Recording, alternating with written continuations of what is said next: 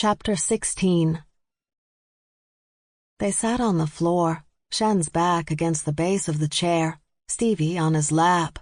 She'd been heading to the couch when he gently steered her back to the floor. She got it, though. He didn't want her naked ass on his sister's furniture. Totally understandable. Smiling, she snuggled in closer and closed her eyes. She started to drift off to sleep again until she heard the first crunch. Then another. Then another. Opening her eyes, Stevie leaned back a bit. Shen held out the bamboo stalk he'd been eating. "Want some?" he asked. "You really don't get sick of that stuff?" "Nope. I started teething on it when I was still a baby. I can't imagine my life without it." "Okay," she snuggled back in. "You can keep eating." So he did, holding stalks in one hand and cupping her shoulder with the other, keeping her tight against him. What she never thought would be true, though, was that after a few minutes, the crunching was the most calming thing she'd ever heard. Because not only was it continuous, it was consistent and soothing. So goddamn soothing. Because it never changed. He'd use his fangs to rip off part of the sheath of the stalk, then bite into the stalk. Chew, chew, bite, chew, chew, rip off sheath. It should have made her crazy, and she kept waiting for that to happen. Eventually, though, she simply fell asleep again. From her spot on a hangar roof, a good distance away, she saw that they had arrived. It was originally believed they would all arrive the day of the event, but then it was discovered they were already in the air and heading this way. And now that they'd arrived, she could see that there were a lot of them, all male, all armed, shorter than the Americans, but that didn't mean anything. For shifters, height and weight didn't always have much significance. Deanne continued taking pictures on the digital camera until the entire group disappeared inside the hangar closest to the landing strips. When the last male was inside, she tucked the camera into her bag and quickly climbed over the hangar roof. Once she was back on the ground, she took off running, past the few workmen still around. As soon as she was across the street, she jumped into the waiting black sports car and closed the door behind her. Go! Malone pulled away from the curb and onto the street. She careened around the slower-moving vehicles and nearly ran down a late-shift worker.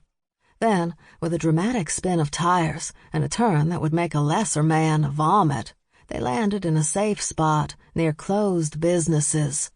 Malone turned off the headlights and looked over at Deanne, grinning.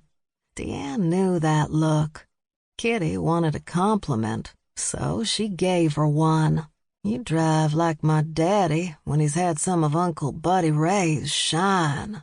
Not appreciating that, Malone contacted the other teams. They had every way out of this private airport covered so they could follow their prey. The plan was that the group, Katzenhaus, and the BPC would not let these boys out of their sights while they were in this country. But as the minutes ticked away and no one drove by, Deanne and Malone looked at each other, gazing directly into each other's eyes. "Hey, Arnie," Malone called out on her radio. "Yo." "Check the hangar they went into." "Yep," the bear replied. And then they waited again, and still no vehicles came by. "Sella?" Arnie called back. "Yeah?" They're gone." Malone let out a nasty growl. "Who the fuck missed them?" she demanded of the multiple teams listening in. "Who the fuck let them by?" Sella?" "What, Arnie?" "No one let them by." "How do you know?" "Because I'm looking at the hole." Frowning, her head jerking back a little, Malone asked, "What?" "I'm looking at the hole." "What hole?" "The hole they burrowed." When Malone said nothing, Arnie added, "They burrowed out of here. Literally. They burrowed. Malone dropped back into the seat and said to Deanne, "They burrowed out of the hangar and under the streets of New Jersey." "Yeah," Deanne replied. I really don't know what to do with that." "For once, my canine friend, we agree. Of course, this also means we have Scottish MacKilligans loose on the East Coast, and no idea where." "Well," Deanne said, lifting up her Tennessee Titan's hat so she could scratch her scalp before pulling it back down, "if nothing else, we know they'll be at that funeral. We just have to hope and pray they won't be burying any extra bodies." She only napped for about 20 minutes, but it was enough to make her energy explode like a 3-year-old who had gotten into a bag of sugar. But it got really weird when Shen, sitting on the floor with the couch at his back, looked away from the TV and realized that Stevie had perched herself on the tall bookshelf at the other side of the room. When she realized she had his attention, she began to creep along the top on all fours until she reached the edge. Shen shook his head. "Stevie, don't." But it was too late. She made a crazy leap from the bookcase toward him, but she landed stomach down on the coffee table, about 5 feet short of her mark. "Almost!" she cheered, her face still in the table. "Yes," Shen said, lifting her off the table. "Almost." He pulled her down into his lap, her legs on either side of him. "Are you tired?" she asked. "Nope." Stevie dug her hands into his hair, pushed it off his face, massaged his scalp. It felt amazing. "Because I need to be fucked again," she said, "but I don't want to wear you out." Shen couldn't help but laugh. "Yeah, that's not gonna happen." "It's not? Because I can be pretty demanding." "And I'm a wild panda. All I need is a box of condoms and free time." Stevie moved her hands from his scalp to his shoulders and leaned in close. "Then what are you waiting for?" He pointed toward the TV. "Storage Wars is on right now." Stevie's eyes opened wide and her lips parted. I'm kidding," Shen said quickly, yanking her back onto his lap before she could get up and storm away. "All right, then. Besides, I can just record it." She was halfway across the room before he caught up with her again, catching her in his arms and dumping her onto his shoulder.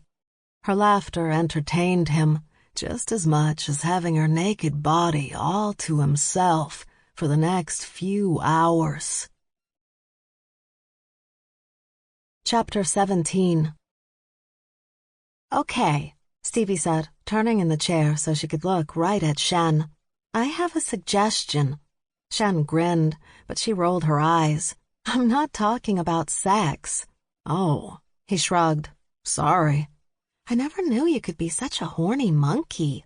"Wild panda," he reminded her. "So what's your suggestion?" "You might think it's crazy.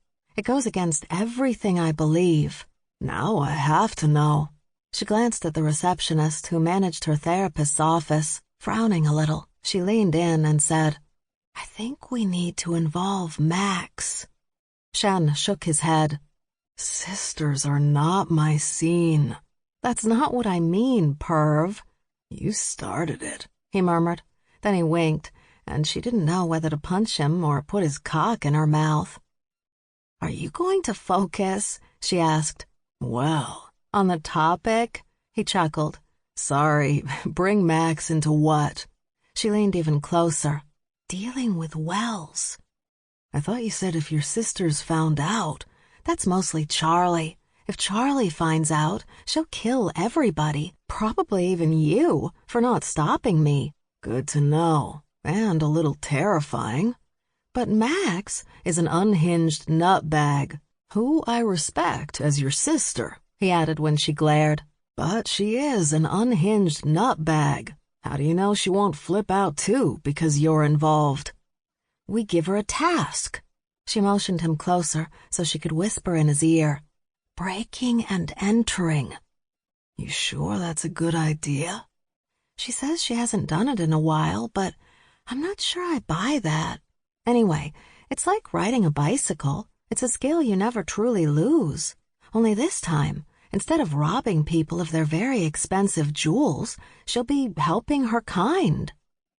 If you think it's a good idea, he shrugged. But you better protect me if Charlie finds out. I can try, but, I may have to let you go. Thank you very much for that. Stevie laughed, but the sound got caught in her throat when her doctor's partner walked out to the front desk, with Charlie behind her.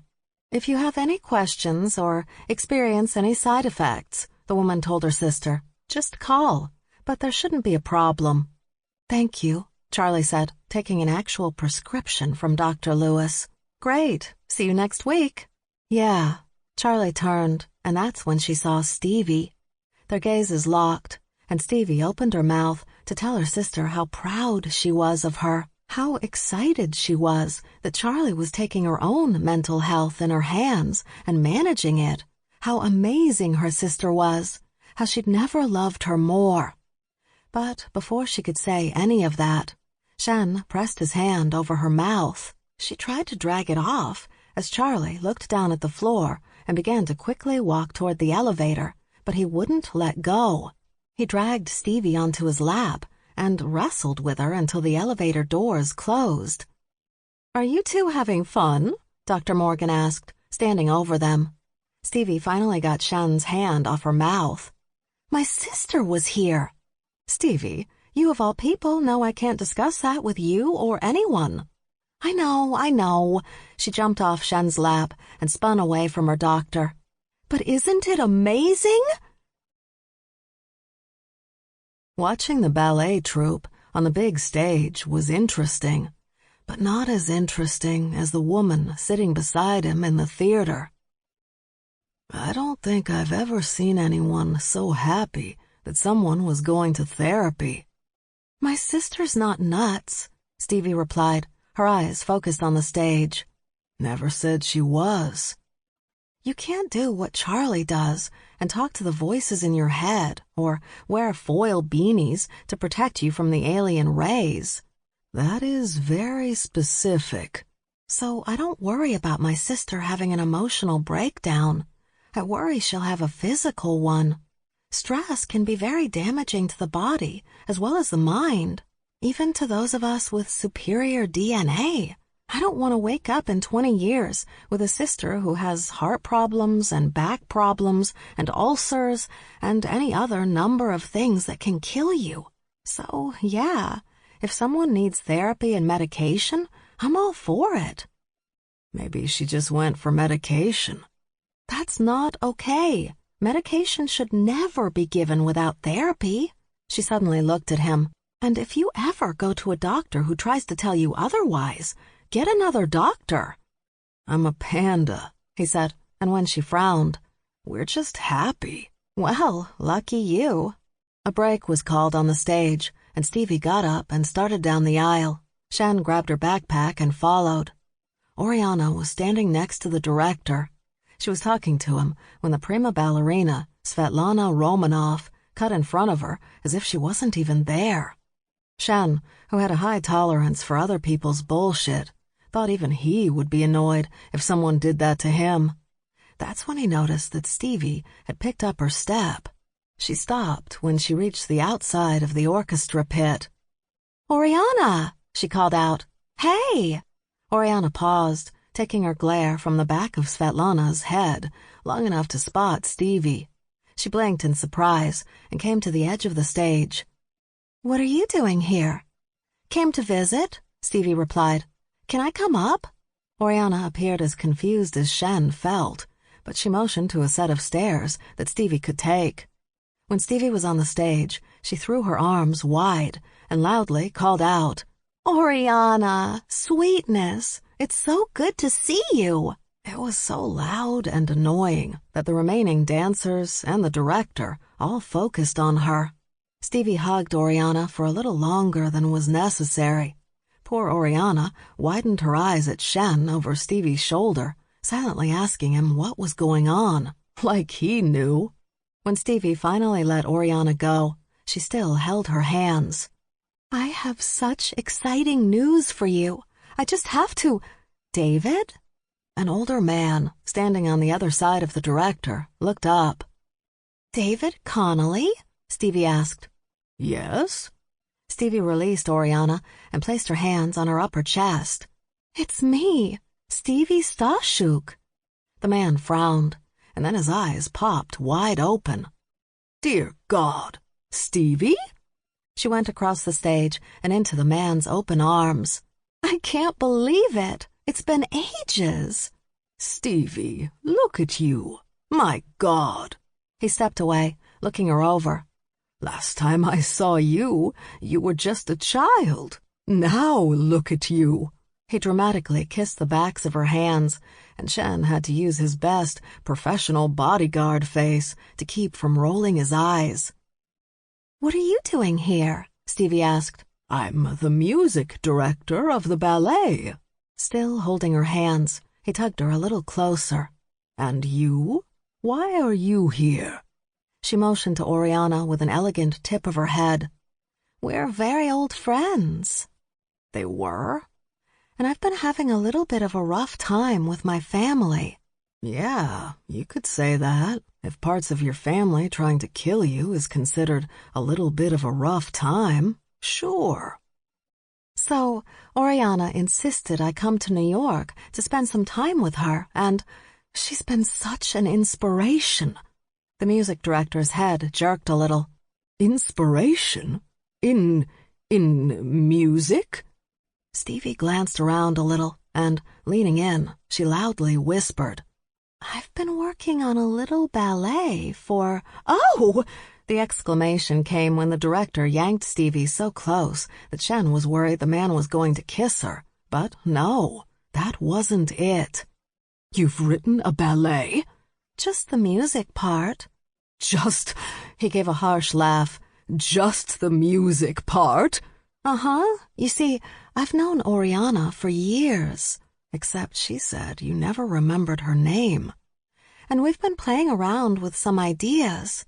The things she can do as a dancer are just astounding, and challenge me to come up with music that meets her talent head on. Because, as you know, music should never take over the dance or outweigh it in any way. Just complement the beauty of what she and the other dancers can do." The music director's eyes snapped over to an older woman and man standing nearby. They both nodded toward Stevie, signaling the man to do something. Shen just wasn't sure what.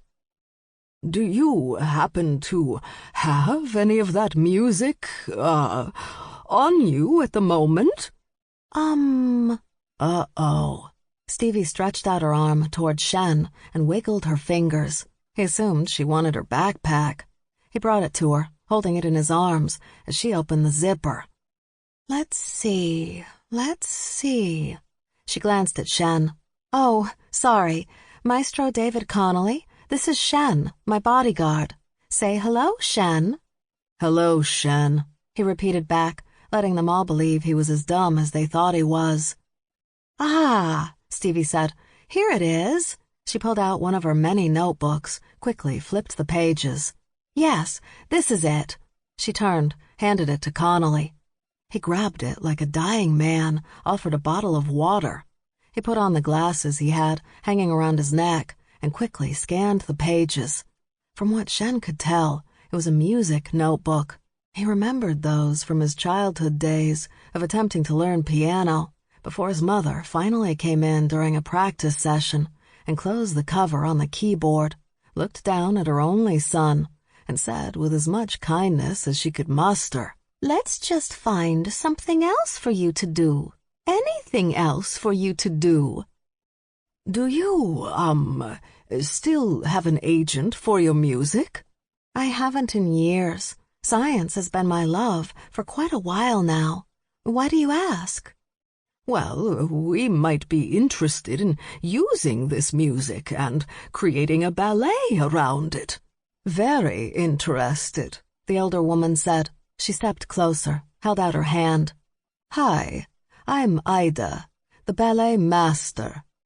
Ida Swan? Stevie said, shaking the woman's hand.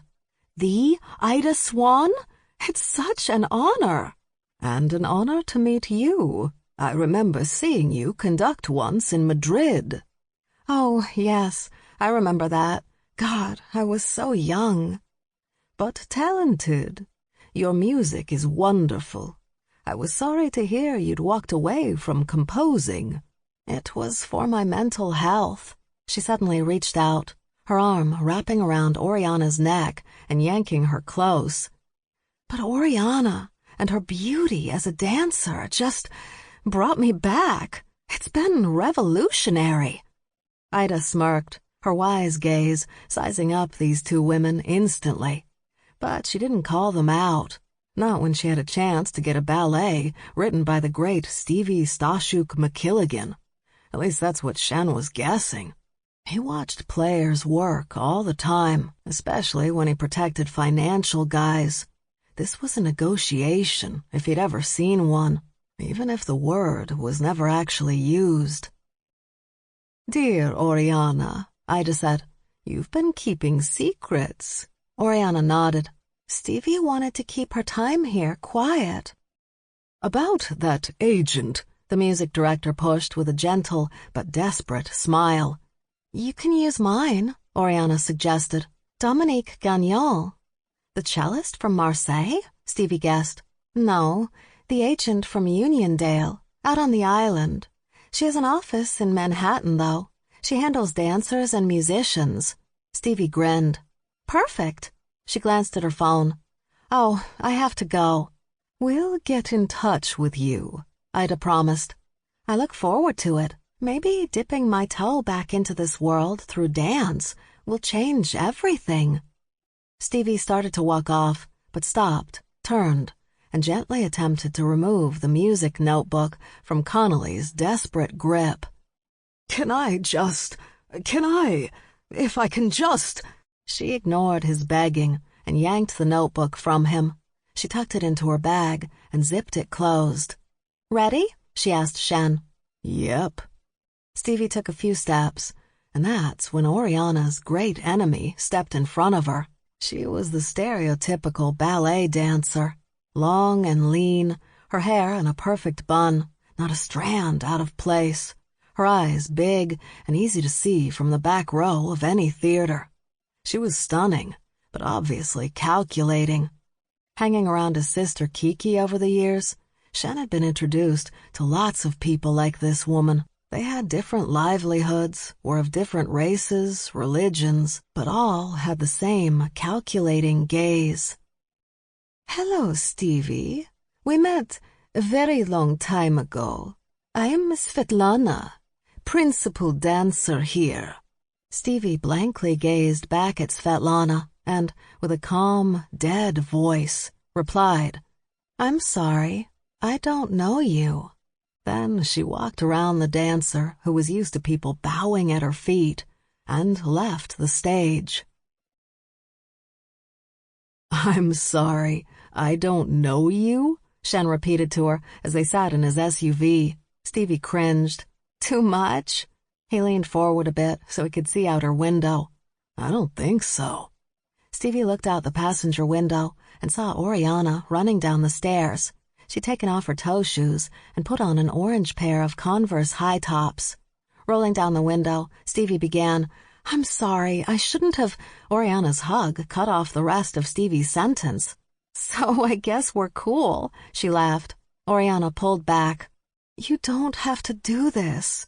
Do what? Get back in the game? I know you pulled out for a reason, and this is going to turn into a bidding war. Bidding war? Stevie shook her head. No. No what? No bidding war. I'll give it to the company. They just have to make you the soloist.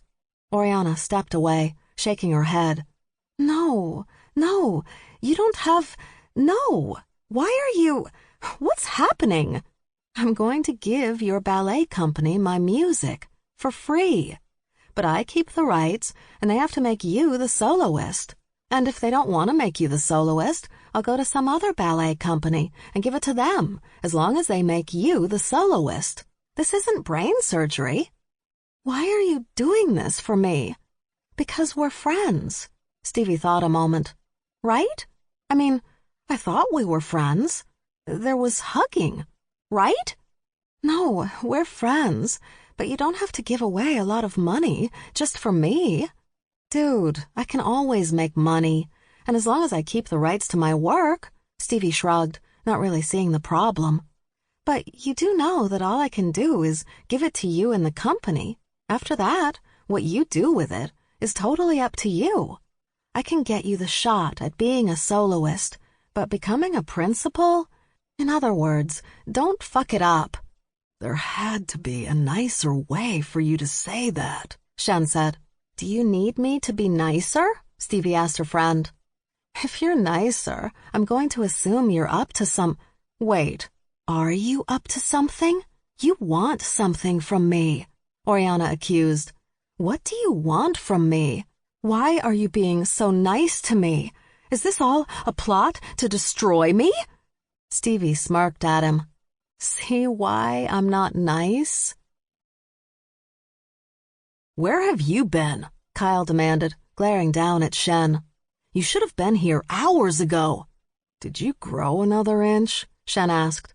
Kyle relaxed, smiled. I think I did. Last night. Jackals have long legs. Kyle's mother came up behind her son, his leather messenger bag in her hands. Are you leaving, Kyle?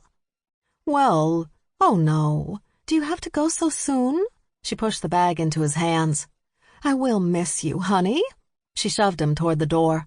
Remember, Mommy loves you. She looked at Shen. Why are you still standing here? I'm waiting for Stevie. She went to talk to Dr. Conridge. Great, the mother of 11 muttered. Then she ordered, Give me your car keys. Shen handed them over, and she chucked the keys to her son, hitting him in the face. Ow! Why don't you go wait in the car, sweetie? Shen will be right out. He should actually wait in here for safe... Shut up, she waved at Kyle. Love you. Long night? Shen asked once Kyle had gone. I love him. I love him more than I can say. But I'm not sure I'd cry if he moved back to Europe. Or farther than Europe. Stevie came down the stairs. Hi, Maestro, she said to Kyle's mother. Hello, Stevie. Kyle's already in the car, she said, the smile on her face ridiculously forced. Stevie put her hand on the she-jackal's shoulder. He'll be fine with us, Jackie, I promise. Thank you. She let out a sigh and began to move away, but stopped. Oh, Jess Ward wanted me to remind you about Thursday night? Right, yeah. Tell her we'll be there. But Stevie didn't sound eager about whatever Thursday night held for her. Okay, have a good day, you two. Shen held the door open for Stevie, and once he closed it behind them, he asked, What was that about? I had to make a deal with Jess Ward, she said, walking down the steps. It was the only way I wouldn't have to pay for what I did to the living room. I thought that's what giving Johnny the violin was for. No, I let Max believe that. I sent Johnny that violin because I felt horrible for what my father did. I let him keep it because of guilt, but more because of a true fear of prison. Whether I realized it at the time or not, I was definitely my father's accomplice, and that rabid wild dog was not letting it go. By the time I got back to the States, the FBI was already interviewing my sisters and even my grandfather's pack. She shook her head. I did so much lying those weeks, I was positive I was going to federal prison forever, and that Jess Ward was going to be there to lock the door after me. But somehow, some way, Johnny must have calmed Ward down, because the feds finally backed off. Then what kind of deal are you talking about? I don't know, something called Wild Dog Night? She was really vague. What are you laughing about? They'd reached the bottom of the brownstone steps, and Shen was bent over at the waist, his laughter coming out so hard that it hurt his chest. What's so funny? Stevie asked again. You didn't say yes, did you? He barely got out. I had to. The contractor was talking a 6-figure restoration of the ballroom. I couldn't afford that right now. You said you'd go? Yeah. Just you? I said I'd bring my sisters. What is so funny? Shen wiped the tears from his eyes. You'll find out. I don't want to ruin it for you. You're being a very bad boyfriend right now. I just want you to know that. Still worth it, Shen admitted out loud after Stevie had already gotten in the car. As they headed back to Queens, with Kyle in the back seat, Shen softly asked, So what did Conridge say? She didn't seem to like the idea of me involving Max. Something about her husband losing skin. But he's a wolf, so I don't know if she just meant shedding. So what are you going to do? Not sure yet, but I've got to come up with something. We need to find out what's in Wells's lab, maybe even his apartment. Are you two having sex? Kyle suddenly asked. He was stretched out lengthwise in the back seat, his upper back resting on his messenger bag, phone in his hand. What? Shen snapped. Yes, Stevie cheered.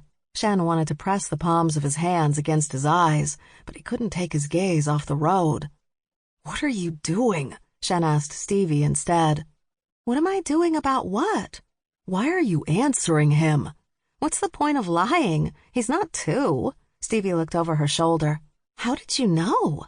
Because you two are acting very wife and husband-like. Similar to my parents. Clearly, your relationship has changed. Stevie tapped Shen with the back of her hand. We're husband and wife-like. Now he was worried. You do know that we're not husband and wife, right? Of course we're not. She reached for the radio, turned it on. Yet. Shen turned the radio back off. Okay, I need to make this clear to you. Sure. What we have is just casual, just friendly fucking, Kyle tossed in from the back seat. Shut up, or I'm going to make you stay with your family. He refocused on Stevie. We just have a casual relationship, right? No, actually. Very wrong.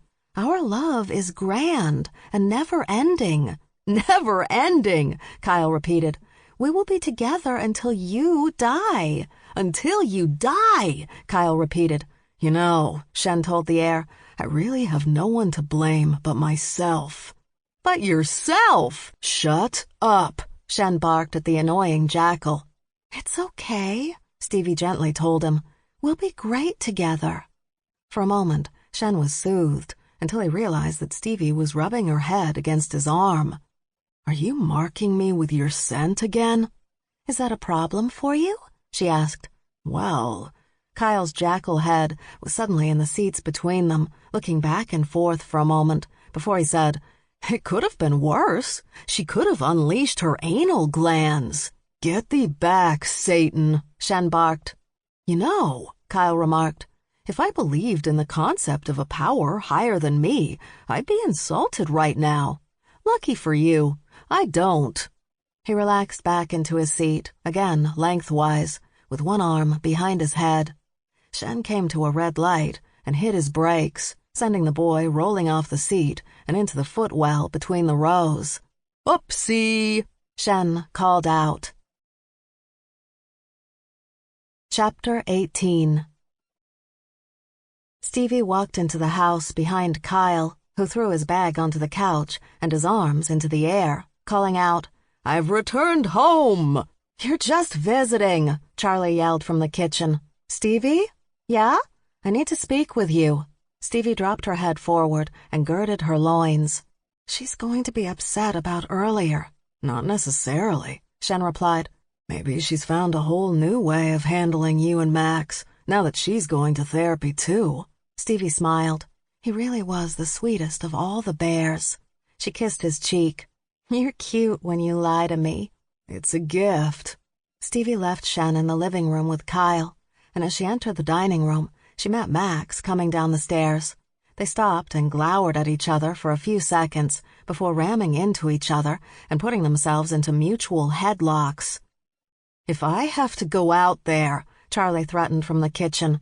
Not wanting Charlie to come out to get them, but not wanting to release each other, they made their way into the kitchen, still in headlocks.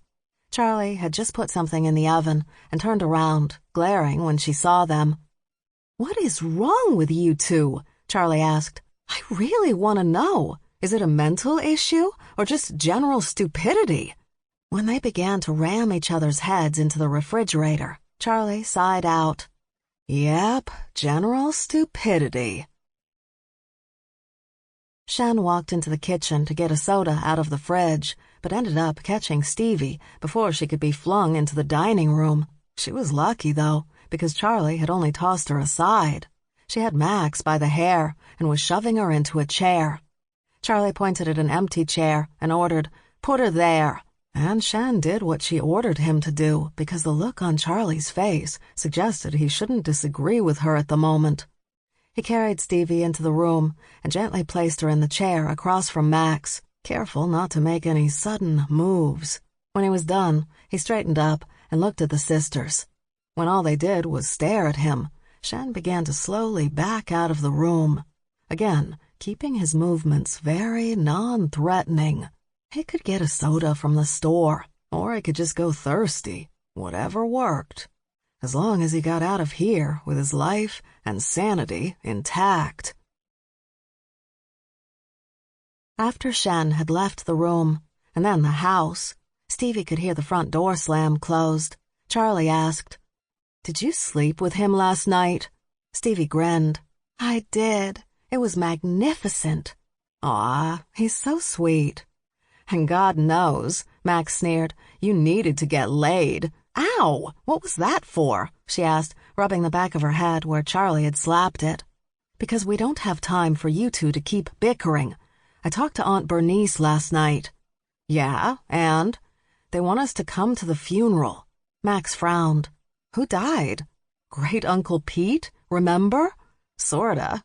"Why do we have to go?" Stevie wanted to know. She didn't want to go to a funeral unless she had to, and she didn't think she had to go to a funeral for a man she didn't even know. That's where it gets complicated. Stevie and Max exchanged glances before looking back at Charlie. "What's complicated?" Max asked. "It's a funeral." "It's complicated because it's Uncle Will who wants us to attend." Stevie shrank down in her chair. "Oh, man, he's gonna kill us all, isn't he?" "Not necessarily." Stevie sat up straight again. "What the fuck kind of response is that?" Charlie rubbed her forehead with her thumb and admitted, "An honest one." Shen checked his pockets again for his cell phone. When he didn't find it, he figured he'd left it inside. He looked back at the front door, but muttered, I can get it later." He started down the front steps, but stopped when a blue SUV pulled into the spot behind his vehicle. He grinned when Livy Kowalski stepped out of the passenger side, and her mate and Shen's business partner got out of the driver's. "Livy!" Shen exclaimed, walking up to her and giving her a big hug. He pulled back, grinned. "Love the hair." It was their old joke, but Shen loved it. Livy was a honey badger, Shen a panda. They both had evidence of both colors in their black and white hair. Unlike the MacKilligan sisters, they didn't bother dyeing their hair one color. "You doing okay?" Livy asked. "I'm fine. What are you guys doing here?" "Orders from my mother," Livy complained. "The aunts have not been able to get in touch with Max, and her mother's been trying to contact her." "Her mother? The one in a Belgian prison?" "Yeah." Livy and Max were cousins. Their families related on their mother's side, the Yangs, a powerful honey badger clan from China known for their art-thieving abilities. After Livy's mother hooked up with a Kowalski, she became one of the matriarchs of the Yangs. But Max's mother's connection with Freddie MacKilligan had done nothing for her. It was why she was still in prison. No one had tried to break her out. "Is everything all right?" "Doubtful, but no one's dead, if that's what you're asking." Shen had always loved Livy's flat, uninterested tone. She could make "you've won the lottery" sound like the worst thing that could happen to anyone. Vic Baranoff now stood next to Shen, gazing at him in that weird grizzly Siberian tiger way he had, and not saying anything until Shen finally asked, "What, Vic? You're engaged?"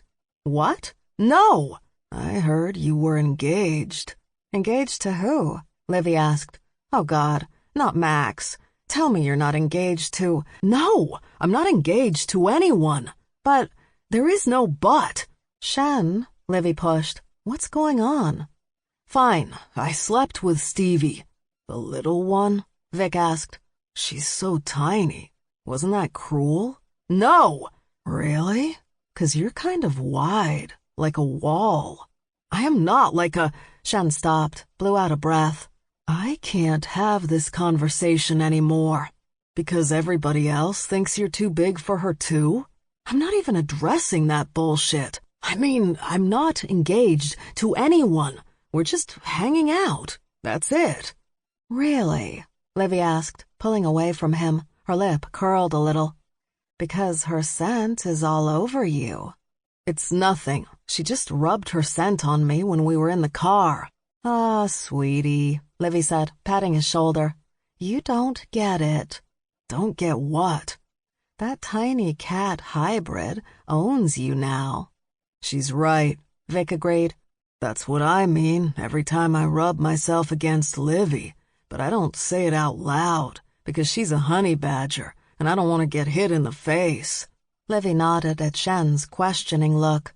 "That's exactly what I would do if he said it out loud." "Are we going to go?" Stevie asked. "I'm going to go," Max announced. "And do what?" Charlie asked. "Kill them all?" "No. You don't think I'd do it?" "I think you think you're crazy enough to do it," Stevie explained. "But you're not." "I could be." "You're not." "We're not," Charlie added. "People trying to actively kill us, strangers or family, we fight back. We always fight back, and we lay waste. But we don't kill family for no reason." No, Stevie was quick to cut in. "We don't kill anyone for no reason." Her sisters stared at her for what Stevie considered way too long, until Charlie blinked and said, Right. We don't kill anyone for no reason. Exactly right." Stevie swung her finger between her sisters. "It bothers me that I had to clarify that for you two, just so you understand the look of disappointment on my face." Shen returned to the kitchen, and as soon as he walked in, Charlie and Max let out an, "Aww." "No," he said quickly. No, we're not going to do any of that, thank you very much." He jerked his thumb over his shoulder. "Livy's here." Stevie didn't know she had reflexes that anyone would call fast, but she was up and over the table, taking her sister down to the ground before she could throw one of her blades across the room and into the only cousin on the Yang side of the family who would talk to her. "Really?" Stevie demanded, still pinning her hysterically laughing sister to the floor. Charlie, shaking her head, stepped close and snatched the blade from Livy's hand. "She's family, dick-ass." Stevie couldn't help but scrunch up her face, and then she saw that Max had done that too. "I think you mean dumbass," Max suggested. "Probably. Let's just let it lie." "Yeah, but why would you even come up with—" "Let it lie!" Charlie tossed the blade onto the kitchen table. "What's up, Livy?" Livy, completely unfazed by her cousin, said to Max, "Call your mother." She slapped a piece of paper on the table and walked out without another word. "You haven't called your mother?" Charlie asked. "Well, with all the shit that's been going on. And I forgot to give her my new number." She pushed at Stevie. "Get off me." Unlike Stevie, Max adored her mother and had lawyers in Belgium working on appeals to get her out of prison. They kept in touch through letters, emails, and the occasional phone smuggled behind bars. Stevie scrambled off her sister so Max could grab the piece of paper her cousin had left and quickly call her mother. Charlie was busy checking out whatever she'd put in the oven, so Stevie squeezed between Shen and the enormous hybrid blocking her kitchen door, biting back her squeal of panic at the mere sight of the man. She'd met him before, but she couldn't remember his name to save her life. She charged through the dining room and living room and caught up with Livy on the porch. "Hey," she said, forcing a smile. "Why are you looking at me like that?" Livy asked. "What are you doing with your face?" "I'm trying to smile." "Stop it. Can I talk to you for a moment?" "I don't want to talk about the fact that Max came at me with a knife, again." "This has nothing to do with Max." "Oh," Livy shrugged. "Yeah, okay. What's up?" Stevie took hold of Livy's arm and led her away from the house. As they moved down the street together, Stevie said, "This may be a weird request." And immediately Livy began to chuckle. "What's so funny?" "If you knew my family, you'd know why that statement was funny." Stevie stopped, glanced back at the house. They seemed to be alone. "I need you to break into a lab." Livy didn't react. She just kept staring at her, waiting for her to finish. "I think the scientist who runs it is up to some very bad things involving hybrids. I don't think he's doing those things there, in that lab. It's right in the heart of New York City, and that would be stupid. But I think we can find his second lab by going into his first." More staring. "I was never trained to do that sort of thing. I was going to ask Max, but if she tells Charlie..." "Are you saying people are dying because of these very bad things being done?" "Possibly, yeah." And Stevie hated the way her voice cracked when she said that. "Huh. Well, I don't really do that sort of work anymore." I know. I've seen your photography. It's powerful, which means you don't need to do this work anymore. It's just..." "Let me finish. I don't do that sort of work anymore, but the man I love is a hybrid, and my idiot cousin's sisters are hybrids, and you two, I like. So, yeah, I'll do it." Stevie threw her arms open, but Livy's hands immediately went up, blocking her. "I don't really hug. I'm not a hugger." "Right, sorry, forgot." "So when do you need me to do this?" "As soon as you can." "What about you?" Stevie grinned. "You want me to come? How "No, I want you to have an alibi." "Oh," she couldn't help but pout a little. "Fair enough." She thought a moment. "I've got to go to a funeral tomorrow morning." "That might be a little too soon. I still need to research the place." Right. Well, tomorrow night I have to somehow drag my sisters to something called a wild dog night with Jess Ward and her pack." Livy started laughing, not a chuckle, a full-blown laugh that had Stevie greatly concerned. "What?" she asked, becoming extremely worried. "What is so funny?" The phone rang, and Max pinned the cat she'd found lounging in her bed to the floor and used her free hand to answer. "What?" The cat slashed her claws across Max's arm, forcing her to release the animal, the little shit. "Hey, baby." Despite the pain, Max smiled, because she recognized the gravelly voice that did not seem as if it should belong to a 5'1" Chinese spitfire who could rob a man blind, punch his lights out, and steal his girlfriend, all in the same day. "Hey, Ma, are you okay?" Max had called her mother several times on the number her cousin had given her, but there had been no answer. Cell phones in prison, in any country, could come and go, so she hadn't left a message, but had hoped her mother would manage to get her newest phone number. It seemed she had, but it was strange that her mother had gone to the trouble to track her down. "I'm fine, baby. It's you I'm worried about." "Me? No one ever worried about Max." "Devin's out, baby. He's out, and he wants his shit." "What makes Devin think I have it?" When her mother didn't reply, Max exploded. "That motherfucker!" Max began pacing. "Why, Ma, why? You could have had anybody, any man. I would still be a Yang. I'd still be a honey badger, but you picked him." "I've said it before, and I'll say it again. Being with your father might have been a mistake, but you, my beautiful, beautiful girl, never were. You understand?" Max closed her eyes. "I understand." "Good. and I miss you." "I miss you too, Ma. And if you hear from Devin again, or if you hear from any of his hench idiots, tell them the last person they should come at right now is me. There's a lot of shit going on here, and if they get in my way, I will make them regret it." Rennie Yang's brutal chuckle growled across their connection. "That's my girl. Always, Ma. Always." Chapter 19. It was the third Exorcist movie that upset the Dunn triplets the most. Shen sat next to them while they jumped and growled and sat curled in the corner of the couch, looking a little green. That had been Dag, specifically.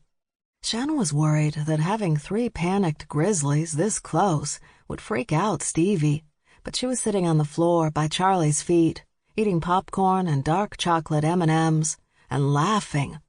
All 3 of the sisters were laughing hard, thoroughly enjoying the horror unfolding on the big screen TV in front of them. It became evident that they really loved horror movies, all of them. They cheered, they tried to scare each other, they especially loved to laugh. Not a typical laugh either.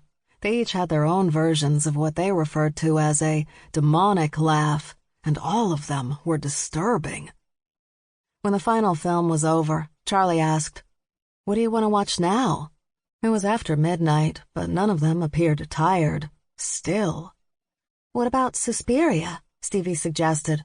"No," Shen immediately said. "Why not?" "My sisters made me watch that when I was 10. I'm not sitting through that shit again." Max smirked. "Was it the maggots? When that chick fell in the spiral wires?" Charlie asked. Stevie crinkled up her nose. "The music? What happened to the blind guy?" Max continued. "All of it," Shen barked. "Can we just watch something not horrifying?" Berg begged. "Like what?" "Anything," all the bears in the room said at the same time. Charlie laughed. Okay. How about John Wick?" "Yeah!" the bears cheered, happy for some regular old violence and revenge without the vomiting and head spin. While Charlie went through her streaming collection to find the movie, the rest of them took bathroom breaks, got more junk food and drink, or simply stretched. Kyle came back to the living room with a sandwich big enough to choke a rhino. The Grizzlies saw it and quickly made their way into the kitchen to build their own sandwiches. "Found your phone," Kyle said between bites, tossing the device onto the table.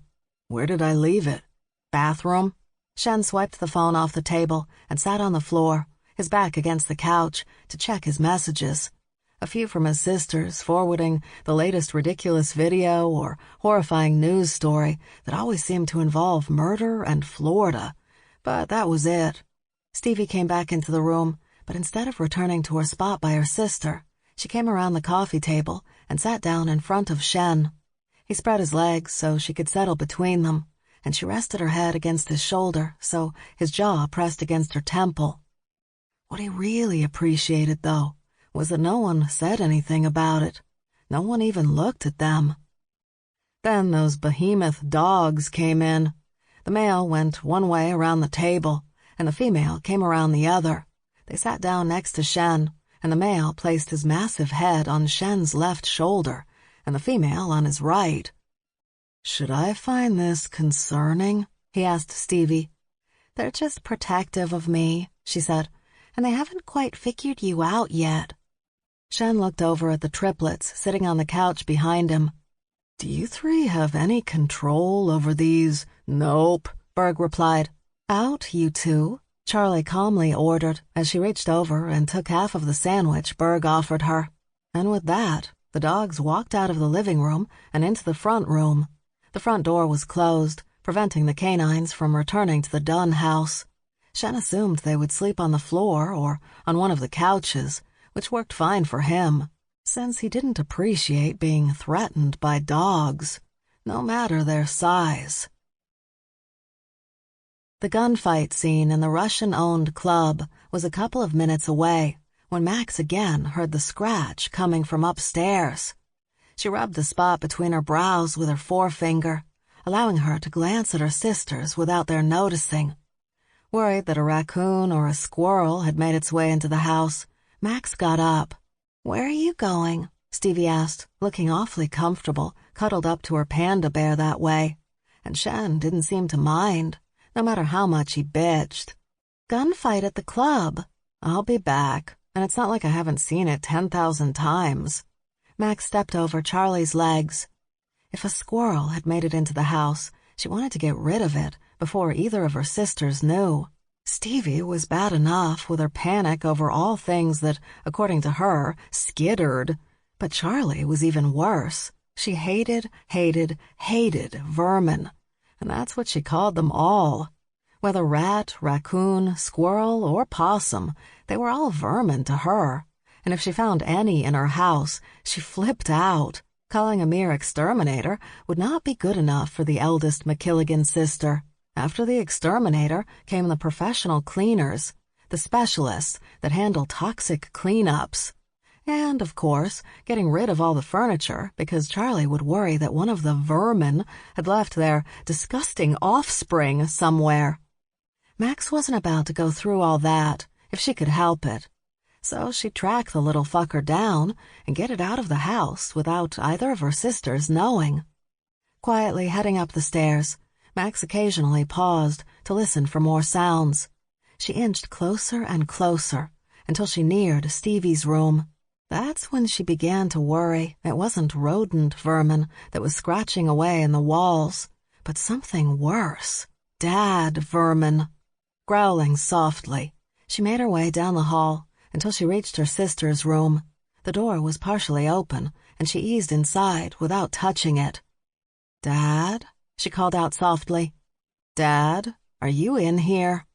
She sniffed the air, trying to locate his scent, hoping this time he hadn't doused himself in cheap cologne, like the last time she'd found him lurking in her baby sister's bedroom, trying to steal what wasn't his. "If I have to track you down, you motherfucker, I will." The leather strap wrapped around her throat, tightening before she could even react. She reached back, but her head was slammed hard into the solid metal bedpost twice, and she was dragged to the ground. That's when legs came over her shoulders, trapping her arms just as the leather strap was pulled tighter. Smooth skin against her cheek, and a soft voice with a lilting Scottish accent hissed out, "Hello, cousin. Our aunties send their best." The gunfight on the TV was going strong when suddenly there was a moment of silence. The hero had just gone over the balcony and hit the floor, and around the same time, Stevie heard a thud from upstairs. She looked over to where Max had been sitting earlier. She'd gone upstairs, but she hadn't come back. There was another thud, and Stevie moved her gaze to Charlie. Their eyes locked for a split second. Then the dogs ran through, and Charlie jumped up, following them. Stevie was right behind her. "Hey!" she could hear the bears calling out behind them. "What's going on?" But they didn't wait. They just ran. When Charlie hit the landing on the second floor, they heard growls and barks as the dogs tried to scratch their way past the bedroom door. "Move!" Charlie ordered, and the dogs ran back behind Stevie. Charlie kicked the door in, and Stevie stood on the other side of her sister. Max was by the window seat, a leather strap around her throat. Their cousin, Mari, was behind her, her muscular legs over Max's shoulders. She was leaning back, putting more pressure on the strap around Max's throat, while keeping Max's arms pinned. "Hello, cousins," Mari called when she saw them. Charlie's hands curled into fists, and, growling from deep in her throat, she barked, "Stevie!" Stevie charged past Charlie and into the bedroom. She launched herself from the dressing table, her feet hitting the wall and sending her over to the tall dresser. She bounced off that and up, attaching herself to the ceiling with her claws and running over to where her sister and Mari were. As she moved, so did Charlie, storming across the room with her own claws and fangs unleashed, slamming into the attacking honey badger and pinning her to the base of the window seat. Her claws fastened on either side of Mari, her fangs snapping at her face. Distracted, Mari didn't realize Stevie had dropped down and slashed her claws against the leather straps. Coughing and gasping, Max fell forward and into Stevie's arms. Stevie dragged her sister away as the dogs viciously attacked their cousin, going at her as hard as Charlie was. Once Stevie had Max a safe distance away, she started back toward the fight, but she'd barely gotten a few feet when arms went around her and pulled her to the ground, just as she heard Britta scream from the doorway, "Gun!" 3 shots rang out, followed by a surprised yelp, but not from Stevie's sisters, or the bears, or even Kyle. "No!" Stevie gasped, pushing Shen's arms off her. "No, no, no, no, no!" she begged as she ran across the room, sliding the last few feet on her knees until she stopped at Benny's side. He was panting hard, blood coming from his side. Slowly, Stevie looked up from the dog to the cold eyes of her cousin. A smile on her face, Mari said, "Guess I missed." As soon as Shen realized that the dog had been shot, he was speeding across the room, trying to get to Stevie, but he was too slow. She shot up and dove at Mari, the pair breaking through the front window and out of the house. He immediately turned and charged out of the room, down the hall and the stairs. As he tore through the living room, he heard Kyle yelling after him, "What is going on?" He ignored the kid, assuming he could take care of himself, and ran to the front door. It was late, but the local bears loved to wander around the neighborhood at night in their bear forms, indulging in honey and chasing nocturnal animals. The ones who weren't out, who were sleeping soundly, would still hear those shots, and they would all move, all be outside. They would see everything. Shen made it out of the house, down the stairs, and over the fence that went around the yard. Stevie was on top of the she-badger, her hands around her throat, choking the hell out of her. But it wasn't doing anything. This was a badger, and she was smiling. That's why they were both still alive and conscious after going out of a second-story window and tumbling to the ground. As Shen neared her, he heard the weird cat sound Stevie made just before she shifted, and her head came up, her eyes a bright and angry gold. "Stevie, no!" he called out, already feeling the local bears lumbering closer and closer. "Don't do it, baby. Don't do it." He knew what his words sounded like to the bears, like he was telling her not to kill the badger. But he could give a shit about that badger. The badger was not his concern. "Pull it back, baby. Pull it back."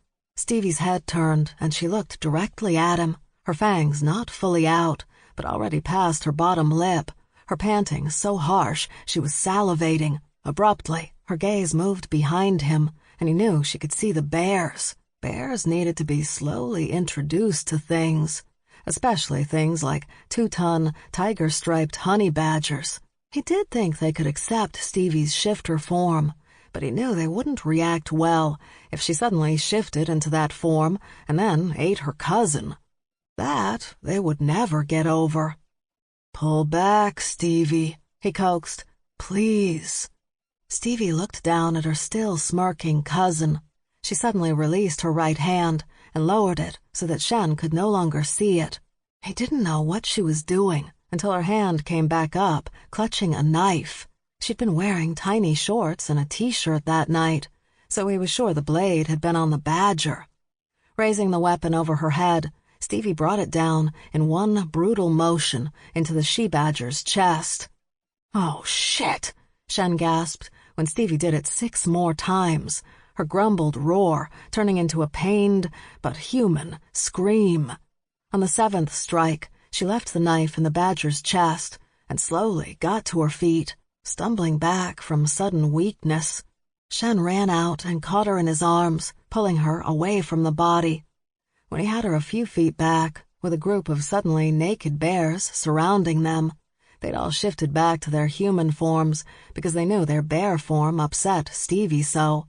The body suddenly jumped up, the blade still sticking out of the crazed bitch's chest.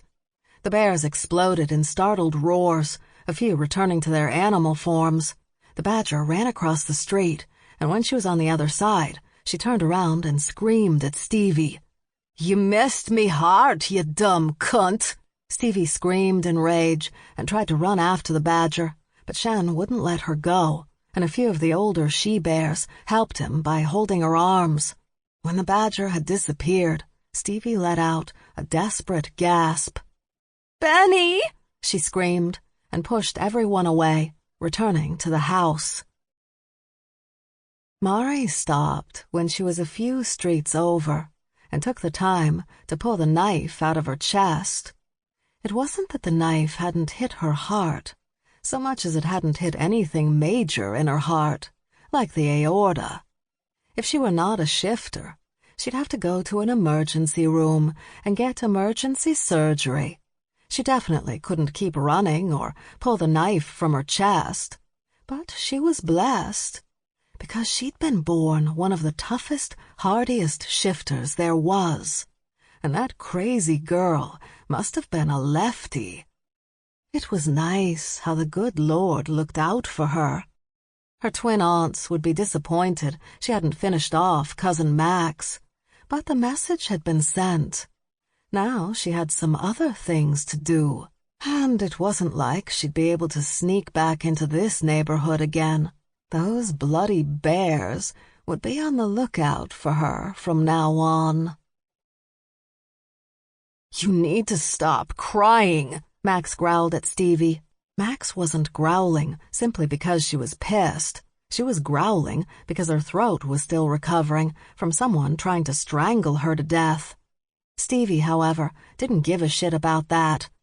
"I'll cry if I want to." "Because it's your party?" Kyle asked, and when they all gazed at him, he let out a sigh and said, "Forget it." Shen grabbed a box of tissues from the table beside him and held it out for Stevie to wipe her eyes and blow her nose. They'd been at the emergency vet's office for a couple of hours, but they still hadn't heard anything specific yet. "Want me to get you some water or something?" he asked. "Come on," Charlie said, standing up and stretching.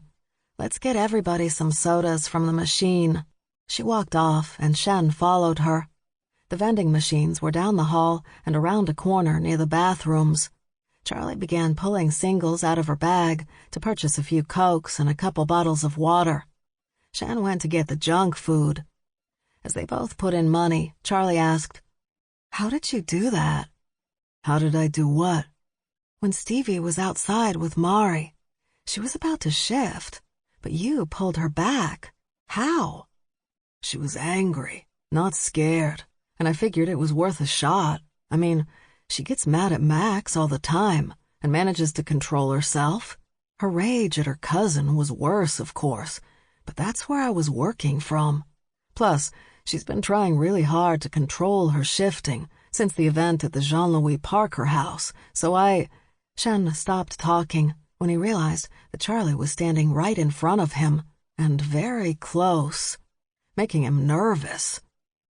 "What?" he asked. "What did I do? What?" Suddenly, he was being hugged by Charlie MacKilligan, a woman who didn't really seem like she enjoyed hugging. "Thank you," she whispered. "Thank you so much." "No problem," he said, ignoring the weird feeling in his chest. Charlie stepped away, and Shen went back to pumping dollar bills into the machine and getting more junk food. "So Stevie's trying to control her shifting again?" Charlie asked. "Excuse me?" She gave a little laugh. "Oh, are we playing that game? I don't think I understand." "Let me guess what she said to you.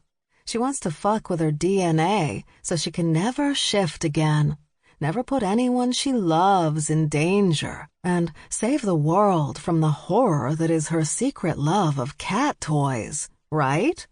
"What? No, that's crazy talk. Why are we even discussing this?" "I was wondering why she hadn't said anything to Max about it. Now I see it's because she went to you first. What did you say to get her to stop? Because usually that sort of thing lasts for days. Lots of obsessing and research." Shen glanced down the hallway before admitting, "I told her I'd tell you." "Perfect. Everybody uses me when she starts getting those self-destructive ideas, and they want her to stop. It should bother me that I terrify her so much, but not if it helps." With junk food and drinks in hand, they returned to the waiting room to find the veterinarian standing there, talking to Berg. "What's going on?" Charlie demanded, putting all the sodas and water down on a nearby table. "I was just telling Mr. Dunn," the vet said, "that Benny is going to be fine. The bullet hit a rib, but didn't go past it. The rib did break, though. Thankfully, nothing major was damaged, and the rib didn't puncture the lung." "How do you treat a broken rib on a dog?" Stevie asked. "Wait for it to heal on its own. We've removed the bullet, cleaned and sutured the wound. Now we'll just need to watch the wound for a few days to make sure it doesn't become infected. And in a couple of weeks, we should x-ray the ribs again, make sure they're healing properly. When you get him home, it's really about restricting his exercise and general movement. Just potty breaks. We'll give you pain meds, though. That will help. And antibiotics. Can we take him home tonight? It's better if he stays here for a couple of days. That way we can drain the wound, if necessary, and keep an eye on him to make sure everything is healing properly." "Okay," Charlie nodded. "Thank you, doctor." "No problem. Oh, do you need a report for the police?" They all became quiet, gazing at the doctor blankly, before Max rolled her eyes and said, "That would be great, Doc. Thanks." "It's so horrible what some people will do to animals," the full human noted before motioning to one of the technicians. "Just unbelievable." "Yeah," they all said in unison, which just sounded weird. Stevie walked into a room. One or two of their nice neighbors had put a board over the broken window and removed the rug that had been stained by poor Benny's blood. But the scent of gunpowder and blood still lingered in the air. Just thinking about poor Benny had her crying again, which made Max scream from her bedroom, "Stop crying! I was the one who almost died, you know." Fed up with her sister ordering her around, Stevie started back toward the door, but Shen caught her just as she stepped into the hallway. He took hold of her hand and pulled her to his room. He drew her inside and closed the door. Still crying, but no longer in a mood to fight stupid Max and her stupid mean ways, Stevie just climbed onto Shen's bed, curled onto her side, and let herself cry as much as she wanted to. An hour or so later, she woke up. Her eyes were swollen shut from all her tears, but she wasn't alone. Shen, also fully dressed, was behind her, tucked in close. His arm was around her waist, his face buried against the back of her neck, and asleep on her feet was Artemis. Stevie was relieved that all the snoring was coming from the dog and not the man. Feeling safe and comfortable, despite Artemis's heavy head like a concrete weight on her poor feet, Stevie smiled a little bit before going back to sleep. Chapter 20. Stevie looked up from her bowl of oatmeal and frowned. "What are you wearing?" she asked. Max paused in the doorway.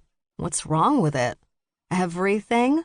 Charlie rushed into the room, tugging on a pair of low-heeled black shoes. "Are you guys red? What are you wearing? What's wrong with it?" "It's red," Stevie and Charlie said together. "And a mini dress," Stevie added. "You look like you're going to a club. Or hooking." "I don't hook anymore." Charlie slapped her purse down on the kitchen table. "That's not funny."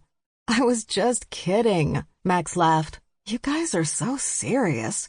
You already called the vet to check on Benny. He's doing fine.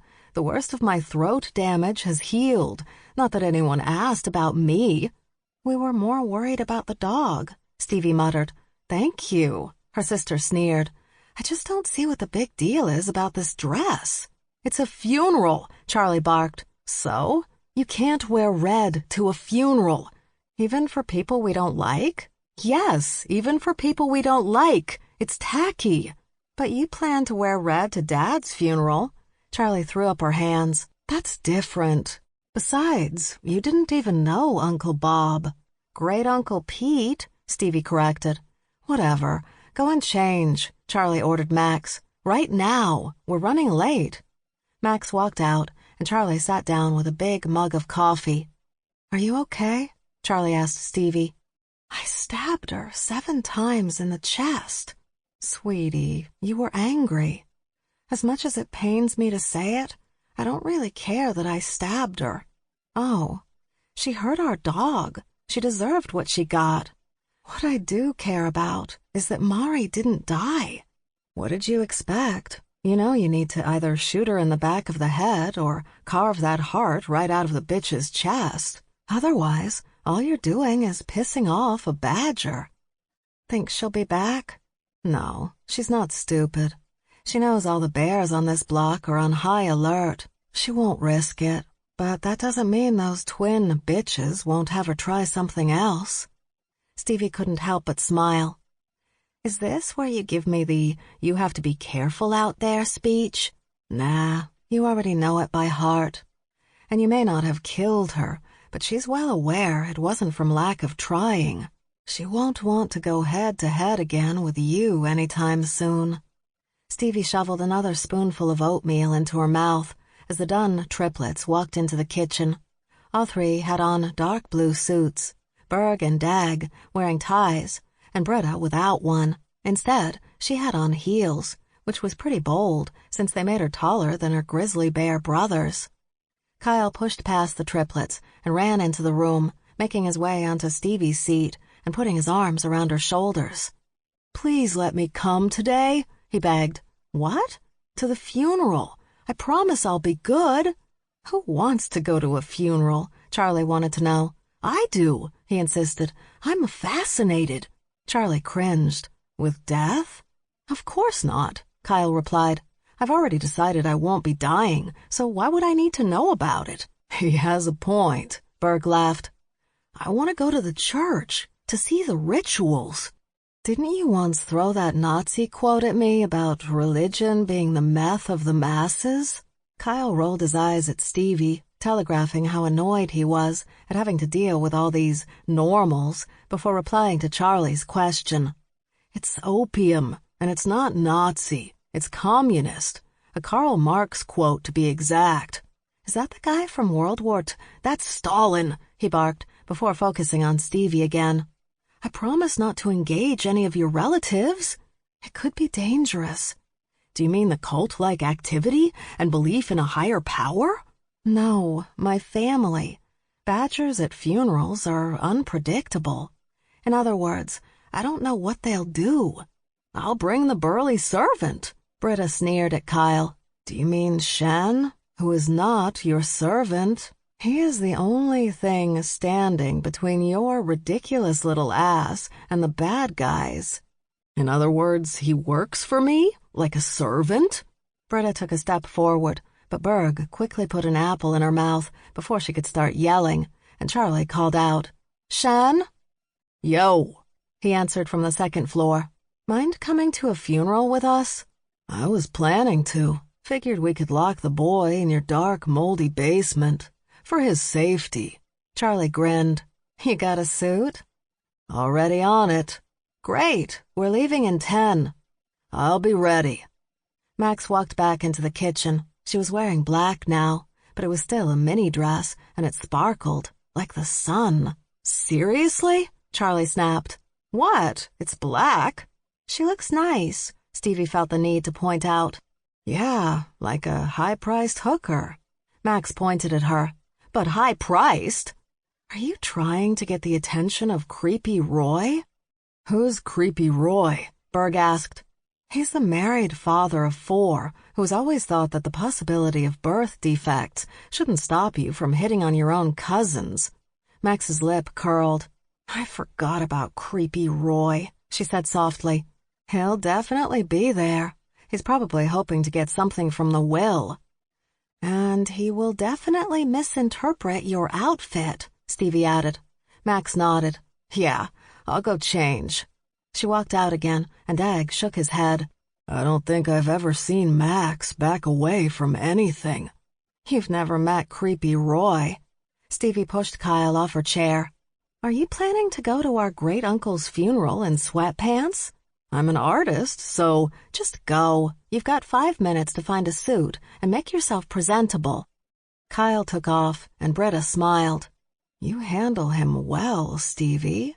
I'm the only one he respects. And before you ask, he doesn't respect any of you. She motioned to her sister. But he does fear Charlie. Charlie shrugged. That still works for me. The funeral at the big Catholic church in downtown Manhattan had already begun by the time their group arrived. Shen could hear the organ music, but people were still heading inside.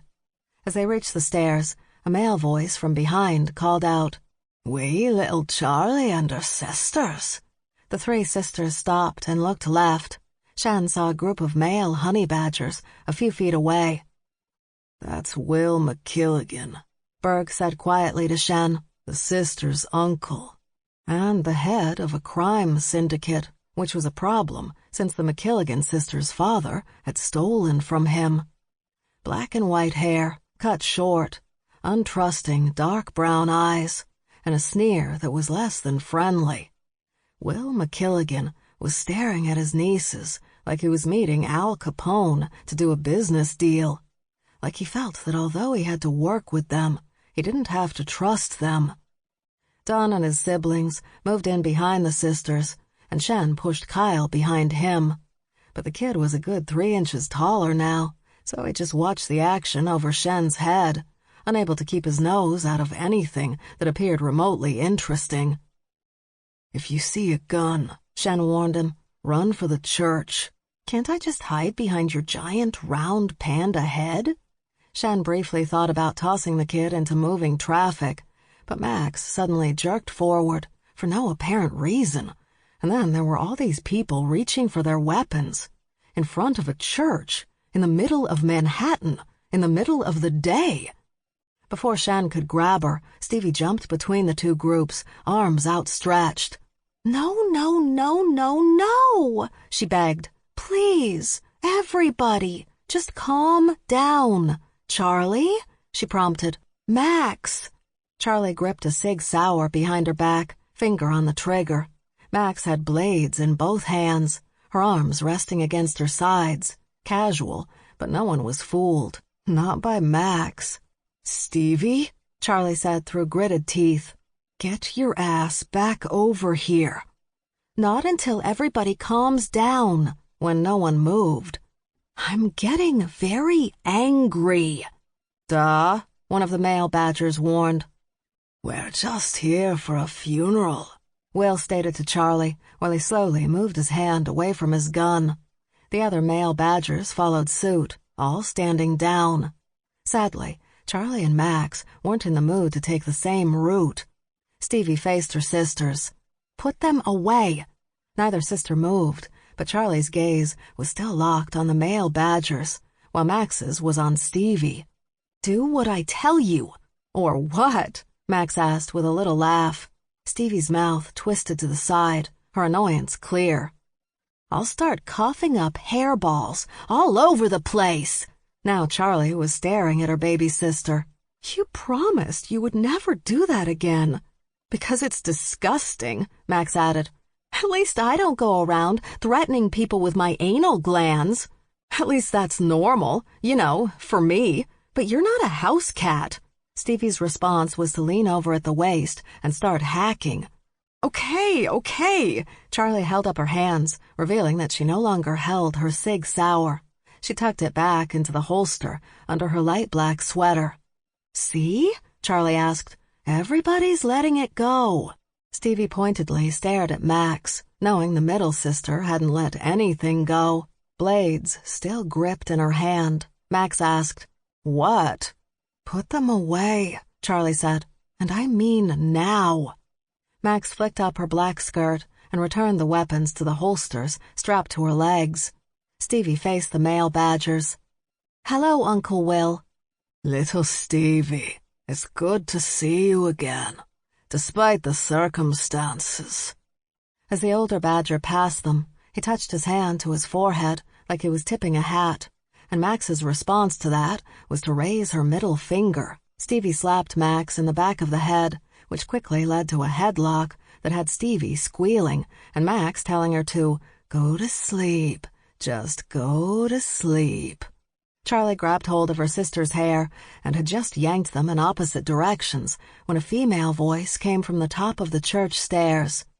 "Charlie MacKilligan, there's a pew for you and your sisters and your extremely large friends. Can't hold that space forever, though, so you better get in here." "Coming, Aunt Bernice," Charlie called back, pushing her sisters to the stairs. "Inside," she ordered her siblings. With a snarl, Max went up the steps. Charlie and the Dunns followed right behind her. Stevie came over to stand by Shen and Kyle while she attempted to comb her blonde hair into something a little less attacked. "You have the best family," Kyle said, laughing. But when Stevie didn't look at him, Shen knew she wasn't in the mood to joke about the MacKilligans. "Go inside," he told the kid. "Aren't you supposed to go with me? You know, my big protector?" Annoyed, Shen snapped, "No one is after your ass. Get into the fucking church." Okay. Shen waited until Kyle disappeared inside before asking Stevie, "Are you all right?" "I'm fine." "You're lying, aren't you?" She peeked up at him in that way she had. "Yeah, a little." "Why? Because Max had you in that headlock?" Stevie waved that away. "She always has me in a headlock. She used to choke me out, too, until I finally learned to get out of it." "How did she manage not to kill you?" he asked, holding out his arm for her to take. "Charlie," she replied, briefly resting her head on his shoulder. "The answer to any question like that, especially when it comes to me and Max, will always be Charlie." Charlie had assumed that the pew her Aunt Bernice had told her about would be in the back somewhere, hidden from the disgusted eyes of the rest of the MacKilligan family. But it wasn't in the back.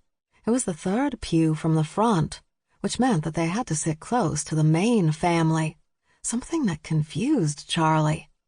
"Stop it," Max whispered next to her.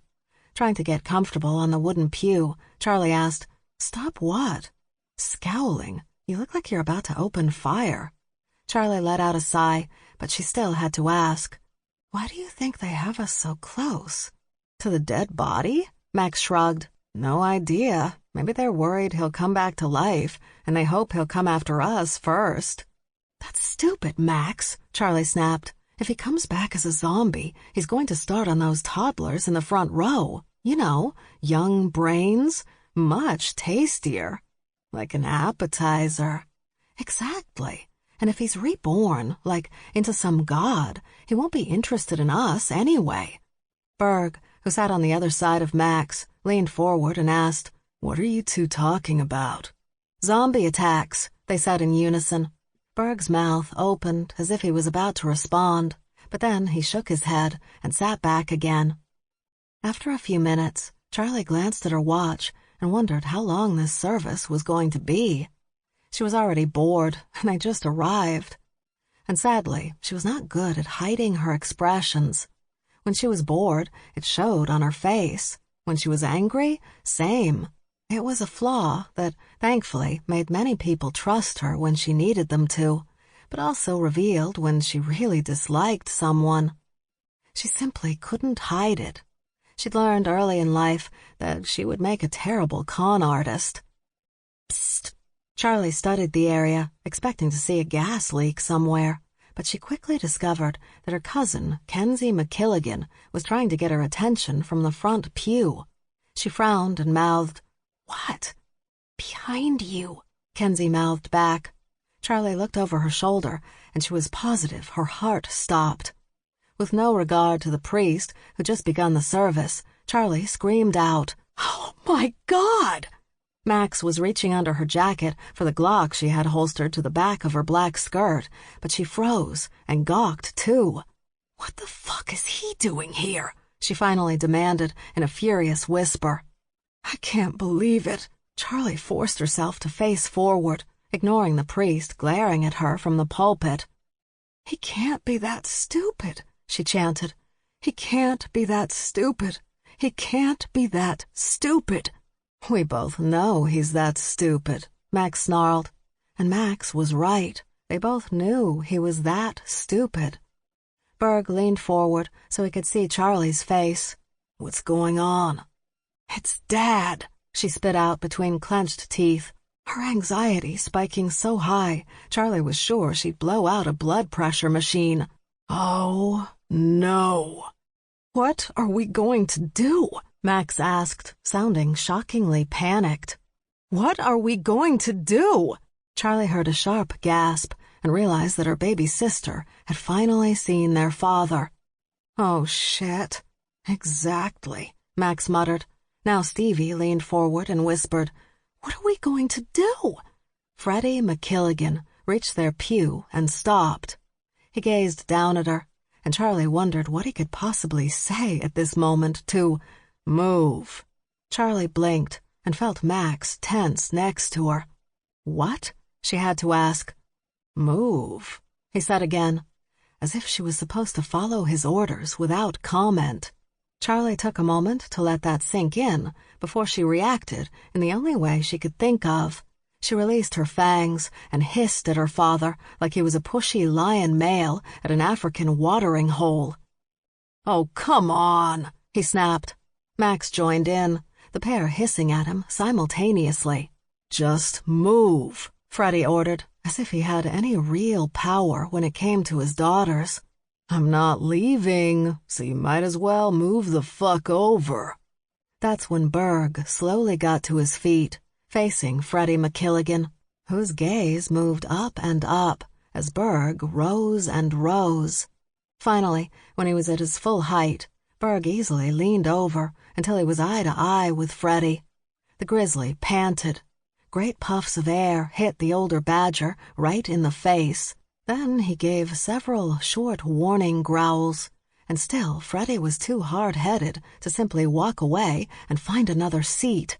That's when Berg's grisly hump suddenly grew under his jacket, and he released a roar so loud that the church's stained glass vibrated. "All right now, that's it," the Irish priest snapped from the front of the church.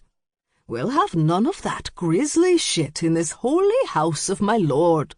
And you, Badger, find a seat somewhere else." When Freddie didn't move, the tiger priest warned, "Don't make me tear that puny head from your shoulders, my good lad, because we both know I will, now don't we?" "Ungrateful," Freddie snapped at his daughters. "Goddamn ungrateful." Charlie decided in that moment that it was in everyone's best interest if she just killed her father, here and now. Sure, she'd go to prison for a few decades, but wouldn't having Freddie MacKilligan out of all their lives for good be worth the sacrifice? Charlie thought so, which was why she unleashed her claws. But before she could gut the bastard in front of God and the MacKilligans, another badger rammed into Freddie from the side, wrapping big arms around his chest. Well, he was more part of the badger family than an actual badger, because he was a wolverine. "Freddie," Dutch crowed, "I'm so happy to see you." Dutch lifted Freddie off the ground, and while their father loudly protested, Dutch carried the idiot to the front pew with Aunt Bernice and her family. "Well, we don't want him," Bernice snapped. "Aw, come on. Isn't it wonderful to see your brother? I'm sure you guys have missed him so much." Dutch dropped Freddie and pushed him into a spot that opened up when one of Bernice's daughters moved out of the way. When Freddie started to stand up again, Dutch pushed him back down and warned, "Try and move from this spot, and I'll tear your arms off and eat them." Dutch leaned forward and snapped his jaw shut, his strong wolverine teeth clacking together. Freddie's head jerked back to avoid contact. But Freddie kept his seat after that, so Dutch nodded at the priest and said, "Sorry, Father," before returning to the sisters' pew and wiggling his way in by forcing Charlie to move over. The priest continued with the service, and Dutch whispered to Charlie, Aren't you glad I'm here to bring joy into your life? Max barely caught Charlie's arm before she could ram her still unleashed claws into Dutch's belly, completely ending his presence in her life, too. Again, decades in prison might be totally worth all of it. When Berg suddenly roared, Stevie grabbed Shen's hand and held on tight. He looked at her and saw that she was panting hard, staring at the hymn books tucked into the back of the pew in front of them. Without really thinking about it, he released her hand and lifted her up, sliding over and placing her between himself and Kyle, so she had a little distance from Berg. "Just breathe," he said. "Everything's fine. Just breathe." She nodded, but she had her hands clasped together, twisting them hard. It wasn't just Berg and his grisly ways that were freaking Stevie out, though. It was everything. Her father, her Uncle Will, her cousin Mari, even the bruises that were still on her sister's neck had Stevie tense and panic-prone. Knowing she wouldn't leave the church without her sisters, Shen instead grabbed her left hand and held it between both of his. "You're doing great," he told her. "What does that mean?" "I have no idea." That made her laugh a little, and he immediately felt less concern. When Stevie was truly freaking out, she never laughed. "Do you need me to do anything?" he asked. "Eat something." "Huh?" "The noises from your stomach are starting to freak out my family. And honey badgers do not freak out, Shen. Eat something." Shen looked around, but didn't see what Stevie was talking about, until his stomach grumbled again, and the badgers in the two pews in front of them turned around to glare. Shen reached into his inside jacket pocket and pulled out a pack. To a full human, it would look like a pack of cigarettes, but Shen didn't smoke. He released Stevie's hand so he could take the cellophane off the pack, fold the foil at the top back, and tapped the bottom against his hand until one of the bamboo stalks popped up.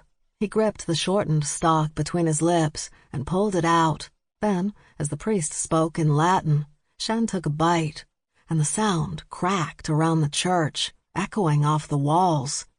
He tried to chew, but stopped at each cracking sound. He did it 3 or 4 times, cringing every time he made noise. Finally, an older Scottish she-badger in the pew right in front of them looked at him over her shoulder and snarled, "Just eat the damn things, would ya? Anything's better than hearing that stomach of yours." Moving quickly, Shen ate several stalks, one after the other, until he knew he'd quieted his stomach at least for the next 10 to 20 minutes. "Thank you," Stevie whispered. "You're welcome." He took her hand in his again. Smiling, Stevie moved in closer to him and rested her head against his arm. "You keep holding my hand," she whispered. "Are you doing that because you're still worried I'm going to freak out?" "I was," he admitted, "but now I just like it." The service seemed to go on forever, but Stevie didn't mind, because she was holding Shen's hand, and it was the nicest thing. His hand was warm and dry and soothing. Using her free hand, she opened up the program to find out what was next. She was relieved to see they were on the last speaker of the day. After that, her great-uncle's sons and the older grandsons would carry his casket to the hearse. Great-Uncle Pete's oldest son finished speaking, and, as he was thanking everyone for coming, he casually asked if anyone wanted to say anything else about his father. A few people stood up and did add a little. Old friends who wanted to express how much they would miss Pete, one of his brothers, letting Pete's adult sons and grandchildren know that he was there for them if any of them had a need for some old man advice, which got a mood-breaking laugh. Then his eldest son let everyone know that after the burial, the family would be going to a pub in New Jersey for one last drink in honor of their father. Thinking it was over, Stevie started to reach for the black leather backpack she'd pulled out just for the occasion, a Gucci bag that looked fancy and could still hold several of her notebooks and a wallet, but would hopefully not lead to anyone muttering, "I can't believe she brought a backpack. It's a funeral, not a hike." Before she could pick it up off the floor, though, she heard, "I have something to say." Stevie froze. No, no, no, no, no, no. Sitting up straight, she watched in horror as her father stood. Her father wanted to say something. He wanted to say something. Oh, God. She leaned forward to check on her sisters. Max already had her face buried in both her hands, while Charlie was sitting so bone straight and absolutely still that Stevie was terrified what her eldest sister might do. Because when Charlie had you in her sights, there was no escaping, no avoiding, no making it out alive. Freddie faced the shocked faces of his extended family, foolishly unconcerned that nearly everyone in the room hated him. He was the reason a good chunk of them were currently cash poor, and the fact that he hadn't even benefited from that money only made them angrier, because he was just so stupid. And yet, he was talking. Freddie placed his hand over his heart and lowered his chin to his chest. "What is happening?" Shen asked. Stevie tapped Shen's arm and motioned him closer. He leaned down a bit, and she brought her mouth close to his ear. "You and the Dunns need to be ready." "To take down your father?" "No, Charlie. She'll have no qualms about killing him in front of witnesses. I'm not too worried about the family, but the church people could be a problem." Shen nodded and leaned over to whisper in Britta's ear, allowing Stevie to, unfortunately, listen to whatever ridiculous bullshit was coming out of her father's mouth. Oh, and it was bullshit. "It breaks my heart," he said, tears beginning to run down his cheeks, "that we've lost such a great man, the mighty Peter MacKilligan. Loyal, amazing, good to his family, always so generous." Stevie rolled her eyes. Her father was angling for money from the people he'd stolen from. Freddie took in a deep breath, wiped some of the wetness from his face. "But you know what made Pete MacKilligan truly wealthy? It wasn't his money. It wasn't houses and cars and property in the Caribbean. No, it was the legacy he left, the legacy of his sons. There is nothing greater in this world than for a man to have sons, loyal, protective sons, willing to do anything for their father and to carry on the family name. Sons are the most important thing in the world. Nothing else can compete." It was then that Stevie heard bodies turning in the pews, felt the eyes on her and her sisters. Everyone was staring at them now, because they all knew. The idiot had forgotten he had daughters sitting in the same room where he was making this men's rights-like speech. Embarrassed, mortified, and wishing she was back in Switzerland, immersed in science and math and the future of the universe, Stevie looked up. She expected to see the rest of the family laughing at Freddie's pitiful daughters, but they weren't. They all felt bad for Stevie and her sisters.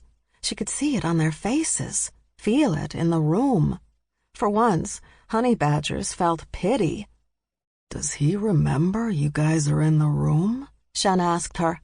"Wow," Kyle said from the other side. "I thought telling my kindergarten teacher I was an only child and an orphan was bad. I was wrong." Stevie sighed. "But you were in kindergarten, Kyle, not a grown man." "I still don't know what's happening," Shen muttered. "But I do want to call my dad and tell him I love him. And you should also thank him for not being an asshole." "Oh, I will." "Sons," her father went on, still oblivious. "Give a man something that no woman, related or not, can ever give him. An empire." "I guess all those royal daughters in the Middle Ages who married to solidify power were meaningless," Stevie said with a head shake. "Pete was truly blessed to have as many sons as he did," Freddie went on, ignoring Bernice as she tried to stop him, or, at the very least, remind him that he had daughters sitting in the room. Because sons are so important. They're the most important thing a man can have in his life. Sons are everything. I know this because, unlike Uncle Pete, I was never blessed with sons. Imagine going through life childless. Oh, Stevie gasped in surprise. He just forgot he had daughters, altogether. How nice for him. Freddie stared at the sons and grandsons of Pete MacKilligan. The confused men and boys gawked back, their sisters, wives, and daughters beside them. The silence went on for a very uncomfortable amount of time, until laughter rang out in the church. Hysterical, unstoppable laughter. Stevie felt those eyes on her again, but the family soon understood it wasn't her, the crazy one. Nope, it wasn't Stevie. It was Charlie. Charlie was laughing so hard, she was the one crying now. She had her arms around her stomach, and no matter how hard she tried, she couldn't stop. It got so bad, she finally stood and waved at the priest. "Sorry," she managed between the wheezing. I have go. Bye." Now coughing, wheezing, and laughing, Charlie made the long walk down the aisle of the church to the exit. I'll go with her," Max said before jumping up and running after her. After the pair disappeared out the big double doors, Freddie shook his head in disgust and said, "Well, that was inappropriate." That's when Stevie lost it too. She slapped her hand over her mouth to stop the laughter, but it wasn't helping. With tears filling her eyes, she stood and followed her sisters, desperate to get out, desperate to not be the one laughing at a funeral. But come on, what else did anyone expect? It amazed Max that sometimes her sisters, whom she knew so damn well, still managed to surprise her. She'd been thinking that by now she'd have to peel the remains of her father off the church altar, find an exit strategy from the country for Charlie, and calm down a hysterically crying Stevie. But that didn't happen. Even after their father had insulted them and seemingly forgotten they existed, Charlie didn't go after him the way she had in the past for much lesser offenses. Instead, Charlie and Stevie were leaning against a black Escalade, still laughing. When the laughter didn't stop after a few minutes, but Max could tell that the funeral was coming to an end, she suggested, "Why don't we just go home, or get something to eat?" "No way," Charlie said, straightening up, using the back of her hands to wipe her eyes. "We're going." "Why?" Max had to ask, because, seriously, why? Because they should have to face what they've done. "You mean not killing Dad at birth?" "Yes, that's exactly what I mean." Organ music played, heralding the beginning of the procession of the casket to the hearse, and Max quickly pulled her sisters away from the SUV and over to the stairs. "Now, stop laughing," she ordered. In silence, the casket began down the steps, and once it was in front of them, Stevie snorted, and then all three of them were laughing so hard, Max began to wheeze. Then they were moving. Someone had grabbed them by the backs of their necks and was yanking them over to one of the family limos. They were forced inside, and the door shut.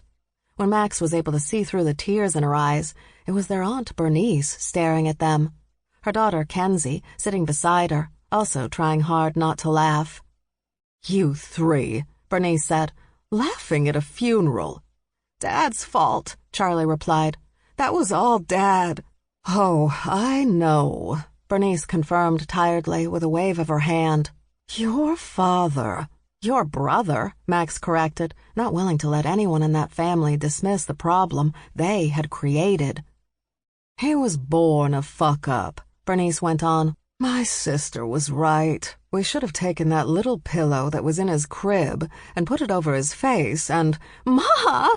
Kenzie exploded in giggles, shaking her head at the same time. "I do not want to hear this." Bernice lifted a small door near her, revealing a row of liquor bottles. She grabbed the scotch and poured herself a splash in a crystal glass. You can't say these girls wouldn't be better off if we'd done that. If you'd done that, they wouldn't be here. I'd be here, Stevie said, gazing out the window. I was meant to be here. Genius like mine doesn't just come around every day. Bernice shook her head. The fact that your father would show his face here, with your Uncle Will in town. Why is he here? Max asked. Not sure. Bernice swallowed her scotch in one gulp and began pouring another. She shrugged her big honey badger shoulders. Maybe he thinks he can get money. In what world? He definitely wants money, Stevie said flatly and without doubt. He can't truly believe, Charlie began. Wait, Bernice let out a bitter laugh. When all the family members' accounts were hacked and their money stolen, no one touched Uncle Pete's or his sons. Do you think he's actually stupid enough? Yes. To think because he didn't steal from Uncle Pete? Yes. That Uncle Pete's sons will give him money? Bernice gazed at Charlie over her empty scotch glass. Child, what part of yes are you not grasping? It took some time to find the limo the sisters were in. They hadn't arrived in a limo, and Shen didn't think they'd be going anywhere in one. The limos, he'd been told, were for family only. But apparently, the MacKilligans were beginning to see Stevie, Charlie, and Max as family, because they were in one of the limos with an aunt and a cousin. Shen knocked on the window, and the door opened. Stevie leaned out. Where's Kyle? Shen had thought the kid was right behind him. Sighing, he looked around, not hard, because the honey badgers weren't very tall, but there were a lot of them at the moment. The Dunns were still standing on the church stairs. Hey, he called out to them. Do you see Kyle? Dag pointed. With the coffin. Shen briefly closed his eyes. What is wrong with that boy? He's simply fascinated by death and rituals, Stevie explained. It's a phase many artists go through. Is it? Really? Kyle arrived before Shen could retrieve him. Britta's hand tight on his arm, she shoved him into the limo and followed him in. Do not be weird, she told Kyle as she settled into a space. Shen entered the limo and was just sitting down when the Dunn brothers arrived. Berg started to step inside, but a foolish Wolverine pushed past him and dove into the spot next to Max. Miss me? He asked, grinning. Of course, my sweet love. I didn't miss ya, Charlie coldly stated. Liked it when you were gone. Damn, Charlie, Dutch laughed. I don't even get props for manhandling your father for you, in front of a priest, no less. You've got to give him points for that, Max insisted. No, she doesn't, Berg stated, settling into a spot next to Charlie. She doesn't have to give him shit. Why? Dutch asked. Because you say so? The bear took his time, turning his big bear head. When he finally faced Dutch, he let out one of his grisly huffs, and the Wolverine instinctively jerked back in his seat. He then turned red because he'd gone on instinct rather than the practical logic that Berg wasn't about to shift into a bear in the middle of this funeral limo and attack him. But the look of fear on the Wolverine's face was enough to have Charlie grinning like a little girl, while Max laughed in her best friend's face. See why I love him? Charlie asked, stroking Berg's arm. The limo door closed, and the procession began to move. Their driver was moments from pulling away from the curb when a knock startled them all. They looked to see Freddie waving at them through the window. He tried opening the door, but it was locked, so he knocked again and pointed toward the door handle, urging his daughter to let him in. He must be kidding, Bernice said in awe. Charlie and her father stared at each other for several long moments. Then Charlie raised her fist, and, after that, just her middle finger. Snarling, baring his fangs, Freddie stepped back, raised his leg, and kicked at the door. Don't worry, Bernice said, shaking her head in disgust. The limos are bulletproof. He can't get in. Stevie frowned. Well, maybe we should just let him— Stevie! Her sisters barked. Stevie shook her head. Forget I said anything. Their father continued to kick the door, again and again, getting madder each time he did. "Open the fucking door," he yelled. Charlie raised her other fist, then her middle finger. So now she had 2 middle fingers raised at her father. The limo was beginning to pull out into traffic, and Freddie seemed to know he was running out of chances. When he took several giant steps back, Shen assumed he was going to throw everything he had at the limo in the hope of, "Oh!" They all gasped as a semi-truck sped by, going in the opposite direction. Freddie hit the grill and went down, disappearing underneath the vehicle, which didn't even slow down. Stevie spun around, her knees on the seat, her arms on the headrest. "He's back up," she announced, and Shen almost laughed when he heard everyone else sadly sigh. There was just so much disappointment in the collective sound. "Yeah, he's fine," Stevie said, settling back into her seat. "How is he fine?" Britta asked. "The man was hit by a semi." "Dad's not very bright," Stevie admitted, "but he is resilient." Gazing out the window, Charlie sounded on the verge of tears. "The motherfucker just won't die." Chapter 21. After she knocked, the door opened, and Sella Malone threw her arms around the priest who answered. "Uncle Jimmy!" "My sweet Sella, how are you?" "I'm fine, fine. Come in," he said, stepping back. Sella walked into the office. Uncle Jimmy wasn't the only priest among the Malone clan, but he was the one based in a Manhattan church, and not one of the other boroughs or Ireland. Jimmy had been running this church for 9 years, and thankfully had never been called to the Vatican to face disciplinary action, unlike some of the other Malones who'd made their lives in the church, including a few aunts and cousins who had literally been sent to Siberia, a punishment that would have destroyed other women. But Malones were Siberian tigers. They ended up battling Cossack polar bears so that they could take over the towns around the nunnery. And, in typical Malone fashion, once the aunts and cousins had control, they began to run some very successful scams and offered brutal protection for the towns. Gangsters soon learned the local nuns were not to be fucked with. Uncle Jimmy, though, was a good lad, according to his mother, which meant he didn't like doing anything with his church except help others and worship God, a life Sella could never get into herself, but she understood how relaxing it must be not to have to deal with the family. She knew for a fact that the Vatican was easier to deal with than the Malones. "How did the funeral go?" she asked, sliding onto his desk so her feet dangled. She'd been sitting on Uncle Jimmy's desk like that since as long as she could remember, and not once had he slapped her off with his paw. Unfortunately, she couldn't say the same about a few of her other older cousins. "A church full of honey badgers?" he shrugged. "It could have definitely gone worse." "Do you have the video?" "I just finished downloading." He pulled a USB drive out of his laptop, but when he faced Sella, he didn't hand it to her right away. "Now, why do you need this again?" "Nothing bad." "Marcella Malone." "It's not. We just need to see who was here. Scottish gang members were in your church, Uncle Jimmy. I'm here to ensure they don't do anything to upset things." "I know what you do for a living," he reminded her, "and I don't like it." "You and my daughter.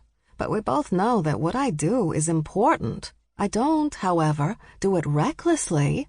My jobs mean too much to me to screw around with either of them." He handed her the drive. "I don't know why you can't just coach.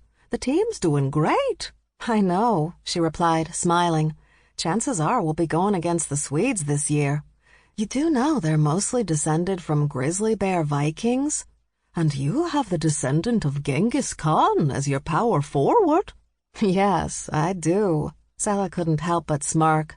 "And Novikov can't wait to destroy them." Uncle Jimmy's smile faded, and he placed his hand on her shoulder while a frown pulled down his thick brows. "Will MacKilligan was here," he said, "along with his sons." Sella nodded. "We knew he was coming." "The 3 girls were here, too. The ones you wanted me to keep an eye out for. You sure? I didn't see any other African-American or Chinese girls here, so I'm going out on a limb. Got it, Sella said on a laugh. That was definitely them. Again, serious, her uncle said, I need you to be careful, Sella. Will MacKilligan, he's... I know. Sella took her uncle's hand to reassure him. But don't worry about me. I've got my back up. Her kindly, God-loving uncle sneered dramatically. You mean that dog? Sella giggled. Uncle Jimmy, be nice. I am the godmother of that dog's child. I am aware of that. And speaking for the family, we're all disgusted by that fact. Deanne Smith planted herself on top of the mausoleum and took her time assembling the Israeli-made sniper rifle she'd brought with her. She tightened the scope, loaded the weapon, and stretched out, stomach down, near the very edge of the building. Pressing her left eye against the scope, she searched for her target. He stood on one side of Pete MacKilligan's casket, his sons and the sons of his uncle beside and behind him. On the opposite side stood the rest of the American MacKilligans, including the 3 daughters of Freddie MacKilligan. And boy, did those 3 little ladies stick out among this group. They seemed to be out of place and bored. Max yawned. Stevie stared at the dirt at her feet and made shapes in it with the tip of her shoe. Charlie blatantly focused on her phone. "Smith, you there?" Malone's voice spoke in her ear. "I'm here," she said softly. "Do not shoot Will MacKilligan." "I don't know what you're talking about." "Don't lie to me, Marmaduke. You always get so moral after you've seen that priest uncle of yours. Now, Smith, your Southern Baptist is showing. Look, I've got a clean shot. I'll be gone before they even know. No, just watch and report back. Think you can handle that? Fine." "Thank you. And the sisters are there too, right?" Malone asked. "Yep." "Did they see you?" "No, and I don't appreciate your tone." "Just face it, Smith. You'll never be as good as me when it comes to being invisible." "Please, with that big ass, that thing is like a neon sign." Deanne continued to study the burial through the scope while the casket was slowly lowered into the grave, but she removed her finger from the trigger. Real shame, though. It was an easy shot. But just as she was questioning Malone's decision to keep Will MacKilligan alive, the 3 MacKilligan sisters suddenly looked up at Deanne. She knew she was too far away for them to see her. And yet, all 3 of them were staring right at her, their heads angled the same way, tipped a little to the left, gazes narrowed. They might not be able to see Deanne, but they all knew she was here. "God damn," she muttered. "What is it?" "I find these girls just wrong, Malone. Real wrong. You're being paranoid, again. If you say so." "Want me to kill her?" Max asked. "Not yet," Charlie said, looking back at her phone. "No," Stevie corrected. "She means no. Do not kill her. That woman could kill you as soon as look at you," Max told her. "I've looked that bitch in the eyes. She's exactly what Gramps said all the Smiths are, a pack of rabid dogs. We're better off wiping her from the earth now rather than after she kills you." Stevie took a step back. "Me? Why would she kill me? I'm lovely. You're the psycho." "Thank you very much." "I'm just being honest." "She totally is," Charlie said on a chuckle.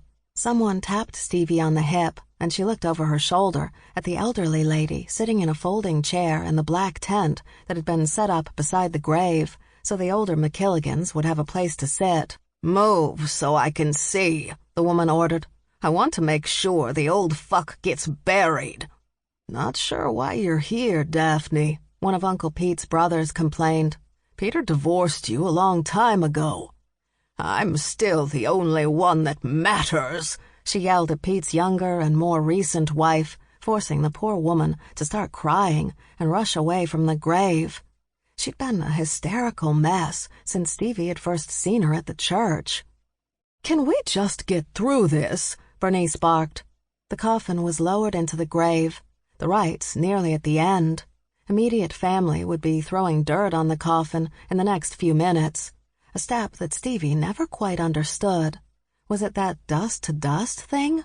Maybe she should research it.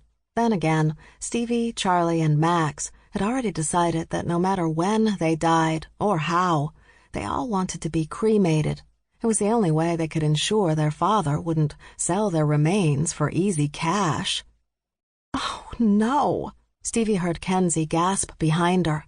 Stevie looked to her left and saw her father stumbling toward them, not because he was drunk, but because he'd tripped on a headstone, knocking it over, and not caring.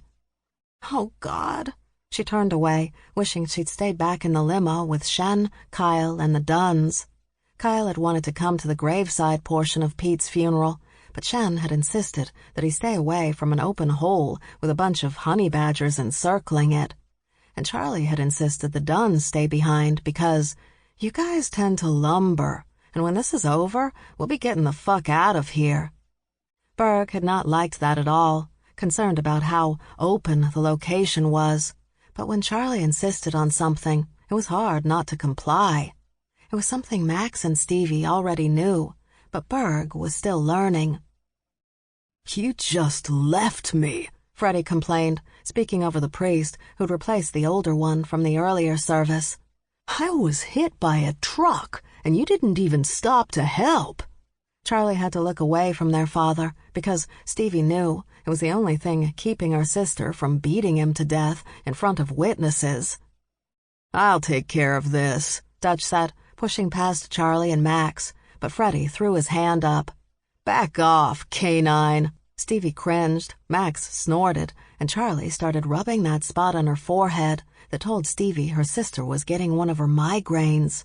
"Actually," Dutch corrected, "I'm a wolverine, which are not canines. We are not wolves. Wolverines are badgers." Dutch suddenly smirked and raised his arms as if he was pleading to the masses. "And are we all not badgers together?" he solemnly intoned. That made Max snort louder, her shoulders shaking, but Freddie tried to wave Dutch away. "Do you mind? I'm talking to my useless daughters, not you." Stevie was used to her father's insensitivity. She'd grown up with it, but her uncles and aunts had never really seen how he treated his own offspring. Not until now. She fully understood that when both Bernice and Will cringed at his words. "I thought you were childless," Charlie noted, not even bothering to look away from her phone so she could properly glare at him. "Or do you prefer child-free?" Max asked. "That was an accident," their father lied.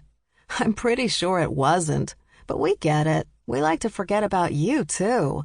"Look," he said, raising his hands, palms up. It was his placating maneuver. "Let's discuss this later, at your house. Right now, we're here for Uncle Pete," Stevie said. "Right, Uncle Pete." "Our house?" Charlie asked, finally looking away from her phone with an incredulous expression. "Well, I don't really have a place to stay right now, and I know if I come in with you guys, those bears won't be so bitchy about me being there this time." Max grinned. "You expect to stay at our house? Seriously?" "I'm your father. It's the least you can do for me." Stevie shook her head and sighed out softly. "Oh, Dad." Max faced Charlie. "You all right with that?" she asked. "Dad staying with us?" Charlie's gaze cut over to their father's. She didn't say anything at first, but she also didn't reach for any of her weapons. She still could, though. After a time, Charlie finally suggested, "Let's just talk about this later." She indicated a spot between her and Max. "Come here, Dad. Let's just get through this." Grinning, Freddie practically danced over to the spot near his daughters. Stevie knew what her father was thinking, that the slightest act of kindness from his daughters meant he'd get anything he wanted once he was in their house and could charm them. There was just one problem. Her father was not nearly as charming as he believed himself to be. Stevie looked across the open grave to see that Will and his sons continued to glower at Freddie, but so far none of them had attempted to climb over Pete's moving casket to wring the life from him. That alone was impressive. "Sorry about that, Father Jones," Charlie prompted the priest who'd taken over for Father Malone. "You can go on." The priest did, pausing briefly when Freddie landed face first on Pete's coffin, pushed there by Charlie and Max as they stood behind him. The priest even continued while most of the family laughed, including Will, and Freddie cursed violently, trying to find a way out of the grave. No one helped, not even Stevie. She just couldn't. He was being a total ass today.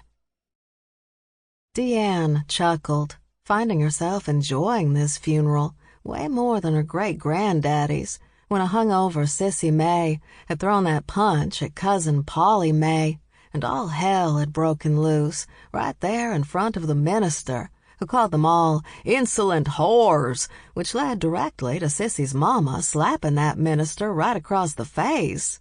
True, Janie May had called her daughter and Sissy's best friend, Ronnie Lee, insolent whores before, but it was a whole other thing coming from some man who wasn't kin. "What are you giggling about?" Malone asked. "Just enjoying the funeral. I'd call you a sick fuck, Smith, but the Malones are known for our amazing funerals. The whiskey flows, the brisket is tender. Are there potatoes? Bet there are potatoes. Such a bigot, Smith." Deanne grinned until her ear twitched the slightest bit. Her wolf hearing had picked up a sound several 100 feet away. She tilted her head, sniffed. "Malone?" she asked, moving her head slowly to look to her right. "Yeah?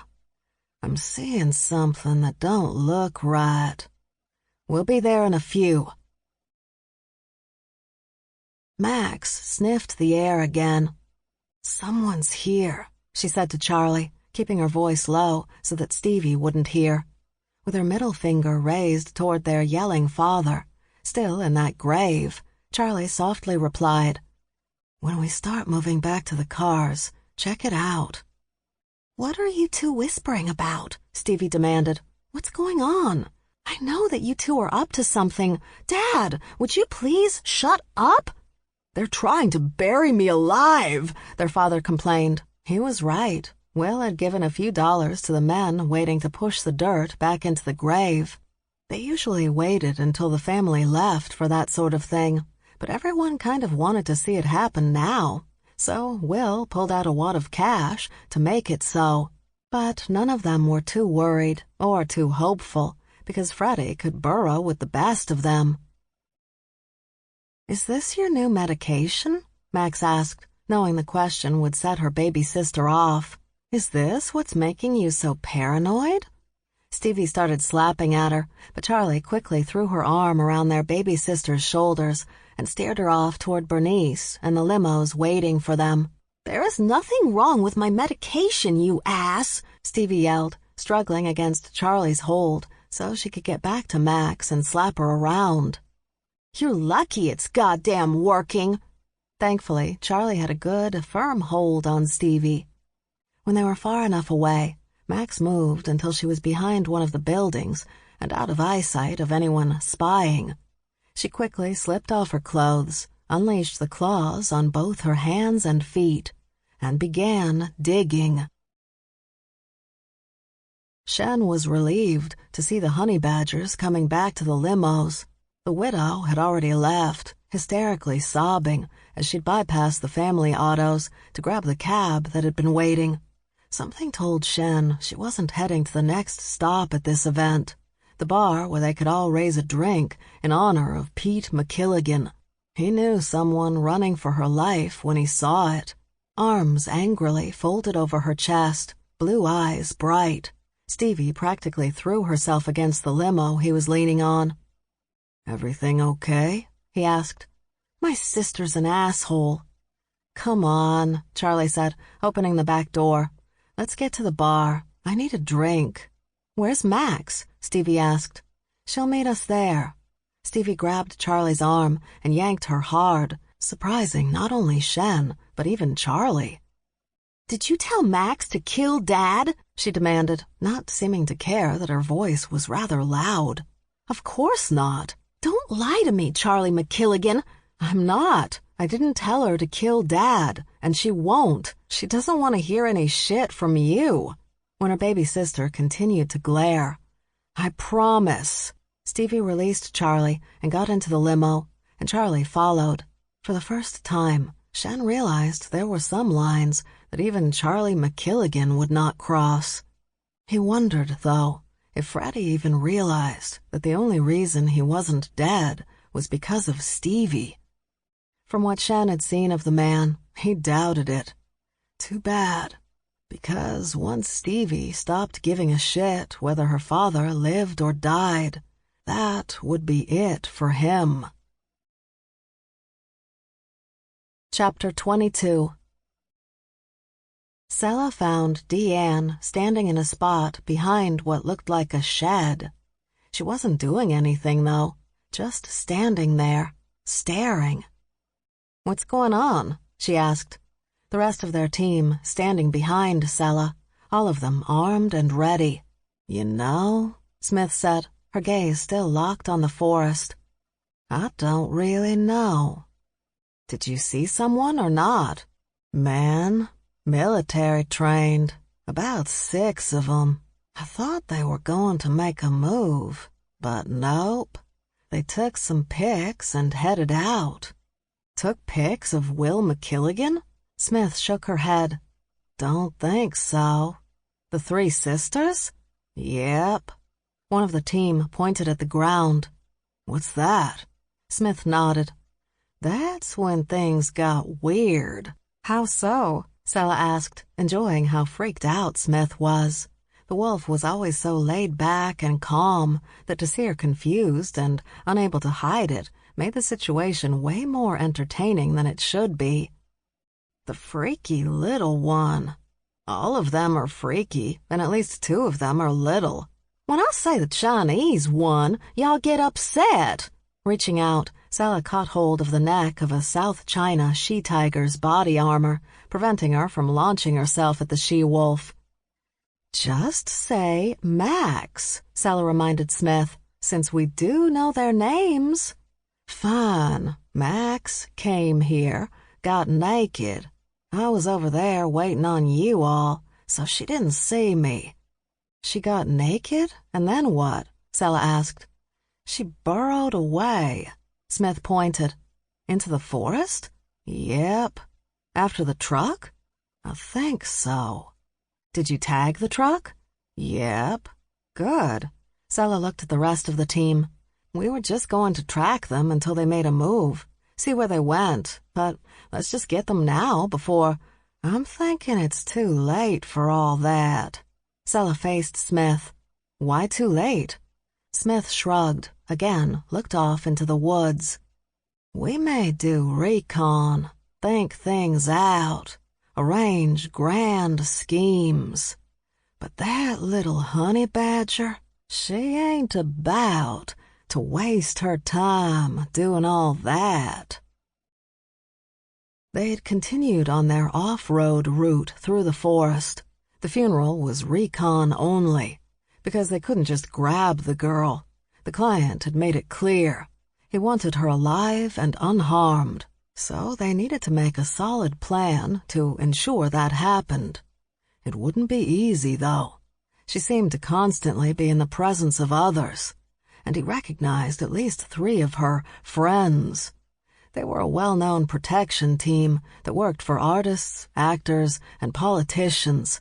The very large female once protected a dictator, and when she quit that job, he was assassinated by his enemies. So just grabbing the girl would be challenging, but he was always up for a fuck. The driver swore just before the SUV hit some kind of hole or pit, throwing him and his men forward. The front end landed in the pit, and the back end flipped over. It took a few seconds for him to figure out what had happened and get his men moving again. "Out," he ordered. "Everybody out." The doors on the passenger side were blocked by dirt, so they had to go out the other way. The men moved slowly, confused, some of them bleeding from head wounds. Once he got his team out, they climbed over the SUV to get out of the pit. He studied the ground, staring at the SUV and the pit it was in, a pit that hadn't been there when they'd driven that way to get to the funeral. "What the fuck?" he whispered. "Sir?" his second-in-command called out. "Sir!" He turned, saw what his injured and confused men were looking at. She leaned against a tree, silently watching them, her gaze examining, but her expression weirdly blank. She didn't seem scared or concerned, just slightly curious. "Why are you naked?" he asked, unable to help himself. "You can't burrow in your clothes," she replied, laughing a little. He had no idea what that meant, and he didn't want to know. She was a strange girl, stranger than they'd all originally thought. He'd been warned, though, to watch out for her. She's not what she seems, not if she's anything like her mother. A warning he wasn't about to dismiss. He gestured to his men with a short nod of his head. Two split off and moved around the tree, but they took their time, waiting for her to step away, to give them an opening. "I know what you want," she said, "and you can't have her. I thought you guys would have figured that out by now." "We can't have who?" he asked, oddly fascinated by all this. She was naked with a group of heavily armed men, but she didn't seem to care or even notice. "You know who," she insisted. "I honestly don't have any. If you keep coming for her, I'll make you regret it. See, I'm trying to be nice here, for once. I have to say, I appreciate you trying to be nice, I really do, but it doesn't make a difference. It should. It doesn't, because we're not here for anyone else, but you. In fact, you made this much easier for us. We thought we'd have to get you away from your protection, but here you are, all alone." "Wait a minute," she said, finally stepping away from the tree. "You're here for me?" "Yes, we've been paid a lot of money to bring you in, and if you play your cards right, we can make sure you're not harmed, but only if you don't do anything stupid." She stopped walking, pressed her hand to her chest. "Me? You're sure it's me you want?" Now he was getting a little annoyed. "Yes, I'm sure." "The Guerra twins sent you?" "Who?" She cringed, briefly closing her eyes. "Devon's paying you, isn't he?" "Does it matter?" "I guess not." His men were behind her now, one of them pressing the barrel of his .45 to the back of her head, but he didn't have his finger on the trigger. Their target, however, didn't know this. He stepped closer to her. "You don't have to make this hard on yourself. Come with us. We'll get you some clothes and something to eat." "Do you care what he's planning to do with me?" "Sweetie, I've been hired to bring you in. That's it. So that's a no." "Okay." She tried to pull away from the man behind her, but he held her arm and kept the gun on the back of her neck. Devon had made it clear that they had to threaten the back of her head, not the front or the side. Must be the back. He had been very insistent. "Are you going to move that gun off me?" she demanded. "No." "Fine." She crossed her arms over her chest. "You have no one to blame but yourselves." Amused, he asked, "For what?" She didn't respond, just looked off. But he noticed his men. It started on their faces, their noses twitching, their eyes watering. They began to gasp, hands going to their throats, A few coughed. The others just gagged. When he looked at her again, she repeated, "No one but yourselves." The bar had no signage and was what Stevie would definitely call a hole in the wall that was buried deep in Jersey. Anyone who came to a bar like this didn't come here to see and be seen. They came here to hide from anything that could get back to the cops. No wonder the MacKilligans came here for their after-funeral drinks. It was a very typical MacKilligan-type bar. As soon as Stevie walked inside, she paused at the door, her eyes watering, her skin itching, and her nerves suddenly wildly alive. She was going to panic. She was going to freak out, because she scented bears, grizzlies she didn't know. Stranger grizzlies would eat her. She knew it. They knew it. The world knew it. Everyone knew stranger grizzlies were going to use her bones like tooth— "Want a beer?" Shen asked, placing his hand on her shoulder. "I want a beer," Kyle said, coming in behind Shen. "You can have a Shirley Temple, and you'll enjoy it, child." Shen smiled down at her. "Or something stronger?" He leaned in and whispered, "You look like you need something stronger." "There are bears here." "You mean the triplets?" "Of course I don't mean the triplets." She pointed across the bar toward the back. "I mean them." "Those old bears?" he asked. "You're worried about old bears?" "Old bears are just as dangerous." "Think they still have their teeth? Or do they just sit under beehives, hoping honey drips into their open mouths?" "They're going to kill us all. Most of us are honey badgers. Nearly everyone in this room has consumed large amounts of honey in the last few days. They're all like sacks of honey, just waiting to be punctured." "Uh-oh," Kyle said, gazing at her. "She's spiraling." "I am not spiraling. I am stating the truth. And another thing—" "Where's Max?" Shen asked, and Stevie suddenly realized that he was right. Where was Max? "You haven't seen her?" she asked. "We left her at the graveyard, with your dad." She spun around, her gaze searching for Charlie. "I know they've killed him. I mean, I wanted to kill him. I just have restraint. Max has no restraint." Shen watched Stevie march through the mass of her relatives in order to find her oldest sister. "You handled that masterfully," Kyle remarked beside him. "What are you talking about?" "What I've learned from living among canines, you mean your family, is that the best way to get a wild animal off your back is to distract it. You tried one way with her, and when that didn't work, you went with another. Brilliant!" The boy patted Shen's shoulder. "Look at you, thinking through those issues. Is this why you never went to high school like normal kids?" "Of course it is. Kindergarten was a nightmare of abuse. Like it was my fault they were still learning their ABCs while I was reading Chekhov." "Who?" The kid cringed. "Good Lord," he muttered as he started off toward the bar. "She is really taking a step down with you, isn't she? A minute ago I was brilliant." "Where is Max?" Charlie faced her sister.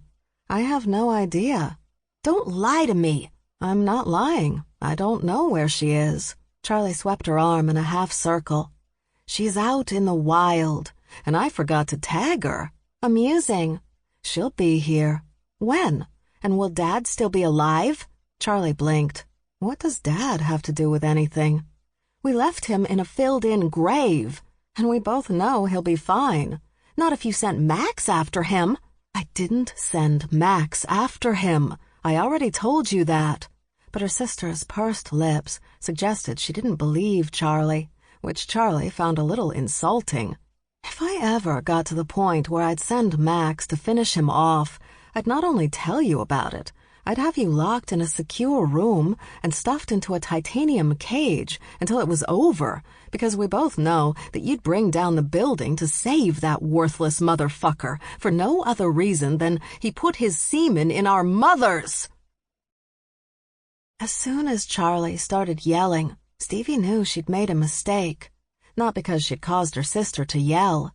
Charlie was kind of a yeller by nature. It was that, although she had grasped how much their father's performance at the church and graveside had mortified and embarrassed her big sister, she had failed to see how much their father had managed to hurt Charlie. Again. Even when you hated your father, you didn't actually want to know that he'd never cared. At all. That he'd only wanted sons and not the amazing daughters he'd been lucky enough to have. Daughters that other people would have been proud to have. Stevie glanced around, saw that everyone was watching them. Not wanting all these nosy badgers in their business, she grabbed her sister's hand and dragged her to the other side of the establishment, heading toward the hallway where the 4 old grizzlies were standing. As she neared the bears, one pointed at her and began, "This area is off—" "Bears!" she screamed, startling the 4 males and sending them off in different directions. Stevie didn't know why she'd screamed that, but it was the only way she could think of to alleviate her panic in that moment. She wanted a quiet place for her and her sister to talk without all their relatives listening, but that meant she had to get past the bears she'd been terrified of. So she'd screamed. She'd screamed, "Bears!" and it had worked, which was very nice. She'd have to try it again, at some point. Stevie went down the hall and opened the first door she came to, and that's where she and Charlie froze, gazing at the 2 females across the room from them. One sat on a card table. She looked vaguely familiar, but clearly not important enough for Stevie to make sure she remembered her down the line. But the other woman, the one standing by that card table, that was the woman Stevie had accidentally mauled at the Jean-Louis Parker rental house. Eyes wide, her prey, the poor female, stared like she was afraid Stevie was going to come for her again. Not surprising, her fear, considering the damage Stevie had done to her. Bruises covered her face and ran down her body, easy to see since she wore a tank top and shorts. Anything exposed seemed to have a bruise or cut on it. Stevie felt horrible. She'd never meant to hurt anyone that way, and her cousin Mari didn't count because she'd hurt their dog. While Stevie and her victim stared at each other, her friend's confused gaze continued to bounce back and forth between them. They were all silent for several very long seconds until Charlie said, "Hey, aren't you the dumbass who hugged my sister?" That's when Stevie yanked Charlie from the room, slamming the door behind them. "That's the woman that kicked your ass?" Blaine faced her best friend in the world. "You didn't see her, Gwenny? She was huge." "She's not 100 pounds soaking wet. And honey badgers are like, she's also half tiger. So am I. When I shift, I'm 300 pounds. Papa Cherry," she went on, using their one-time team captain's derby name, "is about 1,000 pounds when she shifts." "I don't care. I'm telling you, that girl was like 1,000,000,000 pounds. Gwen smirked. "Just admit you were beaten up by a little girl." "I was not." Stevie pushed her sister into an empty room, closed the door, and then locked it. She rested her head against the wood and tried not to cry. "You didn't do anything wrong." She faced Charlie. "Are you kidding? Did you see that poor woman?" "Yeah, I saw her. And she shouldn't have grabbed you. Someone grabs me, I beat the shit out of them." Stevie crossed her arms over her chest and began pacing the room. "This is why I should look into— if this is about fucking with your DNA again, just forget it. I mean it. You can't tell me what to do. I'm an adult, and if I want to get something that is unnatural and not fair to you— was it fair that I beat that woman to hell and back? She shouldn't have touched you. It's not like you sneezed and accidentally shifted. And we'll get your panic disorder under control. I have faith. Wouldn't you at least like to stop worrying about that part of me? That part of you is you. I want you the way you are. Gaining control of something is not the same as eliminating it forever." It's not like I'm getting anything surgically removed. I don't know why you're so against this. You don't shift. Right, but I was born this way. You were born your way. I'm not going to have you ashamed of what you are just because some little bitch decided to hug you. She's just lucky it was you and not Max. She did hug Max. She thought Max was Livy. Charlie smirked. And what did Max do? Stevie let out a sigh. She tried to kill her, but the woman's hockey player husband stopped her. At least that's what Max told me. Uh-huh. And you think you're worse than Max? You think you're worse than me? It isn't about better or worse. It's about keeping people safe. Huh, sweetie, Charlie said, gently pressing the palm of her hand against Stevie's cheek. No one is ever safe around a honey badger. Sella stood in the middle of the Jersey forest. Her equipment told her that the vehicle Smith had tagged was here, but she didn't see anything. She could smell something, though. Something awful.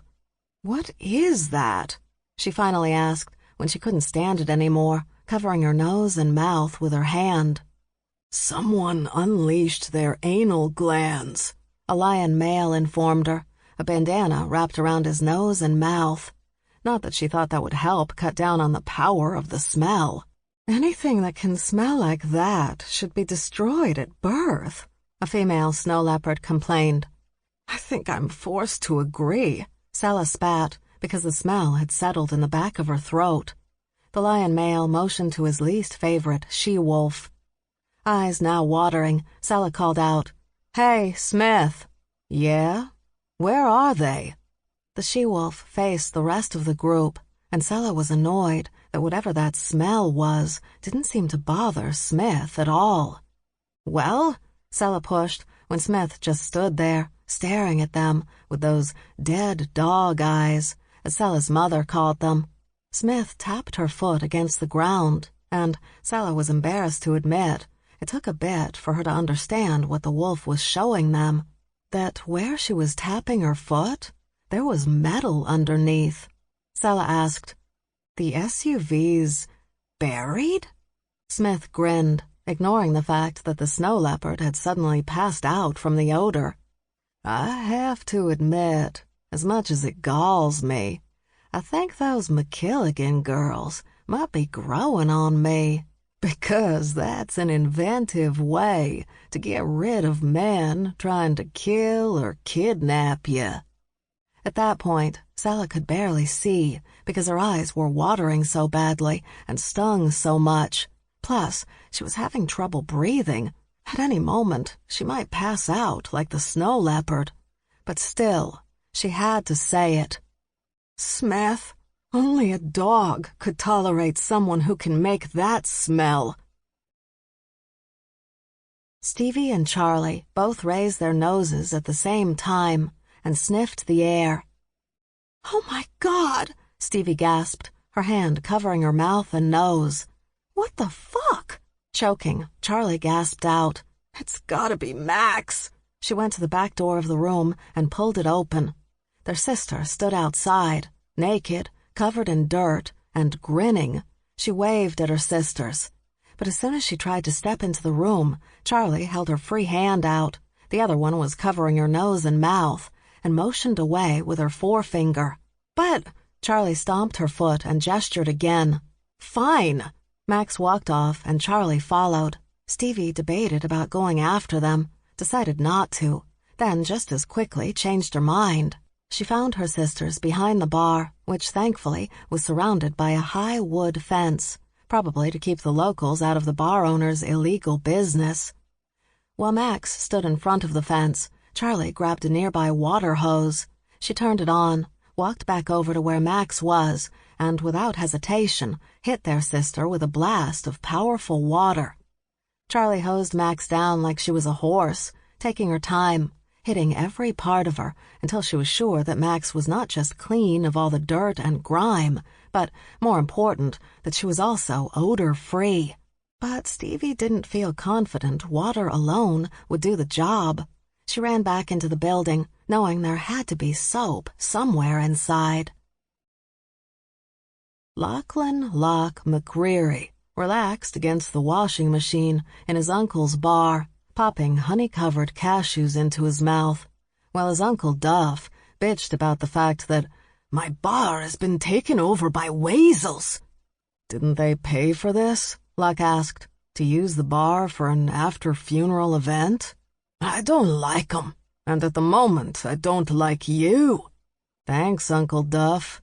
Uncle Hamish stepped inside. "How much longer are they going to be here? You do know this event is to mourn a loved one, right?" "Those people don't love anyone, and they're cleaning out our supply of honey-covered peanuts." Locke mockingly gasped. "Not the peanuts." Duff slapped the plastic jar of cashews out of Locke's hand. That was not mature. A small, thin woman appeared in the doorway. She was looking down the hallway, but when she turned to them, she immediately screamed out, "Bears!" Hamish jumped back, his hands raised like he was trying to ward her off. "Bears, bears, bears!" she loudly chanted, running into the room, grabbing the liquid detergent off the cart next to the washing machine they used to clean the bar rags. Then, still chanting, "Bears, bears, bears!" she ran back out, squealing a final, "Thank you!" and she disappeared around the corner. "What the fuck was that?" Duff demanded. But, to be really honest, Locke had absolutely no idea. Stevie returned to her sisters. "Got detergent!" She ran to Max's side, holding her breath, and dumped what was left in the half-filled bottle directly on her sister's head and shoulders. "Scrub that shit in," Charlie ordered. "Is this Tide?" "Probably," Stevie admitted, now standing by Charlie. Max rubbed the household detergent on her body for a couple of minutes, then Charlie hit her with more water from the hose. Stevie still didn't know what her sister had been up to, but she knew one thing for sure. Max hadn't gone near their father. Releasing her anal glands would work on almost everyone as a weapon, except other badgers. Because Charlie and Stevie were hybrids, they found the smell gross and annoying, but it wouldn't knock them out or suffocate them. Yet Stevie had to admit, at least to herself, she felt a little bad for whoever had forced Max to go this particular battle route. It was the height of unpleasantness. Max walked over to Charlie and bared her neck. "Well?"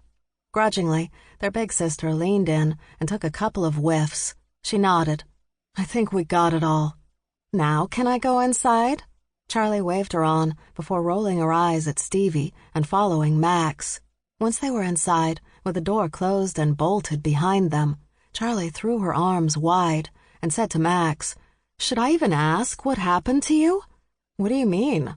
"I expected you to meet us here in a taxi, maybe a little blood on you if you had no other options. But you come back smelling like you've been engaged in biochemical warfare and covered in so much dirt that I can only assume you've been burrowing. You could definitely say that things got a little out of hand." Max ended the statement with a shrug that had Charlie rolling her eyes and Stevie doing the only thing she could think of, laughing. "So, what do I have to do?" Shen, who'd been keeping his focus on the cranky, hard-drinking honey badgers rather than his client, now looked at Kyle. "What do you have to do about what?" "About getting you to hook me up with your sister, Kiki. You are a child, way too young for her, and she has a wife." Kyle briefly closed his eyes. "Look, I know you commoners, seriously, dude, think everything is about sex. But that's not what I'm talking about here, and you know it. Your sister has power, true power. She can open doors for me that will take my work far into the future. My genius needs to be seen and loved and talked about for thousands of generations to come. Your sister can make that happen." "You actually believe the words you're saying, don't you?" "Why wouldn't I?" Shen had begun to tell the kid why he shouldn't believe anything he said when someone grabbed his hand and began dragging him away from the bar. He turned and saw that it was Blaine. Poor, battered Blaine. She dragged him through the crowd and down a back hallway until they reached a room. She pushed him inside, and he found Gwen O'Neill sitting on a table, grinning at him. Gwen was a pretty half-Chinese, half-Irish Taigan from Philadelphia. Shen had always found Gwen fascinating because she had been on the local shifter roller derby team for years, but her seriously long nails were goddamn immaculate. How did she keep her nails like that? They were real, too, not acrylic. He'd asked. Love the nails, Gwenny. She held up both hands, wiggled her fingers, her nails red and white with swirls of blue glitter. Thanks. The color is in honor of... We saw a Phillies game last week. Aha. Tell her, Blaine ordered. Tell Gwenny the truth. Shen frowned. The truth about what? Blaine stepped into him, pointing one finger in his face. You know what, Panda? Tell her. Charlie heard a knock and opened the door. Her Aunt Bernice nodded at her. You girls leaving soon? She asked. Should we leave soon? Charlie wanted to know. Would they prefer we leave the back way, or should we just burrow under the building so they don't have to see our faces? Bernice squinted in confusion. What are you talking about? They want us to leave, right? The family? No, I just assumed you were leaving because you disappeared half an hour ago and we haven't seen you since. Plus, Creepy Roy is getting creepy and handsy. I'll handle it, Max announced, running out in nothing but a bear-sized t-shirt they'd found in a metal cabinet filled with bar paraphernalia. Stevie, don't let her. I'm on it, Stevie said, running after Max. Anyway, Bernice said, with a small shake of her head, your Uncle Will wants to see you before you leave. To kill me? Oh, no. If he wanted to kill you, he would just come in here and kill you. Besides, if he wants to kill anyone, it's your father. Why do you always call him my father when he's really your brother? How are we going to have that discussion again? He's your problem now. I put in my time, hard time. I got him through high school alive. My job is done. Charlie nodded. Fair enough. So come on, Bernice said with a jerk of her head. Her aunt walked off, and Charlie followed her, but she stopped outside the partially open door to one of the rooms, the room Charlie and Stevie had stumbled into earlier. This time, however, Shen was inside with the two women. The tall black female, who, for some unknown reason, was wearing skates, had her finger pointed in Shen's face, while her Asian friend was smirking but quiet. Tell her, Shen. Tell her about the freakish size of that woman when she shifts. Charlie's head lowered, but her eyes remained locked on the two women. She was huge, Shen admitted, surprising Charlie. She thought he was more trustworthy than, say, Dutch. Giant. Yes, Stevie's chew toy chimed in. Giant. She was giant. Like Godzilla. Yes. Well, wait. No, Stevie's chew toy corrected. Not as big as Godzilla, but definitely big. Unusually, abnormally big. Right, Shen? Right. Absolutely. Told ya, Gwenny, she said, facing her friend. But as soon as she turned her back on Shen, he raised both his hands, holding them a foot or two apart. The one called Gwenny snorted a laugh and dropped her head. The chew toy spun around, but Shen had already lowered his hands. What? He asked when she glowered at him. Tell her the truth. I did, Shen insisted. She was giant. Like Godzilla. No, not like Godzilla. Like Mothra. So she had wings, Gwenny tossed in. Yes, Shen quickly agreed. She had wings, and two tiny Malaysian women who sang her to life. That is not what happened, Chew Toy insisted. He frowned. It's not? Oh, wait. Were the women Filipino? Shen! Charlie was no longer worried that her sister's true shifter self was being outed by some walking chew toy, and that's all she cared about, that her baby sister was safe, even if it meant taking out those who didn't necessarily deserve it. Relieved that she didn't have to make any murderous plans for her evening, Charlie went in search of her Uncle Will. Will MacKilligan had just lit his cigarette when two of his younger boys, the meatier ones, dragged Will's half-brother from the street and into the alley beside the bear-owned pub. "Where's me money, Freddy?" he asked right away, not wanting to spend any more time than he had to with the man he called the idiot. "I already told you, I don't have it any more." "That's not good enough. You'd better get it back for me. And you'd better do it soon. Or what?" Two of Will's other sons began to work Freddy over, blows to the gut, kidneys, and spleen. Blows that wouldn't take a honey badger down, but would make him hurt. Will waved his hand, and his sons immediately stopped. "I'll say it again.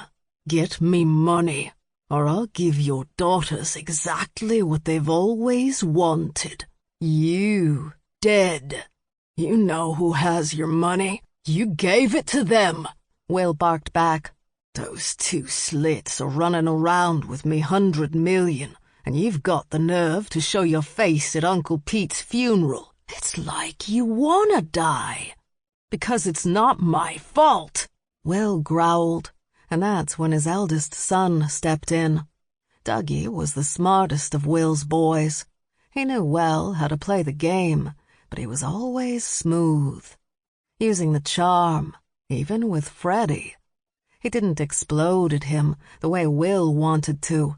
He just stepped in close, a cigarette between his middle and forefingers, his free hand stuffed in the jacket pocket of his Italian suit.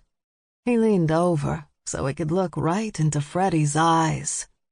"We're not discussing this with you, Uncle," Dougie said calmly. Always calm, that one.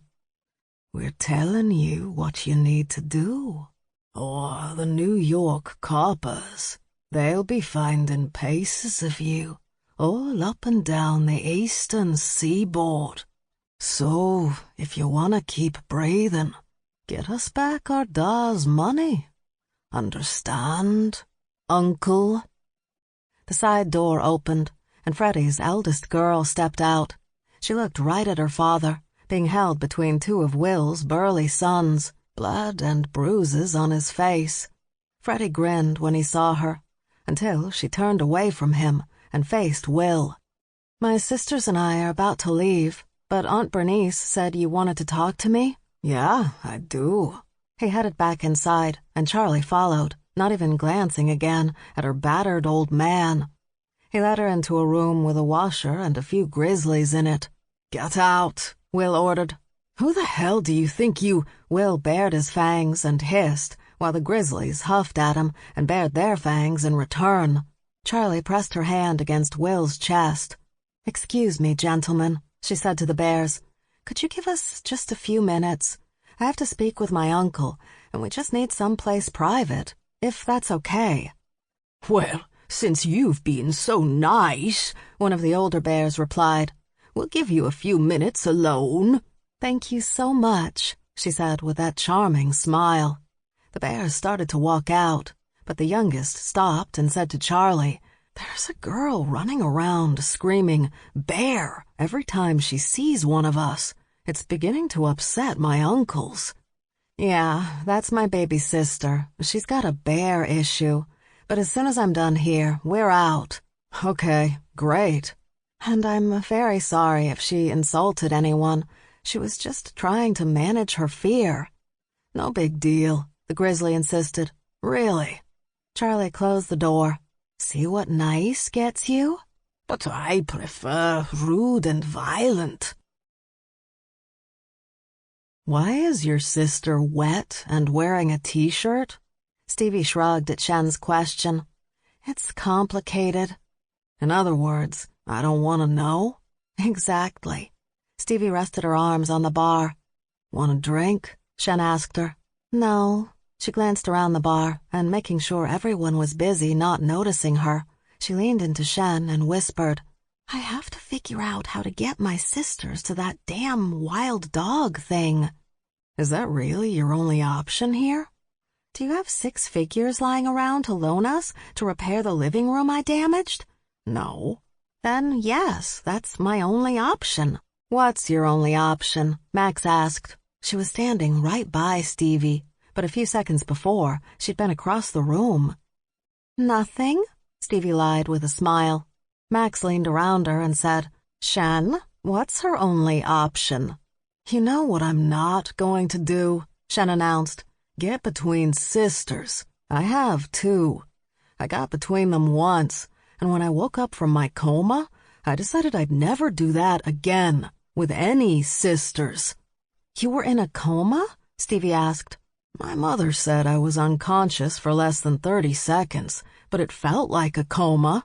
Just tell me, Max pushed. No, tell me. Never. Stevie raised her hand, her forefinger pointed at the sky. I will go to my grave, never telling you anything.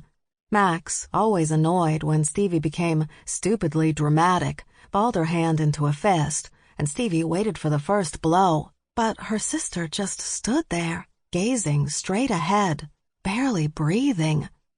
Max? Stevie asked. What's wrong? Someone is touching my ass. Stevie leaned around her sister, and that's when she saw a creepy Roy on the other side of Max, his even creepier hand disappearing under her t-shirt. Hold my beer, Stevie ordered Shen. What are you going to... Stevie, no! You want us to what? Charlie asked her uncle.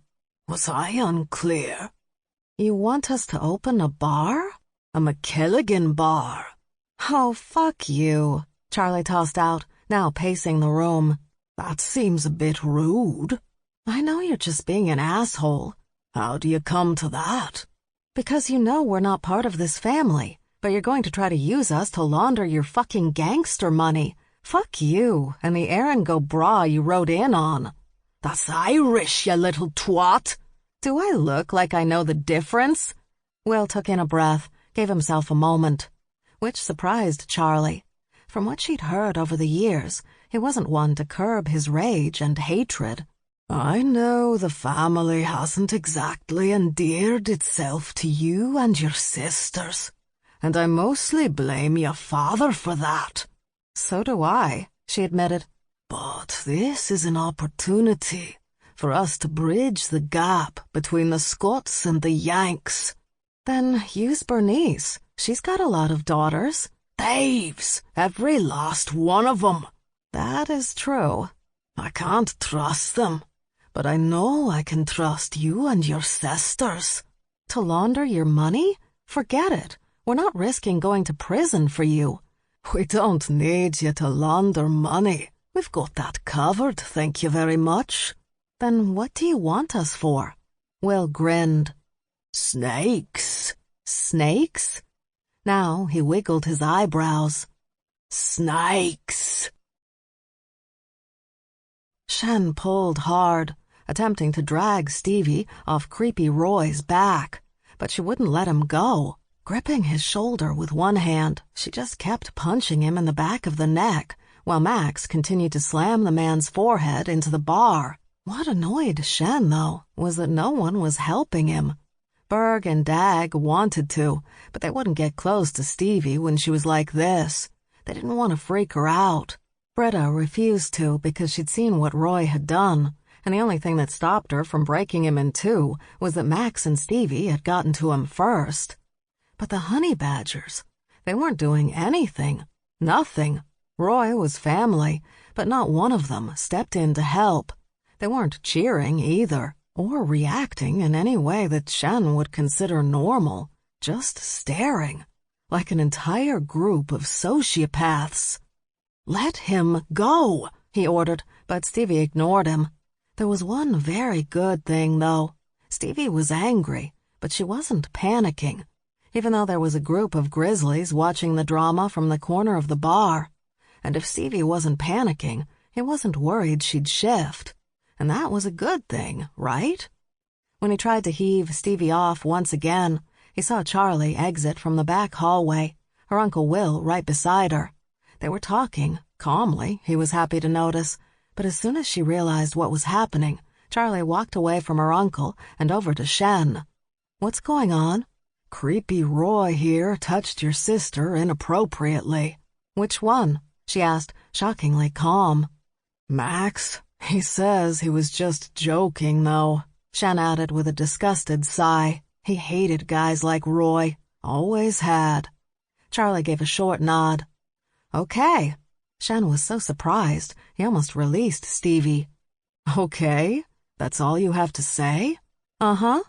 She stepped away, heading back toward her Uncle Will, and Shen wondered what her uncle had to say to her that was so important she would ignore what was going on right in front of her. But then she neared her uncle and passed him, disappearing into the back hallway again. A minute or two later, she returned, walking confidently, casually, across the floor. When she stood directly behind Roy, she crouched down, and Shen leaned over a bit to get a better look. Charlie wrapped a cord she'd found somewhere around his ankles. His legs were spread apart, but she looped the cord in such a way that when she stood up and yanked, his legs shut tight. Then she wrenched him off the bar, snatching him away from Max's grip. Roy's head slammed into the end of the bar and onto one of the stools. Shen snatched Stevie off the badger's back before he hit the floor. Charlie spun around, placing the length of the cord over her shoulder. "Max!" Charlie barked. "Door!" Max ran across the bar top, jumped off, and quickly opened the front door. "You know what really pisses me off?" Charlie asked as she dragged her yelling cousin behind her. "I mean, besides, when assholes such as yourself believe they can put their hands on women without their consent?" Roy unleashed his claws and jammed them in the wood flooring of the bar. It caused Charlie to pause, but with one strong tug, Roy was moving again, his claws leaving a deep trail across the floor. "That's when some of you MacKilligans think," Charlie continued, "you can get away with bullshit when it comes to me and my sisters. You think that I'll let you get away with bullshit. After all these years, some of you still think that, still believe that." She reached the door and dropped the cord. Leaning down, she grabbed her cousin by the back of his jacket and lifted him off the ground. She jerked him around so he was in front of the door, but she spun his body so he faced her. And that's when he punched her in the jaw. The thing was, Shen didn't think Roy meant to do it. He'd been tossed around, and his arm had just been swinging. Unfortunately, it had swung at Charlie. Even scarier, despite the fact that Roy had punched Stevie's sister really hard, snapping Charlie's head to the side. She didn't stumble. She didn't cry out. She didn't do anything but stand there a moment. Berg and Dag jerked away from the wall they'd been leaning on, but their sister caught their arms, held them back. She knew better. Shen knew better. Especially when Charlie slowly turned her head and looked at Roy. Just looked at him. "Uh-oh," Stevie whispered. She was in Shen's arms, and she seemed very happy to be there, very relieved. Eyes wide, mouth open, Roy brought his hands up, palms out, and begged, "I didn't mean to. I swear. I swear." But it was too late. Shen knew that, even though Charlie's expression never changed.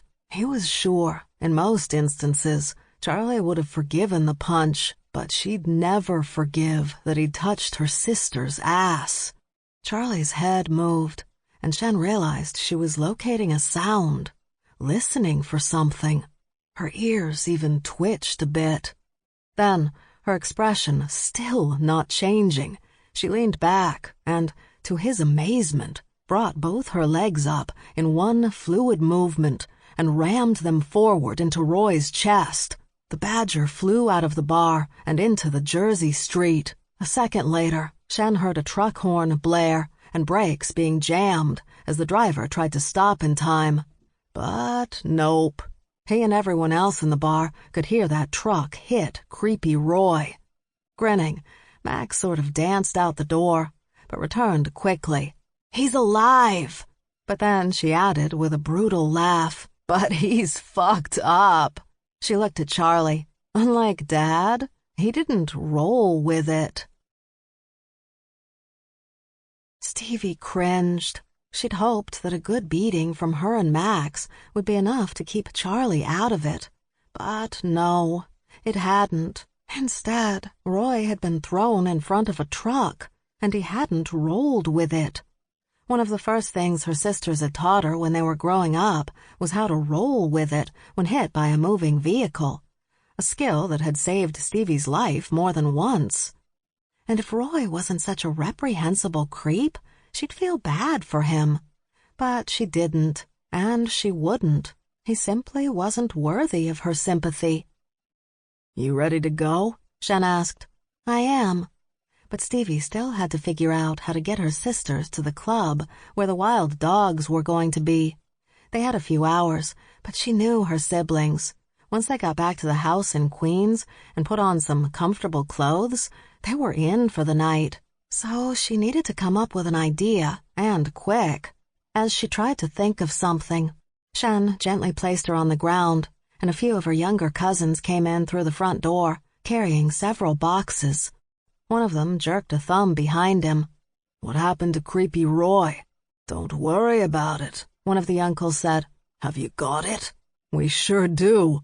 They pried the top off one of the boxes, and Stevie watched in horror as her cousins dumped a ball of snakes onto the floor. A hissing, rattling, undulating ball of snakes. Screeching, Stevie jumped back into Shen's arms, but that didn't feel like enough, so she climbed up his body until she was basically wrapped around his head. Her legs hung over his shoulders, and her hands were over his eyes. "So you're terrified of snakes, too," Shen calmly noted. "They can swallow you whole." "These aren't pythons or boas, sweetie," one of her aunts happily called out. She had a snake already wrapped around her arm, its fangs dug deep on her hand. "These are just vipers and cobras." Stevie shook her head. "How does that knowledge help me in any way?" Shen had heard that honey badgers were fans of live snakes, but he'd never thought they enjoyed them like this. They were all so happy and eager. The bears weren't, though. Neither was Stevie. Max, however. "Yes!" Max cheered before attempting to dive into the loose snakes slithering across the floor. But Charlie caught her sister by the back of the neck and yanked her away. "No," she said sternly. "Oh, come on," Max begged. Charlie simply tossed her sister to the Duns. Bretta caught Max in her arms and was out the door before anyone else could say a word. Dag followed right behind her, and it seemed as if Berg wanted to go, but he didn't want to leave Charlie. She made that easy, though, when she barked, "Berg, get out!" The grizzly went out the door at the perfect time, because a rattler suddenly reared up and bit into Charlie's leg. "Oh, God," Shen cringed. "Don't move," Stevie warned. "Yeah, but Charlie can take care of herself. Look to your left." He did, and saw a cobra slithering near. Trying not to scream like a girl, Shen moved his ass onto a bar stool, while Charlie reached down and unhitched the rattler from her leg. She then banged it again and again against one of the bar stools. When the snake was dead, she tossed it to one of her cousins, who bit the head off. Just like that. Bit it off and started chatting with one of her kin, while chewing. Realizing he was more afraid of snakes than he knew, he asked Stevie, "How the fuck do we get out of here?" "Bar top," she said, pointing. "Bar top!" Shen scrambled from the stool to the bar top. On all fours, he rushed across the bar with Stevie still on his back.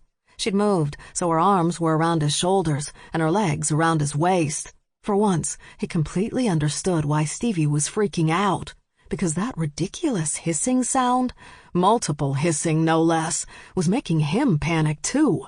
He just wanted to get them both out of there, to someplace safe.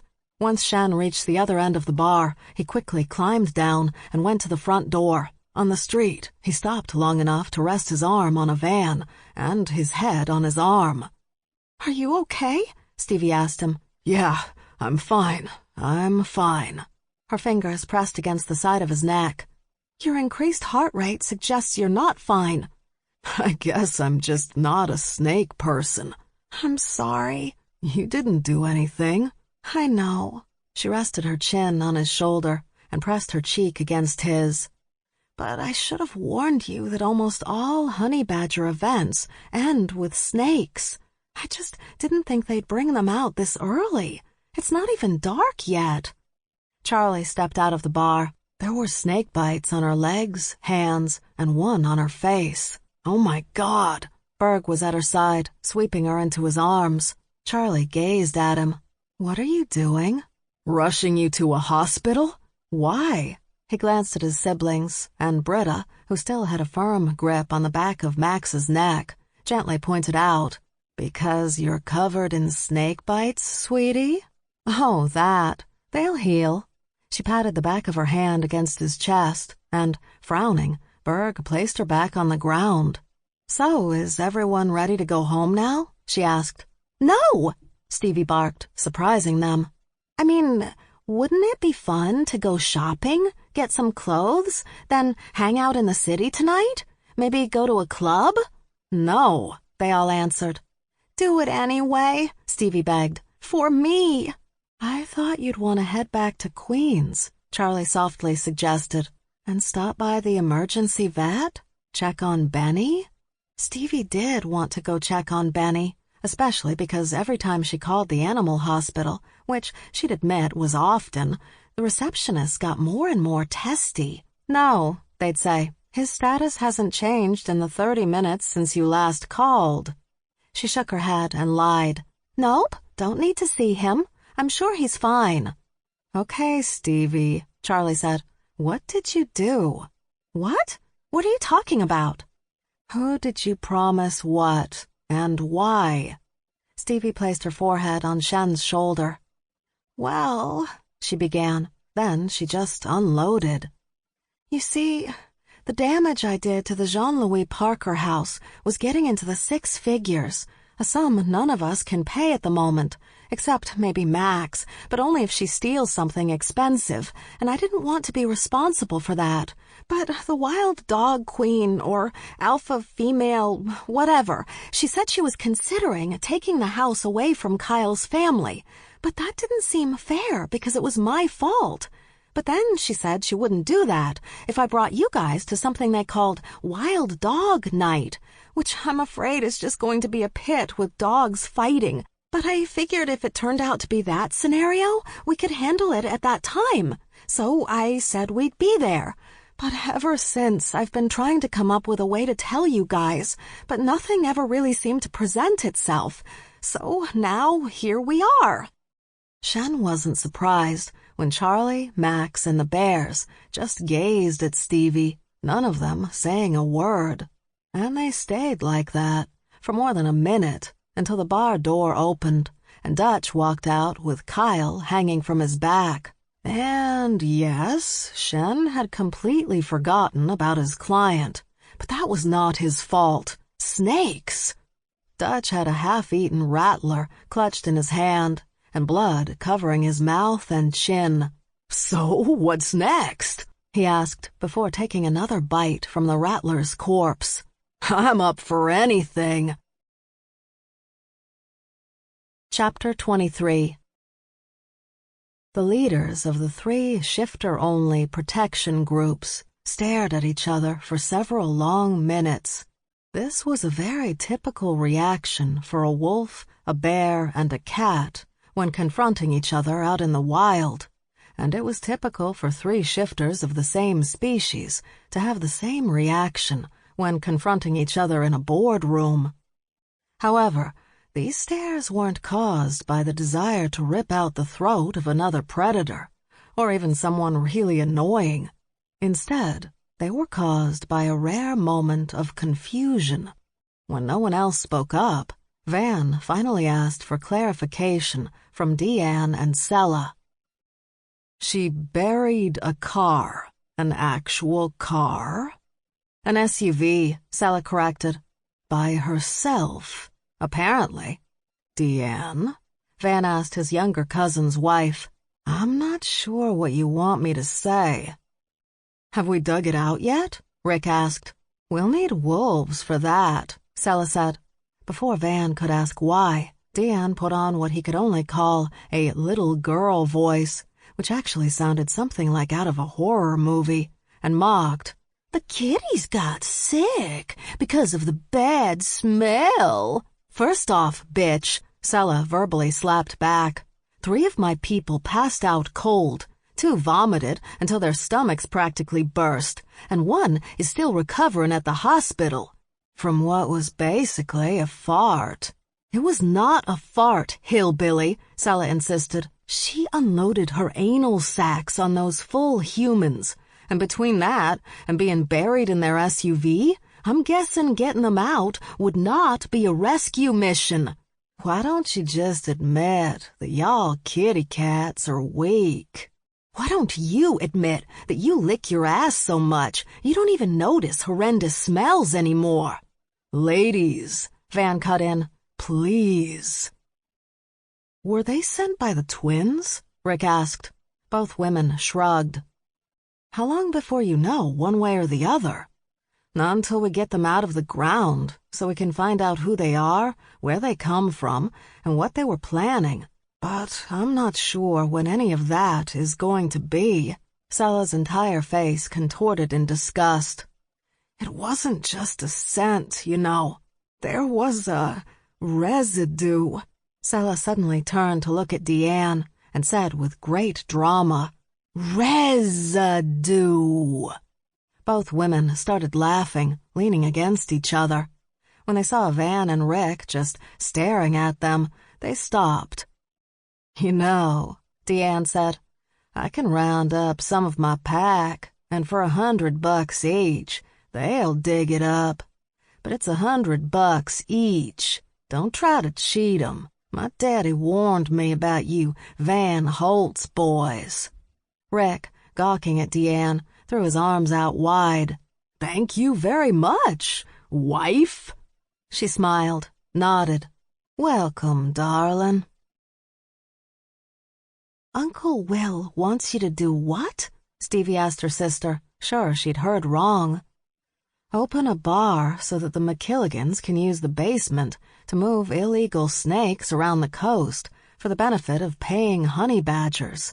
But they had snakes at the bar, Kyle pointed out. They didn't seem to have a problem getting those. They want to move the really dangerous ones. Tiger snakes, death adders, king cobras, snakes like that. Max clapped her hands together. The black mamba?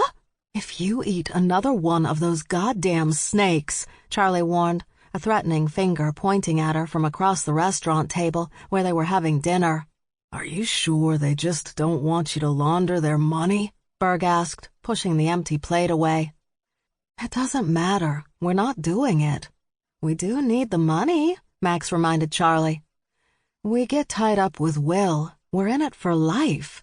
I don't think that's something any of us want. Why are they being so nice to us? Stevie wanted to know. Our whole lives, they completely ignore us, and now, all of a sudden, they're being friendly. It's weird. Did we ever find out who Dad worked with to get the information he rounded up? Charlie took a sip of her coffee. The man can barely deal with his phone, so I doubt he's become a hacker in his off time. I've had some old friends of mine in Germany look into it, but they don't have anything yet. Why Germany? That's where my hacker friends are? Oh. Max motioned to one of the waitresses, and when she arrived at the table, ordered a slice of chocolate cake. Which, to me, she said, once the waitress had left, totally proves Dad had nothing to do with it. He couldn't hide his tracks from a puppy. Maybe the family's being so nice because they're hoping we'll lead them to their money, Stevie suggested. Charlie chuckled. The sad thing is, even if we could, Dad's already lost all that money. You know, if he'd come to our house tonight, he would be begging for cash because he's completely broke. Again. More coffee was poured, a few desserts arrived, and they relaxed until Berg glanced at his watch and said, "I think we'd better go." Stevie put her head on the table, feeling nothing but shame. "I'm so sorry about this, you guys," she told her sisters and friends. "For what?" Max asked. "For making you do this." She brought her head back up. "I'm always asking you guys for stuff." Charlie and Max looked at each other, then back at her. "What are you talking about?" Charlie asked. "You never ask us for anything." "Yes, I do." "No, you don't." Stevie raised her eyebrows at Max, but she shook her head. "Nope. The only thing you've ever asked me for was to shut the fuck up, and that was usually when you were working or on the phone. Other than that—" "So, yeah," Charlie said, "to save us from paying money we don't have to repair a house that isn't ours, I think we can spend some time with a bunch of wild dogs." Max agreed. "Besides, how bad could it be?" Shen snorted next to Stevie, and everyone looked at him, except Kyle, who suddenly found something interesting to stare at right outside the restaurant window. "Dear God," Max whispered, "it's karaoke." "With your choice of a full band or playback," Charlie noted. Stevie shook her head. "Nope, nope, nope." She turned to walk out, but Charlie grabbed her around the waist and yanked her back. "This is going to save us 6 figures, she reminded her sister. "But," Stevie said, almost sobbing, pointing at the stage, "there's a lion male up there, and he's caterwauling." "True." Max lightly swung her fist. "But he's putting his all into it." "We're staying," Charlie ordered, "and we're just going to suck up the pain the way we always suck up the pain. But first, I'm getting a drink." Stevie spun around, sensing that Shen and Kyle were standing behind her. "You knew, didn't you?" she demanded. "You both knew, and you didn't warn me." The pair stared at her a moment before they both started laughing. "Do you have any idea what torture this is for me?" Kyle raised his hand. "I do." He lowered his hand. "Sorry." "Oh my God," she exploded. "What is that cat singing?" "Pat Benatar's Shadows of the Night," Jess Ward said, stepping beside Stevie. Stevie glared at the woman who just made the rest of her evening hell. "You didn't tell me Wild Dog Night involved karaoke. You didn't ask. Besides, I know you like music." "Yes, music, not caterwauling," she pointed at the stage. "That's caterwauling." "Can I speak to you for a second?" Before Stevie could say no and storm off, Ward had gripped her arm and yanked her into a back room behind the bar. Shen joined the rest of their group at a huge half-circle booth, reserved just for them. It was between a similar booth on the left, filled with wild dogs, and another on the right, filled with a pride of lions and other cats. He sat down beside Kyle, taking the beer someone had put in front of the kid and drinking it down in several gulps. "No alcohol," he told Kyle. "I didn't ask for it." "Look," Shen began, "I'm sorry." Frowning, confused, Kyle shook his head a bit. "You said I can't legally drink." "Not that. I left you alone earlier today in that crazy bar with snakes. Dutch had to get you out. I'll understand if you want to replace—" "It's not like you had a choice. Stevie was wrapped around your head like a spider monkey, and I'm not surprised she was your first priority." "She doesn't pay me. Your parents do." "But you're in love with her." And the kid said it so calmly. Why was he so calm? "I am not. Kyle had already rolled his eyes and turned away to talk to Oriana. Where had she come from? Shen stopped talking, but then he noticed that Coop and their sister Charisse were also tucked into the booth and smiling at Shen, like they knew something. This whole wild dog event was turning into a nightmare. Okay, Ward said, standing in front of the closed door. This is what we need from you. Need from me? Take out the lions. No matter what you may have heard, my sisters do not kill on command. What? No. I want you and your sisters to go up against them. Like in a street fight? Because MacKilligans don't really do that either. Once Max starts stabbing and Charlie starts shooting, you'll have a bloodbath on your hands. And there's all that cleanup afterward. Although Max probably knows a few places we can bury some bodies. No, no! Ward held up her hands, eyes wide. Please stop talking. She briefly looked off, then said, I don't mean attack them physically. I'm talking about taking them on with karaoke. Stevie couldn't help but let her lip curl in disgust. Why? Ward began to pace around what Stevie now realized was a storage room. A few years ago, we started having monthly sing-offs. We provide the karaoke machine filled with several thousand songs, from as far back as the 30s up to today, or a live band if you prefer that. And it was all going great. Everyone was having a great time. Then the cats got involved. She sneered. You mean like the guy who was just butchering Pat Benatar? No, she said with a dismissive wave of her hand. That's Mitch. He was in my wedding. He has a pass. In other words, we've made him an honorary canine. But you know he can't sing, right? You've got to let that go. It's Mitch. We love him. So it's other cats you have a problem with? Stevie saw a bit of fang peek out from under Ward's lip before she hissed, the brunetti pride. Okay, and your problem with them is they keep winning. Stevie fought hard not to roll her eyes. When you have competitions, that happens. I used to win all the time, too, and the other competitors hated me for it. That's a you problem, though, not a me problem. You don't understand. The Brunettis are very wealthy, very bitchy, and very trifling. They pay top dollar for their costumes and choreographers. Stevie snorted out a surprised laugh. They use choreographers for karaoke? One of those choreographers used to work with Madonna. Wait, I'm going to ask one more time, because I'm sure I'm mishearing this. They hired one of Madonna's choreographers to create an act so they could win a karaoke contest? Yes. What do they win? A yacht? Ward walked across the room to a table. When she turned back to face Stevie, she held up a cheap-looking trophy. Seriously? She asked. Yes. True, Ward clarified. This is for second place, but, she pointed out, the first place trophy is only slightly taller. Stevie clasped her hands together. I understand this means a lot to you. I really get that. Lions can be very irritating, but I create symphonies. I can master any instrument I hear played for more than 10 minutes. Any instrument.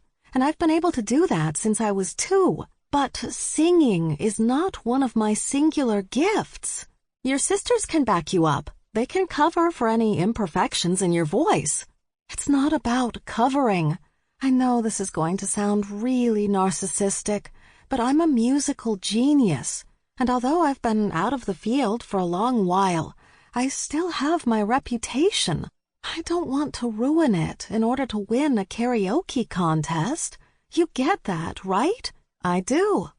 That being said, I don't want to risk the Jean-Louis Parkers losing their rental house, and no, Ward shook her head. All I said you had to do was come here with your sisters. You did that. She slapped one hand against the other. That whole thing is over as far as I'm concerned. It is? Dogs do not blackmail. Cats do. We just look at you like this. Big brown eyes gazed at Stevie. Giant brown eyes. She immediately thought of poor Benny, still at the vet, recovering from that gunshot wound. He would look at her like that when he wanted her bacon. Okay, Stevie said, quickly glancing away. Let me think about it. Shen made his way to the bar, ordering another beer from the she-wolf server. "Do you have any bamboo?" he asked, now that he saw the place was run by shifters. The server handed him his bottled beer. "Roasted, steamed, raw, or fried?" "Fried, please." As Shen waited for his food, he looked out over the dance floor. He didn't know if he was amused or disgusted by what wild dogs referred to as dancing. "You!" Shen turned toward the voice barking at him. "Oh, hi, Blaine." "Don't hi-blame me. You lied to Gwenny, and she's here." She glanced around. "Somewhere, and you're going to tell her the truth." "I did lie, but I had to." "You had to?" "Yeah. You were running around telling the world that you were attacked by a 2-ton badger. Does nothing but put our friend in danger. In danger from us." "What are you talking about?" "I'll put it to you in the form of a question. How welcoming have most shifters been to you and Gwenny? To Bo? I mean, if you take out his winning hockey ways, have they loved you as you are, ready to accept you as one of their own? Or do they treat you like a freak?" "I understand what you're saying." "Good. "But I wasn't telling everybody. I was telling Gwen, and both of us are hybrids." "I know you guys are. Look, the way you and Gwenny have always protected each other, dose that with steroids and some backwoods form of military training, and you've got Stevie's sisters. And they would see you as a threat, and they extinguish any threat to their baby sister. Understand what I'm saying to you?" "No." "Seriously?" Blaine began to giggle, her shoulders hunching over. "Blaine." "I'm sorry," she replied, still laughing. "I just wanted to see your face. Totally worth it." Standing on the edge of the dance floor, Stevie stared at the stage and listened to more caterwauling. "How you holding up?" Surprised, she glanced at the woman standing next to her. "What are you doing here?" Oriana shrugged. "Kyle told me the wild dogs had asked you to come here. I had a feeling they were up to something like this." "Are you a regular at wild dog nights?" "No, not a regular, but more than once our mother has insisted her older children attend these," she sighed dramatically, "events to suck up to her protege's mother." "It's good your mom wants to teach others." "I don't." Oriana laughed. "My mom would say you're still too young to care about passing on your skills to the next generation." "Good, then I don't feel so guilty." "So what are you going to do?" "I don't know," Stevie admitted. "I'm thinking I'm going to—" Stevie, sensing she was being watched, stopped talking and began looking around the room to find all the exits and anything she could use as a weapon. "Hi!" The voice surprised Stevie, and she jumped back into Oriana, who managed to keep both of them from falling on the floor. When she was no longer leaning on a shockingly strong and steady Oriana, Stevie nodded at the 5 she-cats standing way too close to her. "Hello, I'm Mary Marie Brunetti, and these are my sisters." Stevie wanted to say, "So?" but instead she just said, "Nice to meet you all." "Are you the ringer?" Mary Marie asked. "Pardon?" "The wild dogs brought you in, right? To go up against us?" "Well, I don't know about—" "We are just so excited to hear you sing, aren't we, girls?" Brunetti's sisters all clapped. "I looked up your name online." "How do you know my name?" "And you have quite the background. You're into that classical music, right? You should do like Ave Marie or something. These guys would eat that up." "Uh-huh." "We cannot wait to hear what you'll sing. They even have a piano up there, and I'm sure they have someone who can play and accompany you. It will be awesome. Right, girls?" "Right," the she-lions said in unison. Brunetti placed her hand on Stevie's forearm. Stevie gazed down at the excessively long, painted nails touching her skin. "If you need anything, honey, you just let me know. We have extra costumes, makeup, a makeup artist." Whatever you need, okay? Sure. Okay. Talk to you later. Stevie watched the she-cats rush off in their ridiculously high heels. They seem nice, Shen said, stepping in beside her. Both Stevie and Oriana gaped at him. Are you kidding? Oriana demanded. What? They did seem nice. Very friendly. Yeah, Svetlana's nice like that, she said with air quotes. Like when she tells me, Darling, you performed so wonderful tonight. I know that in a few more years you will be quite good. Do you think that's a compliment too, Shen? I would have, but now I don't know. Don't be upset with him, Stevie graciously explained to her friend. He's a panda, and he's used to everyone being nice to him because he's so cute. I'm going back to sit with Kyle, Shen said. That should tell you both exactly how I feel about this conversation. He walked off, and Oriana asked, So, what are you going to do? Coop rested his chin in his palm, his elbow on the booth table in front of him. In silence, he watched what was going on just a few feet away from him. What is happening? He asked Charisse, motioning to the MacKilligan sisters. The three women were standing between their booth and the booth holding the Brunetti pride and their feline friends, which just seemed weird. Charisse stopped sipping the fruity, alcoholic drink she'd been indulging in, purchased simply because it was a bright and festive red and had an umbrella in it. His sister did love umbrellas. I think they're trying to talk Stevie into getting up on stage. Yeah, I guess. What? Well, Cooper didn't really know how to explain it. Maybe it was the way Charlie insisted on stroking Stevie's hair, something he'd never seen either MacKilligan's sister do for the others. Or maybe it was the way Max kept saying, We'll go with you. We wouldn't let you do this alone. Max was never nice to Stevie. Of course, Stevie wasn't nice to Max. A situation that Coop didn't question, because that's how some siblings were. They'd rather fight than be nice to each other. It didn't break the bond they had as siblings. But this all seemed really weird. Hi, Cooper! Coop kept his cringe inside and forced a smile at the she-lion leaning over the two connected booths. Hi, Denise, he replied. You look very handsome tonight. Thanks. He knew she was waiting for a similar compliment from him, but he just pointed at his sister and said, You remember Charisse? Oh, yeah. Hi. Charisse, again sucking up that brightly colored drink, waved her hand and smiled around her straw. Denise's older sister, Mary Marie, forced her way in.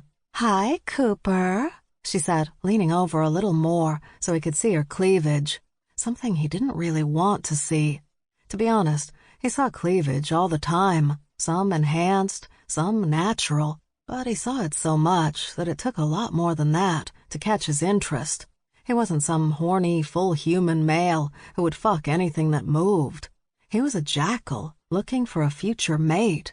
He wanted something more than big tits and equally big nails.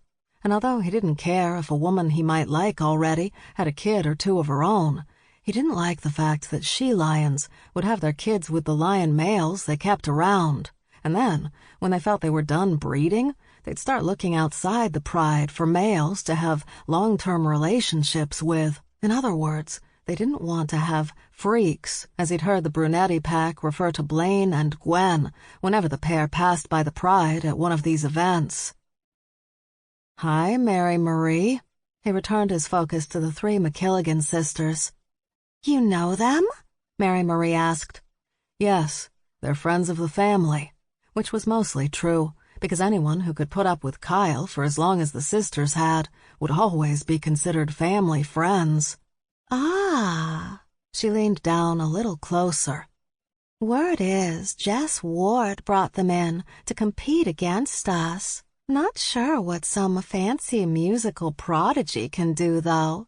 Maybe sing an aria my grandmother would love? Smirking, Coop replied, Physics. Huh? He didn't bother to explain, as Stevie had made the decision to go up on the stage with her two sisters. While they skimmed through the karaoke machine's offerings, Max's Wolverine friend pushed his way between Coop and Charisse. "Hey, all," he greeted the table. Then to Charisse, "My darling beauty." Charisse smiled and waved around that damn straw in her mouth. He then nodded at Coop. "Dude." The Wolverine caught sight of the brunettes. Leaning across Coop, he took hold of Mary Marie's hand. "My lady." "Hiya." "I'm Dutch Alexander. And you are?" "Mary Marie Brunetti. This is my sister Denise." "Lovely to meet you both," he said, kissing the back of Mary Marie's hand. Denise tried to stick her hand out to get Dutch to kiss it too, but an angry roar and snap from Mary Marie had her sister backing off. "Oh my God! Oh my God!" one of Mary Marie's other sisters pointed out. "They're using the band and not the machine." Delighted, Mary Marie clapped her hands together. "This is going to be awesome." But Coop knew that when a she-lion said awesome, she meant ridiculously horrible, especially when she saw the piano player join the rest of the band. To Mary Marie, this meant aria time, which would be a resounding failure at a wild dog event, something the locals already knew. Stevie stood at the front of the stage. Her sisters were on either side of her, each of them behind her own mic. Looking shy and small, she lowered her head, but Coop watched her hands. She was a lefty, but she used her right, since that was the one the piano player could see. She snapped out 4 beats with her fingers, and the piano player began. He wasn't playing anything remotely new. It was definitely a classic, but hardly classical. No, it was a one-time doo-wop hit that became a rockabilly hit when Wanda Jackson, the queen of rockabilly, came out with her own version of Riot in Cell Block Number 9. Wanda Jackson always had one of those awesome, growly voices that belied her tiny size. A song that was perfect for Stevie MacKilligan and her sisters, Stevie's backup singers. Gawking, mouth open, Mary Marie and her sisters couldn't take their eyes off the stage, or the way the wild dog crowd not only cheered, but stayed on the dance floor. "I thought I heard she couldn't sing," Mary Marie demanded, looking at Coop. "I told you, physics." "What does that mean?" "Stevie always says that once you know how vocal cords work and how the laws of physics affect them, you can get your voice to make almost any sound you want." Dutch added, "She says she can't sing, and she's right. Stevie can't sing, but she can imitate anyone who can." If you knew Wanda Jackson, who originated this version of this song, you'd see how much Stevie sounds like her, right, Dutch? Right, Coop. But that wasn't all Stevie did. The kid had been on stage almost all of her life, playing music herself or conducting entire orchestras of adults. And if there was one thing she had learned over all those years, it was stage presence. And Stevie had stage presence in spades. She owned that stage, singing to her audience. And her sisters weren't schlubs either. They didn't just back up their sister. They were right there with her, singing and screaming when the song called for it, and owning that stage. Plus, there were choreographed moves and some enjoyable sexiness to the whole thing. When Stevie finished the last note, the entire room erupted into applause and a standing ovation, something she was used to, but the brunetti pride found endlessly upsetting. But before the pride could do anything, the crowd began to yell for more. Stevie, grinning down at her audience, said, "Okay, one more. This is from Lillian Briggs. It's just called I. Enjoy." This song started with guitar rather than piano and required Stevie to sing a lot faster, but she sounded just like Lillian Briggs. And again, her sisters did a great job backing her up and dancing. The three moved to the edge of the stage as one unit, to sing directly to the wild dog males who'd moved in close. Leaning into Dutch, Coop asked, "How did they manage to choreograph this in time for the show?" According to Max, after Stevie left her first career behind, she still needed to express herself musically.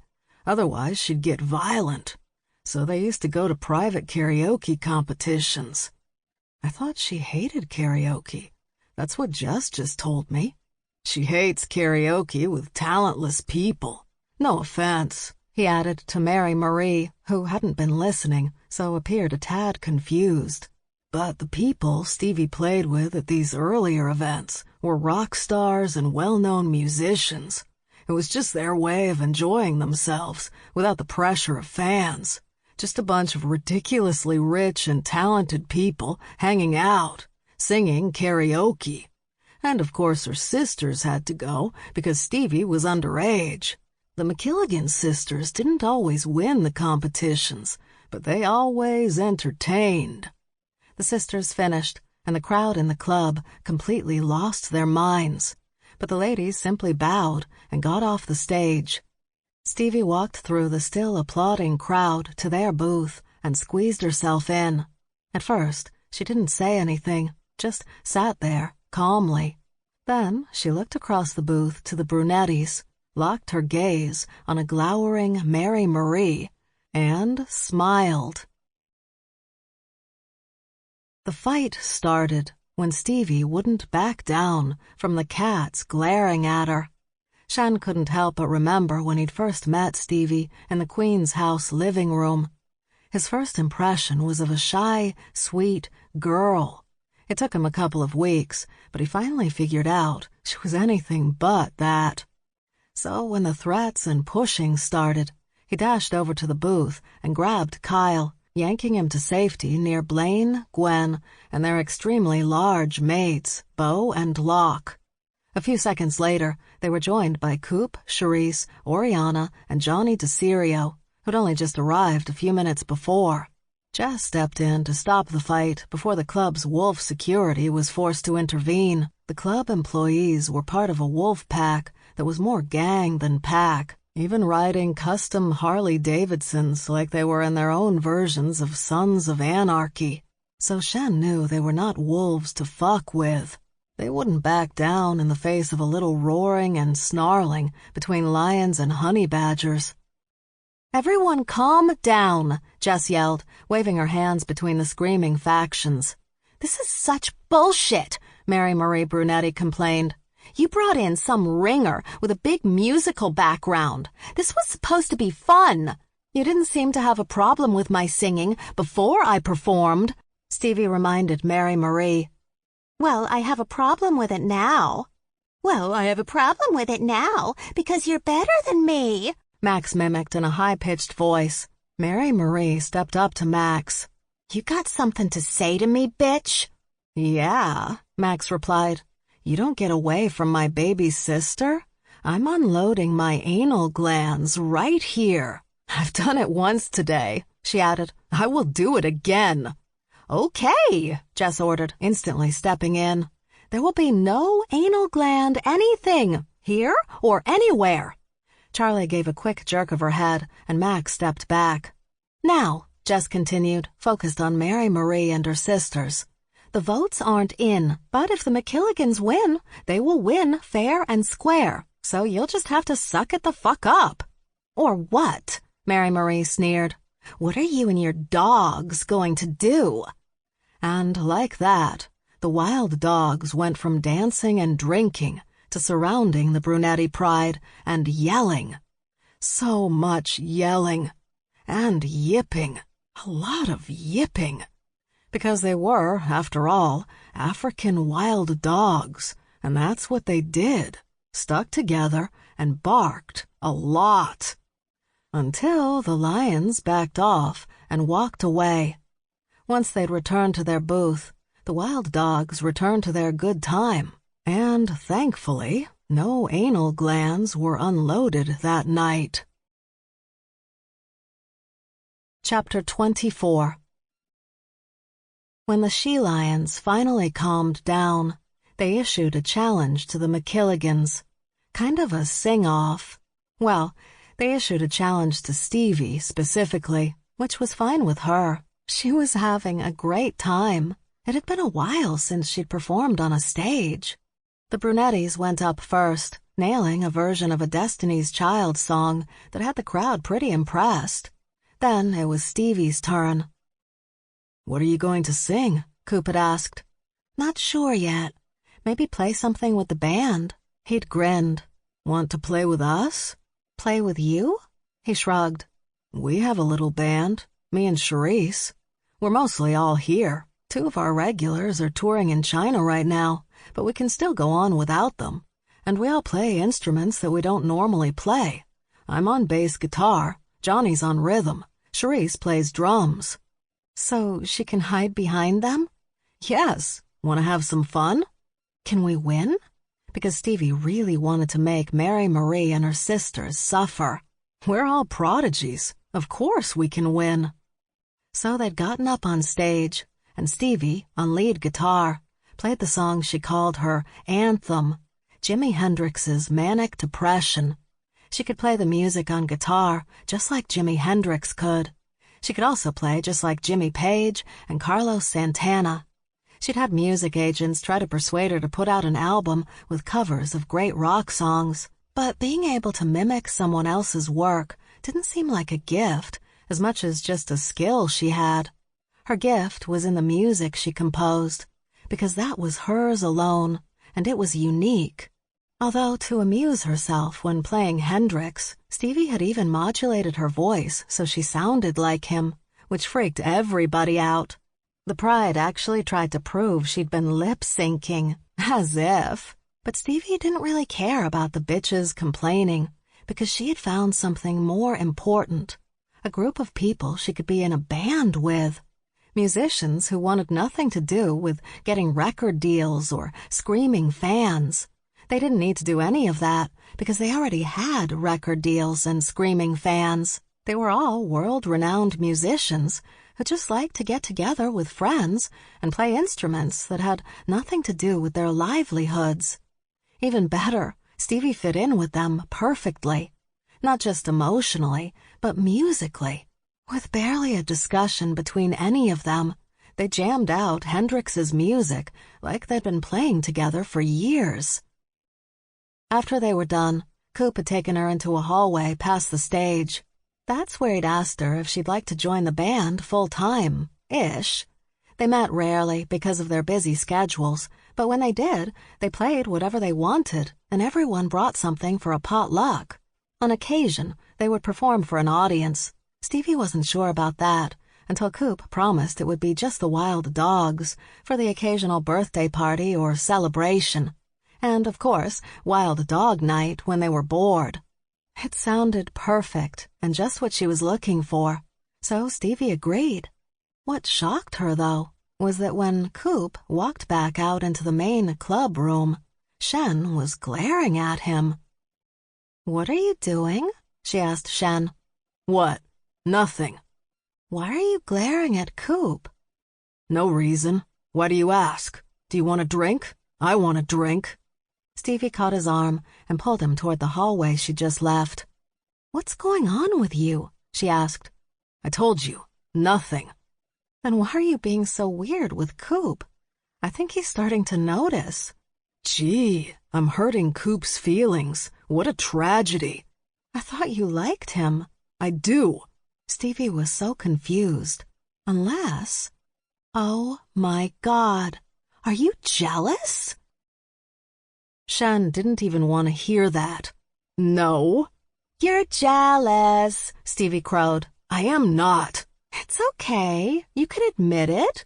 "I admit nothing, and this conversation is over." Shen started to walk away, but Stevie grabbed his arm again, yanked him back. "I am not jealous," he lied, and he knew he was lying. That was the worst part. But Stevie just shook her head, her expression completely different. Instead of amused, she looked seriously concerned. No, she pointed. "See that guy?" Shen studied the man Stevie pointed out. He was by the second smaller bar, hunched over a bit, his gaze roaming the crowd while he nursed a drink. Yeah? What about him? That's Wells's brother. Fucking great. Any chance he's just good friends with wild dogs?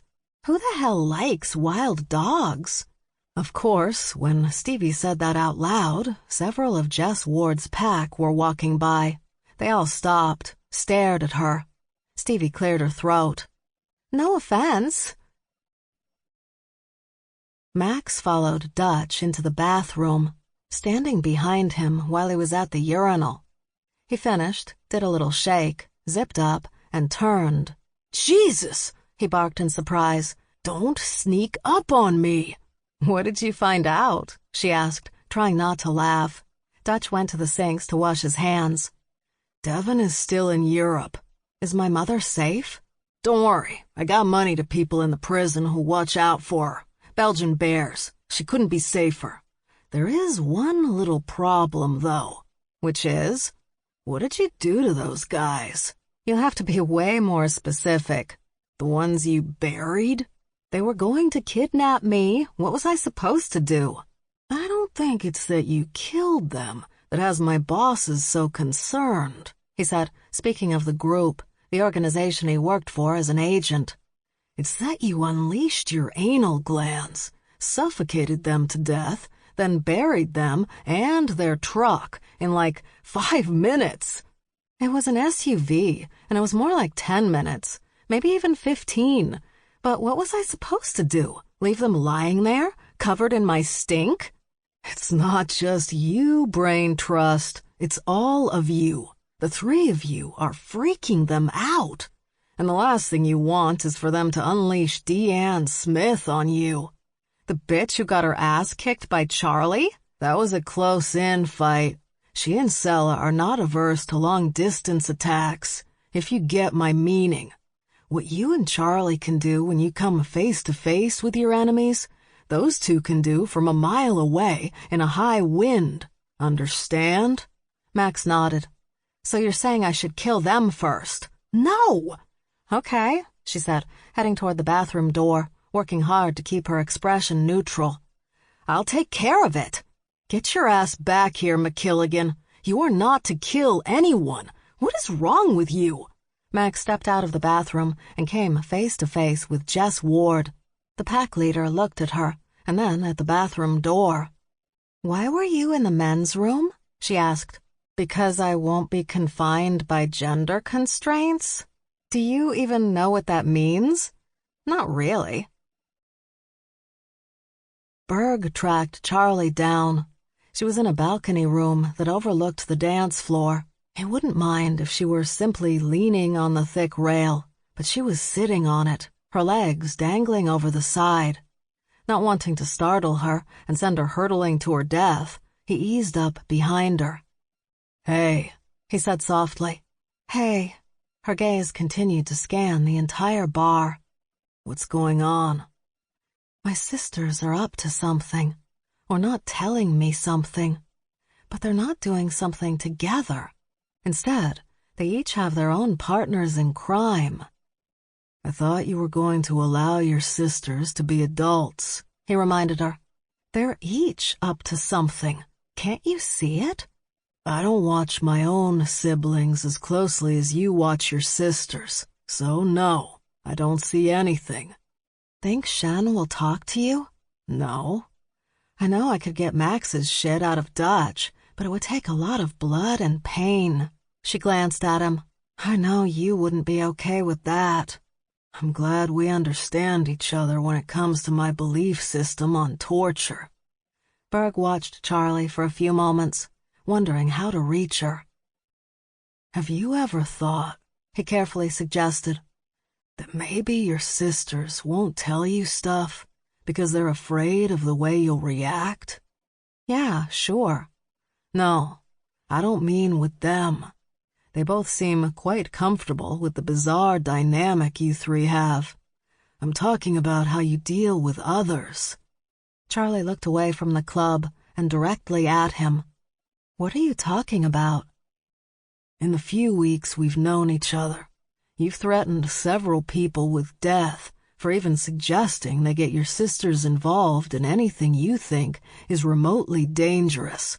Not only that, but you beat the unholy hell out of Dutch for just getting Max a job offer. Threatened a Van Holtz with an actual flaying because he suggested Stevie might be able to help him with something. And those two examples are merely the most egregious. There are others. Your point? It's simple.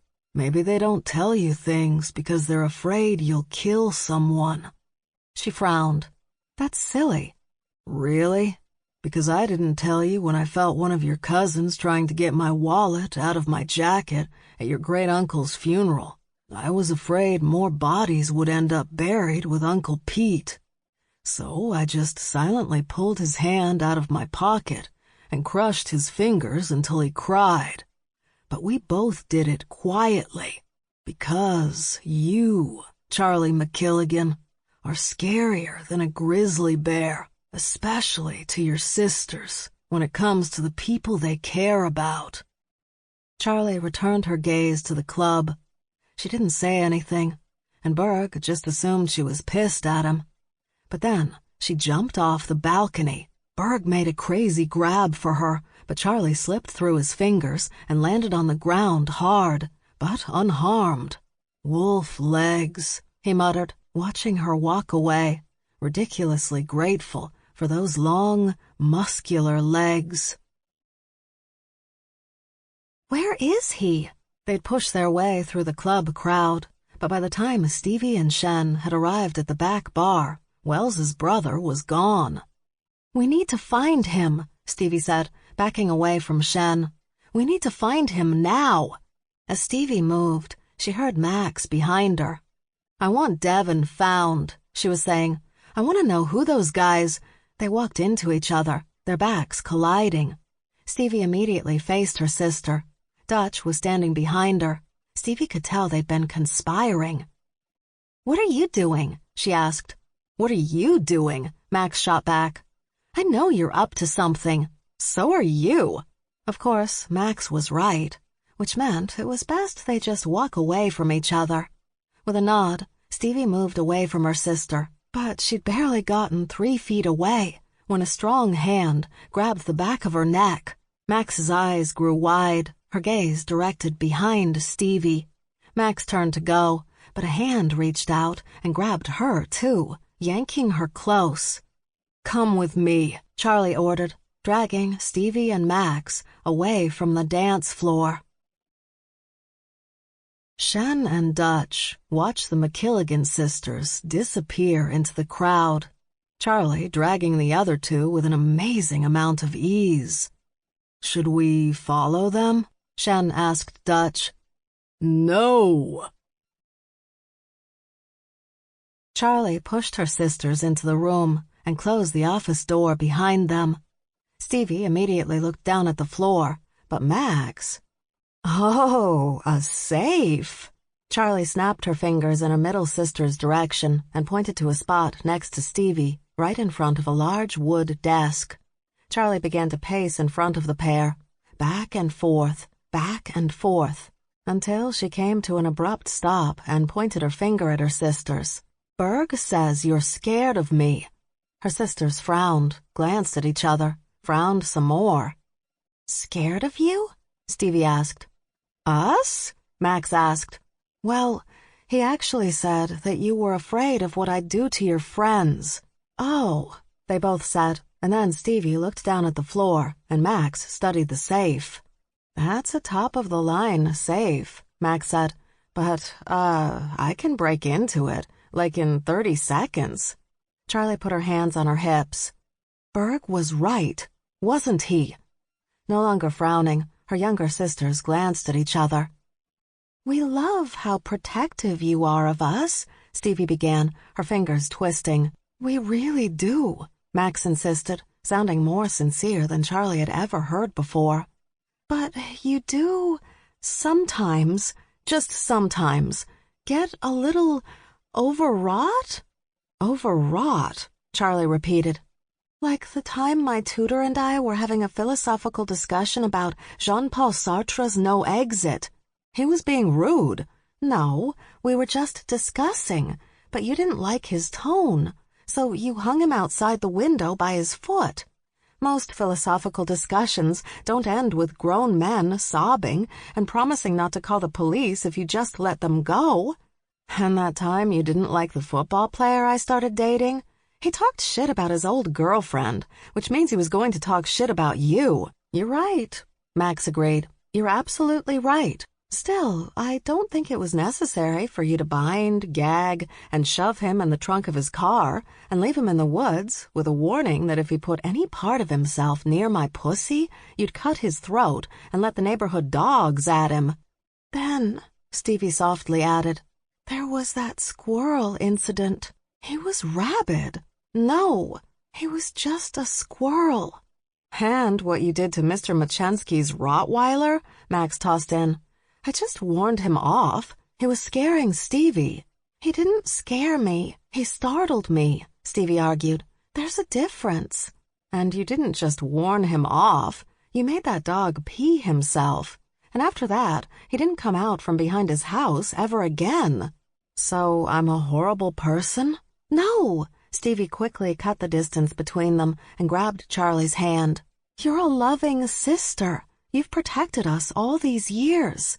Do you think I'd actually be alive if it wasn't for you? Max asked. Charlie thought a moment and replied, Yeah, I do. Yeah, Stevie agreed. You would have totally survived. Okay, Max raised her forefinger. Let's try this. Would I have survived outside of prison if it weren't for you? Oh, no. No, you wouldn't have. Max nodded. Exactly. Stevie hugged her sister. We love you, Charlie. You know that. I know. She stepped away, wiping her eyes. Just wish you guys would tell me what's going on. I can't protect you if you don't tell me. Yeah, Max said, her hand caressing Charlie's cheek. We're not falling for that, Charlie. Stevie shook her head. Not even a little. But the tears were a nice touch.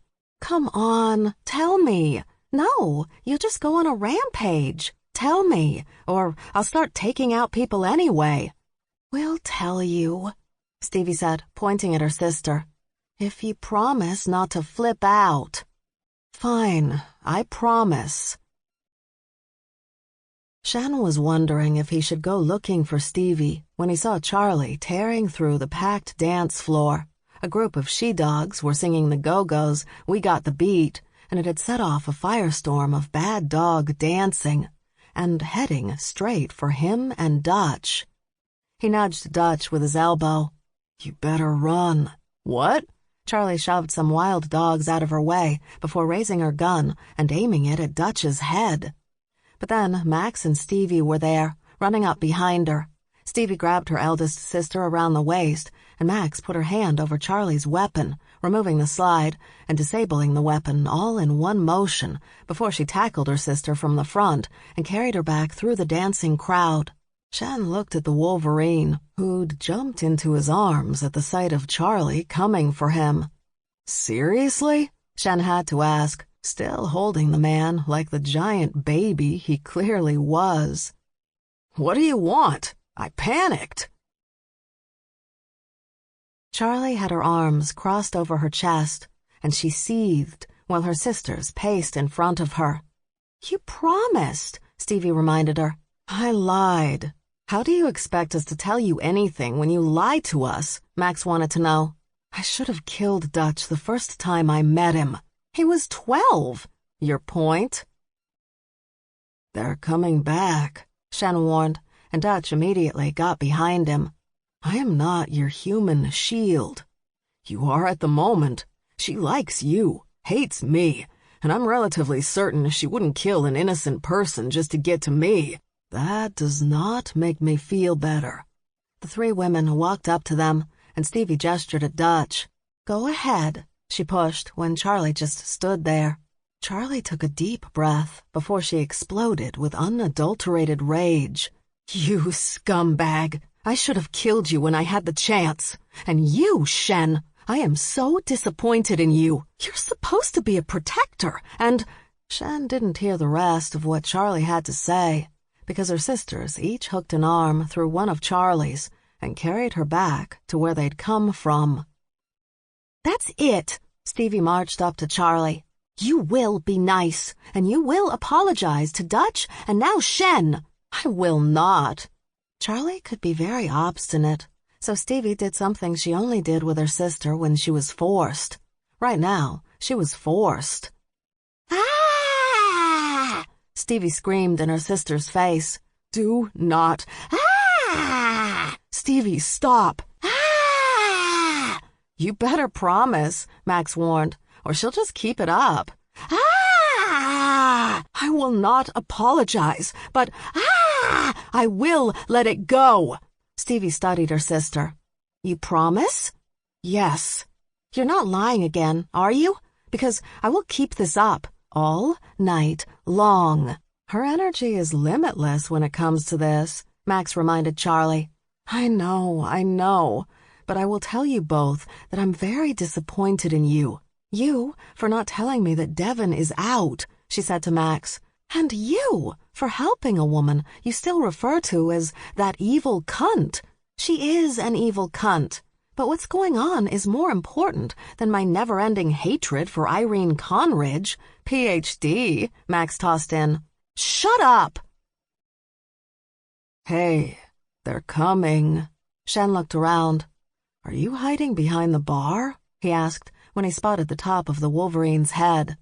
"Do you blame me? That woman is a nut. I thought Wolverines were as tough as honey badgers." "Oh, we are, but unlike badgers, we're not crazy." "Well," Charlie and her sisters stopped, and Charlie stepped a little closer. "Shen, I have to say that I'm disappointed that you did not come to me when you found out what Stevie was up to.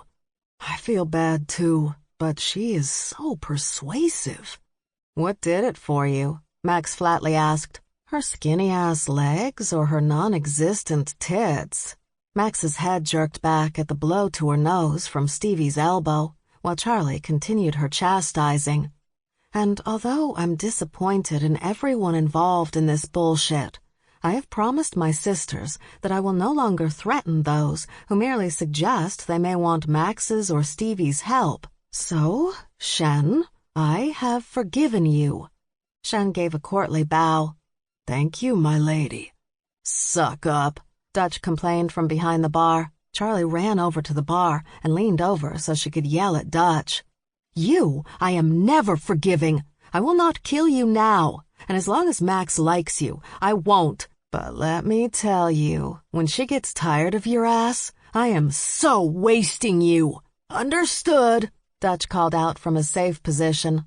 Charlie stepped down and began to walk away, stopping when Dutch called out, "One thing." "What?"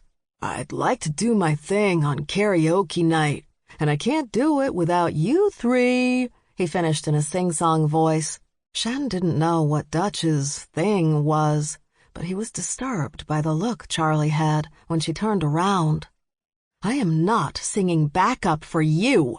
"But you already know the routine, and you're really good at it. The wild dogs will love it." "I don't care what the wild dogs will love."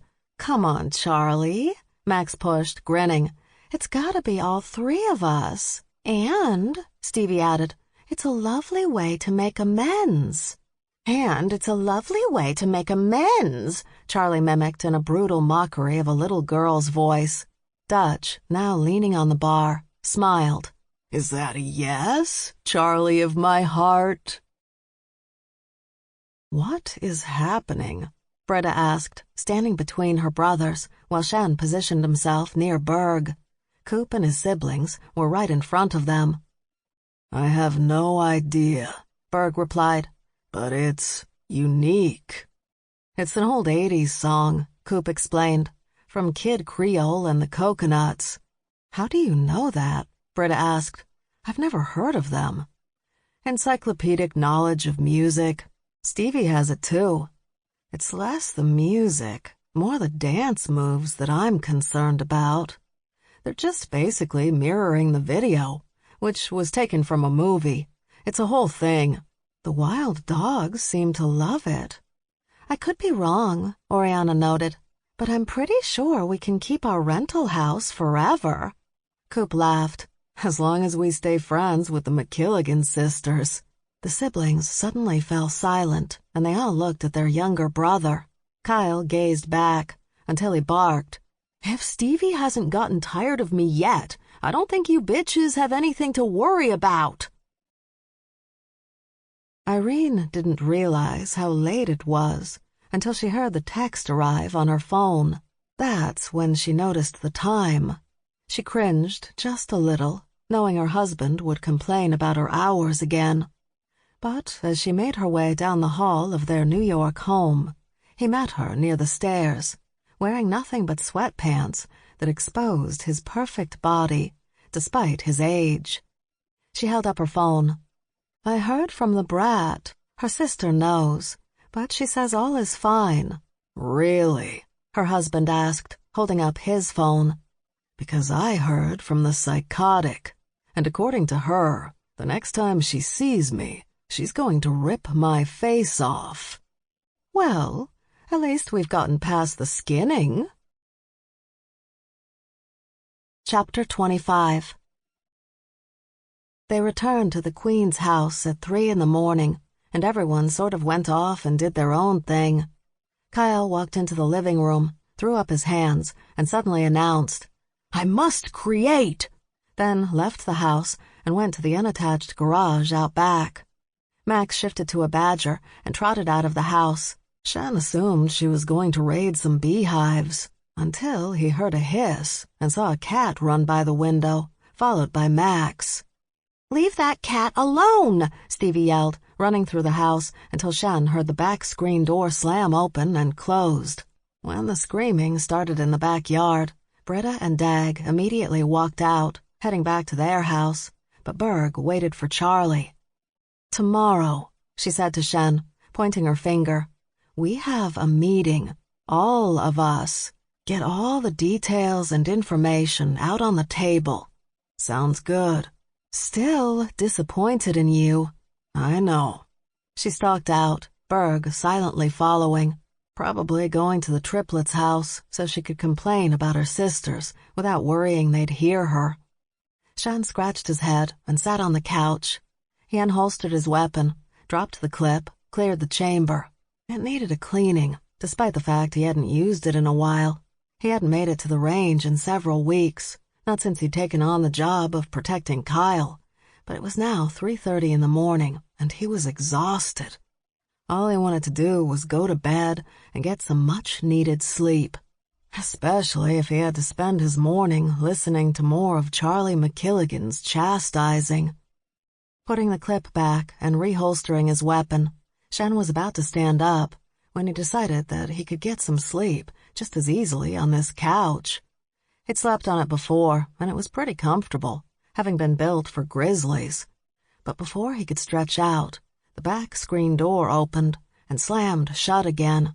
Stevie marched into the living room. The look on her face suggested she'd been unable to reason with her sister, but Shen didn't doubt the cat had gotten away. That was a wily cat, and she was much faster than any badger. Where is everybody? She asked. Charlie went with Berg to his house. Probably to complain about us so we wouldn't hear. Most likely. Are you hungry? Always. I had Charlie order some fresh bamboo. I think it's in the kitchen. Awesome. Thanks. Yeah, sure. I'm going up to take a shower. Shen nodded and stretched out on the couch. He was so tired. He figured he could get the bamboo later. He put his arm behind his head and let out a large breath, closing his eyes and relaxing into the cushions. He was just falling asleep when he heard the shower in the second-floor bathroom come on. Shen opened his eyes, gazed up at the ceiling, and asked himself, "What am I doing?" Stevie stepped into the shower and let the warmish water pour down on her. It had been a long day, and she was just glad to be home, even if that meant spending 10 minutes yelling at her sister for trying to take out that damn cat. Pouring shampoo into her palm, she scrubbed her head, wanting to get the club smell, as she called it, out of her hair and body. The bathroom door opened, and she called out, "Shen?" "Yep." "If you're still looking for the bamboo," she said, now rinsing the shampoo from her hair, "Charlie put it in my room for some reason."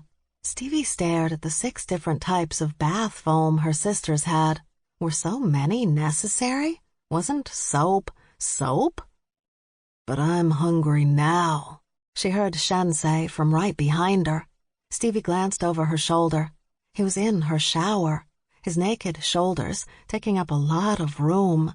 Facing him, she asked, "Can I help you with something?" "Hungry." "Bamboo's in there," she said, pointing. He moved in, making her back up until she was stopped by the wall behind her. His big hands slid around her waist, easily holding her. Stevie slid her fingers across his forearms and up his biceps. Shen leaned down, his lips hovering over hers for a moment before he pressed his mouth against them. As soon as their lips touched, Stevie's entire body became hot, her nipples hardening, her pussy getting wet. She gripped his muscles, slid her tongue around his. She suddenly couldn't get enough of him, wanted all of him. Their kiss intensified, each of them demanding, grasping. Then Shen abruptly pulled away and dropped to one knee in front of her. He lifted her right leg over his shoulder before he pressed his face against her pussy and began to lick her, deep and long. He was hungry. She could feel it. Stevie placed her hand behind his head, digging her fingers into his wet hair, fighting the wetness of the tub beneath her feet, afraid she'd lose her footing and slip, and then he'd stop. She didn't want him to stop. She never wanted him to stop. His tongue moved to her clit, circled it, flicked it, sucked it between his lips. She tightened her fingers in his hair, wanting him to take her over the edge, but he moved his tongue back to her pussy, slid it inside her, stroked her like it was his cock. "I need to come," she begged, because she really did. She needed it, now, and she wasn't one for waiting. And Shen didn't make her wait. He gripped her clit again between his lips and slid 2 fingers inside her. Then he just went to work, sucking and stroking her until Stevie felt crazed, until she couldn't think straight, until all knowledge left her head and nothing remained but need and want and more hunger. She screamed out when the orgasm hit, but quickly shoved her free hand into her mouth. The last thing she needed was for local night-wandering bears to come running to the house thinking there was a problem. There was no problem. Shen pulled away, dragged his fingers slowly out of her, and with water still pouring down on him, he smiled up at her. "Better?" he asked. "Much. But," she added, pushing him away, "fucking in a shower is never as easy as it looks in the movies." She reached around him and shut off the water, then threw open the shower door. "And I need you inside me now." She was making him crazy. Instead of that orgasm calming her down so they could casually play around in the shower, she was telling him what she needed, demanded, and it was for him to fuck her. Not in some cute, romantic way either. Not the way she was dragging him from the bathroom and back to his bedroom. Both of them dripping wet, leaving a trail as they made their way across the hardwood floors. Once they were in his bedroom, the door closed firmly behind them. She threw a condom at him before flopping onto his bed, her legs open. He didn't argue, didn't try to slow her down. Instead, he put the condom on as quick as he could, then reached out and grabbed her arm, yanking her off the bed. He spun her away from him and bent her over his dresser, her body knocking over everything he had on the glossy wood top. Shen slid his hand under her right knee and lifted it up, placing it on the dresser before he entered her hard. Stevie cried out, but there was a laugh there too, along with a gasp of surprise. He fucked her hard, one hand gripping her left hip, his other clutching her raised leg.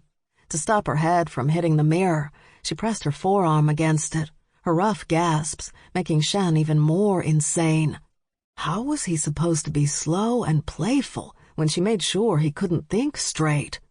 Shen pulled his cock out of her and flipped Stevie over, dropping her ass on top of his dresser before pushing his cock back inside her. She grinned at him, spreading her legs wider and resting her heels on the wood. He gripped her ass tight, lifting it up so he could get a better angle. He pounded into her, staring down into her eyes, and she stared back, not looking away, no shyness, no awkwardness. "God, that feels good," she said, slapping her hands against his shoulders, digging her fingers into the muscles. Shen broke out into a sweat, despite the cold air from the AC hitting his still shower-wet body. He could feel it on his scalp, under his arms. He felt like he didn't have enough of her. He wanted more. He wanted all. "Shit!" Stevie gasped. She closed her eyes and said, "Shit!" again. She came, and he watched while he continued to fuck her. Watched the way her entire body tensed and her back arched. "Yes," she hissed, her pussy clenching him so tight he nearly swallowed his tongue. When her body finally relaxed, she opened her eyes and gave him the sweetest smile while she panted from the exertion. Shen picked her up off his dresser and took her to his bed. He went down first, his cock still buried inside her, stretching out beneath her. She relaxed on top of him, her knees next to his hips. "What do you want?" "Your turn. Fuck me. Get me off." Her sweet smile turned positively devious as she tightened her pussy on his cock and began to rock her hips against him. Shen reached up and cupped her breasts in his hands, circled her nipples with his thumbs. "That feels good," she sighed out. He couldn't even answer, just grunted. "When we're done here," she went on, gazing down at him, "we're going to need to get back in the shower. And while we're in there, I'm going to take your cock into my mouth and suck it so goddamn hard." Shen gritted his teeth and grabbed her hips, making her stop moving. "You evil bitch," he panted out, working hard not to come yet. He didn't want to come yet, but she was playing with him, teasing him, making him crazy, again. She laughed, tossing back her hair. "And I'm holding you to that blowjob," he warned her. She leaned down, her breasts sliding along his chest as she moved her arms around his neck, and she pressed her mouth against his ear. "You better, because I'll be on my knees," she whispered, "sucking you all the way down until you hit the back of my throat. I'm going to make you come so hard." Then she bit his earlobe with her incisor, and that was it. Shen came. It was so intense, he worried he wouldn't be able to ever stop. His hips pounding into her, his fingers still holding her hips against his. When he groaned, she pressed her mouth over his, like she was taking the sound into her body. And later, when they lay on his bed, panting and momentarily exhausted, Shen said the only thing he could think of. "Zing." Stevie looked at him. "What?" "Forget it." He pulled her close, resting her head on his chest. "It's too much to explain." Chapter 26. Naked but clean, Stevie feverishly worked on her latest piece, Oriana's ballet. That's how she thought of it. Originally, she'd planned an opera and had been working on it when she and her sisters had first arrived in New York. But once she'd met Oriana and decided she wanted to help her, she changed the opera to a ballet. And since she'd approached Oriana's troupe about the work, she'd been getting calls constantly. It was kind of funny, the way they were clamoring. Funny, and a much-needed ego boost. Writing her work out in her third music notebook, Stevie almost didn't notice that Shen was talking in his sleep again. She couldn't say whether he did that sort of thing often.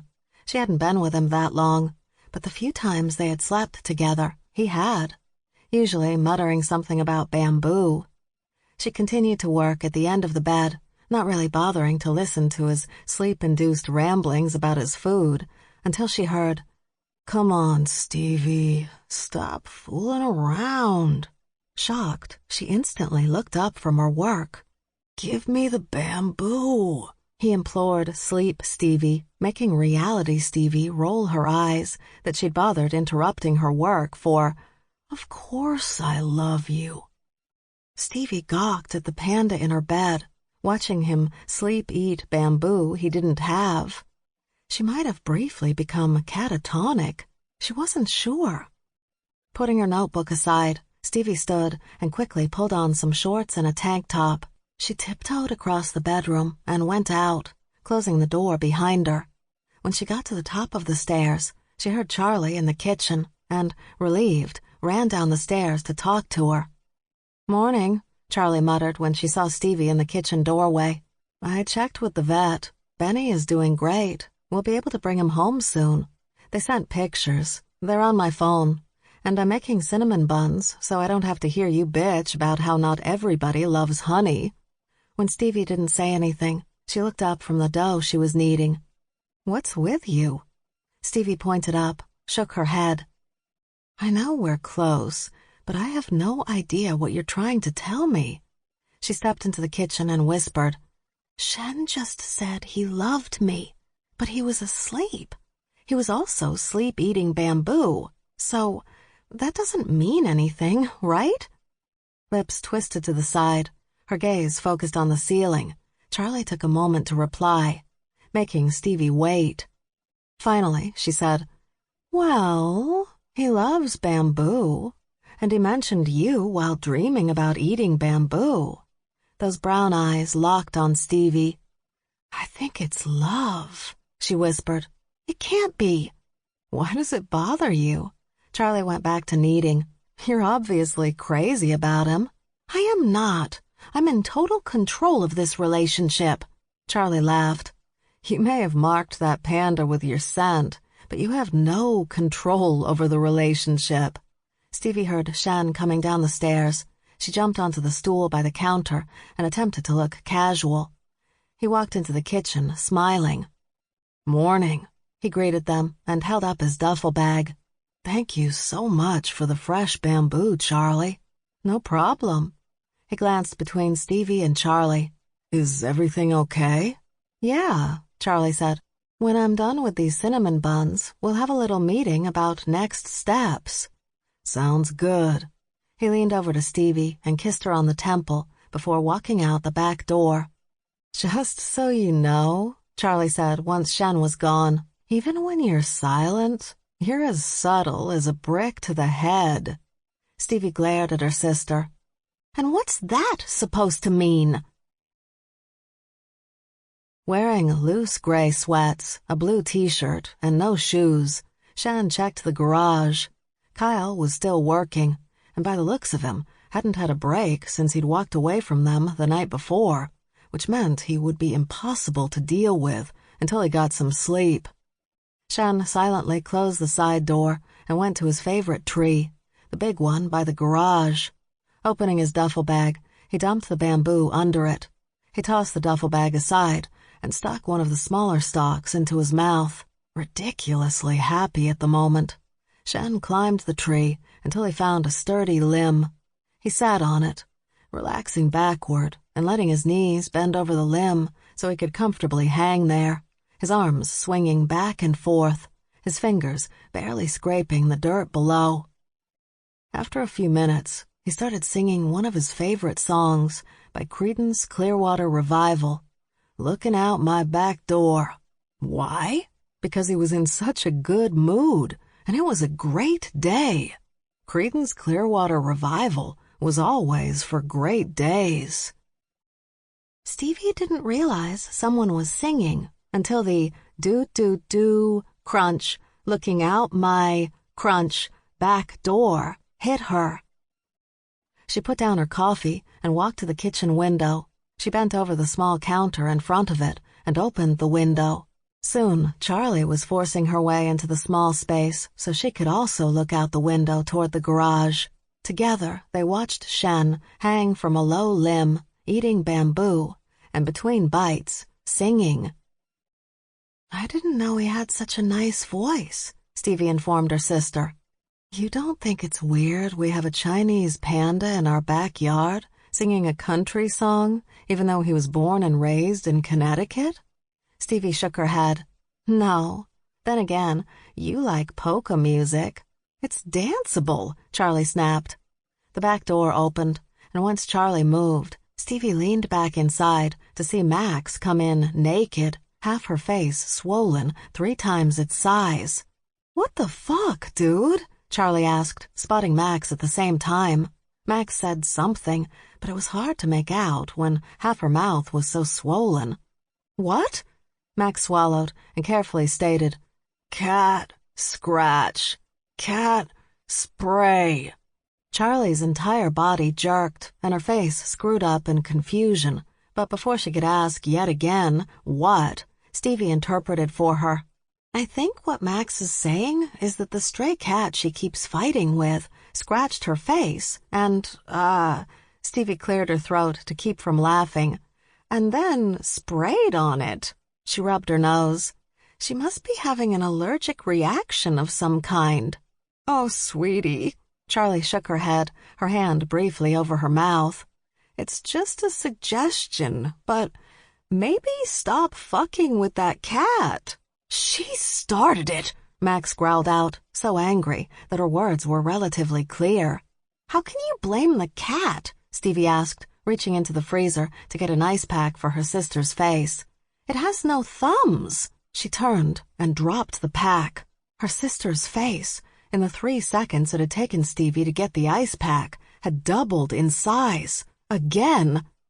"Okay," she said, trying to remain calm.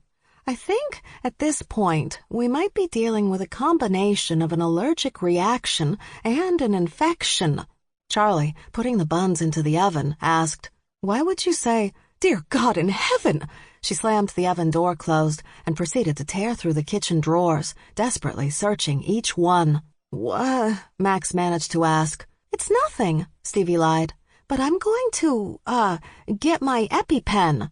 Max mumbled something, and Stevie replied, "I always keep several EpiPens on me. A lot of people I know have allergies, and you know how I like to be prepared," she finished before racing up the stairs to her bedroom. She grabbed her backpack and held it upside down over her bed. She shook it until everything fell out, and dug around the pile until she found 2 of the pens. Stevie ran back downstairs and returned to the kitchen as Charlie triumphantly held up a prescription bottle. "Got it." "What's that?" Max mumbled, pointing at Charlie. "Antibiotics," Stevie explained. "EpiPens," she said when Max pointed at the items clutched in Stevie's hand. "You're having an allergic reaction," she went on. "We need to administer this and then get you to a hospital." Since the entire right side of Max's face was now incredibly swollen, at this point she didn't even look human, but more like a half-inflated balloon. She could only roll her left eye. "No allergic, fine." "Sweetie, you are not fine." "She's right," Charlie said, grabbing Max's arm. "We need to get you to the hospital now." Max pulled away from Charlie's grip. "Fine. Show." Stevie should have known better than to wait for her sister to show them how fine she was. But who in their right mind would ever think that someone would walk up to a wall and just slam the swollen side of their head against it? Who would do that? Who? Horrified, Stevie covered her mouth with her hands, the EpiPens still held tight. Charlie dropped the plastic bottle filled with antibiotics, her eyes wide. "Max!" she screamed. "What the fuck?" Max didn't answer at first, her back turned to them, her hands dug deep into her head. But then, finally, she faced them. "See?" she asked, pointing at her deflated head. "I'm fine. Just needed to pop it like a balloon." She waved the EpiPens away. "So I don't need that." Stevie still pointed at her sister's face. You do have some very angry red lines in your face. That's the infection. I didn't say I don't have an infection. She watched Charlie pick up the prescription bottle. Although, why you have antibiotics just lying around the house, I don't know. You really don't know? Stevie asked. Even after ramming your head into the wall? Don't be over-dramatic. Wasn't being dramatic at all. How often do you have to do that? Charlie asked, pouring out half the pills onto the table. Max would take half the pills now, and the other half in about 8 hours. None of that twice a day for 7 to 10 days stuff, like with full humans. Shifters had to attack any major health problems a lot quicker because their systems worked so fast. Take pills? Max asked. No, ram your head into the wall? I don't know, she replied before taking several pills without even the assistance of water. Stevie quickly grabbed a bottle of water from the fridge, opened it, and placed it in front of Max. Thanks. I guess as often as I have to. Why do you ask? Because I'm worried that if we x-rayed your brain, it would look like you've been playing for the NFL for the last 40 years. I've got a badger skull. Max swallowed a few more pills. It can handle anything. It's the flesh around it that's weak and can't handle a little cat pee. That's right, Stevie laughed. This did all start with you arguing with a cat, didn't it? She attacked me. Yes, of course she did. Stevie heard the front door open and close. She expected to see one of the Dunns entering their kitchen, but it wasn't any of the triplets. It was Kyle's older sister, Oriana. She had on a tiny bikini, flip-flops, a giant straw hat, and a towel over her shoulder. She also carried a large tote bag with her that appeared to be filled with books. "Hey, all," she said. She stopped briefly in front of the refrigerator and reached in to grab a bottle of orange juice. "I'll be out by the pool, Stevie," she announced before walking back outside. The sisters were silent for a long moment before Max asked, "Are we going to have to see her skinny ass strutting around here very often?" "Hey," Stevie reminded her, "that's my friend." "Aw," Max mocked. "Little Stevie has a friend." Charlie returned to the kitchen table to make some quick breads that she could pawn off on the local bears, thereby keeping the cinnamon buns for the rest of them. "At least I don't hate Stevie's friends, unlike your friends, who I despise." Stevie grinned. "Exactly. Shut up." "You shut up." "If you two are going to fight," Charlie warned, "do it in the living room, not here. But before you two start grappling, Stevie, she smells like pee." Max went to grab her, but Stevie made a crazed run for it, out the back door. Oriana walked into the garage, gaping at the work her brother was doing. He was working with marble, and even she had to admit, he was good. Maybe the best living sculptor in the world. Not that she'd ever tell him that. Just like every time he was forced to watch her dance with the rest of their family, he asked when she'd last eaten. Stepping away from a sculpture of a naked Beau Novikov, she could only hope her brother was just guessing at what a naked Beau looked like. Kyle put his hands together, as if he were praying, and stared at his work. "So, what do you think?" he asked, and that's when Oriana realized he knew she was in the garage with him.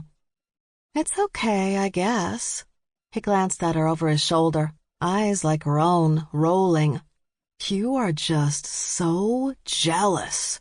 "I am hardly jealous of you, mostly because I've managed not to walk into doors, unlike you." "I always have a lot on my mind. Walking is a distraction," he dismissed with a wave. "What I'm asking is, do you think this is good enough for Kiki Lee?"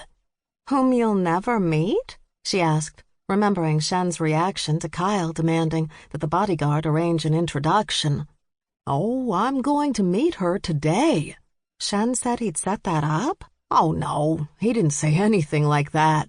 So I stole his phone, cloned it, and when my piece was ready, about an hour ago, I texted her like I was him. You did what? Stevie heard the shower go on upstairs and returned to the kitchen now that Max was gone. Did you talk to Shen?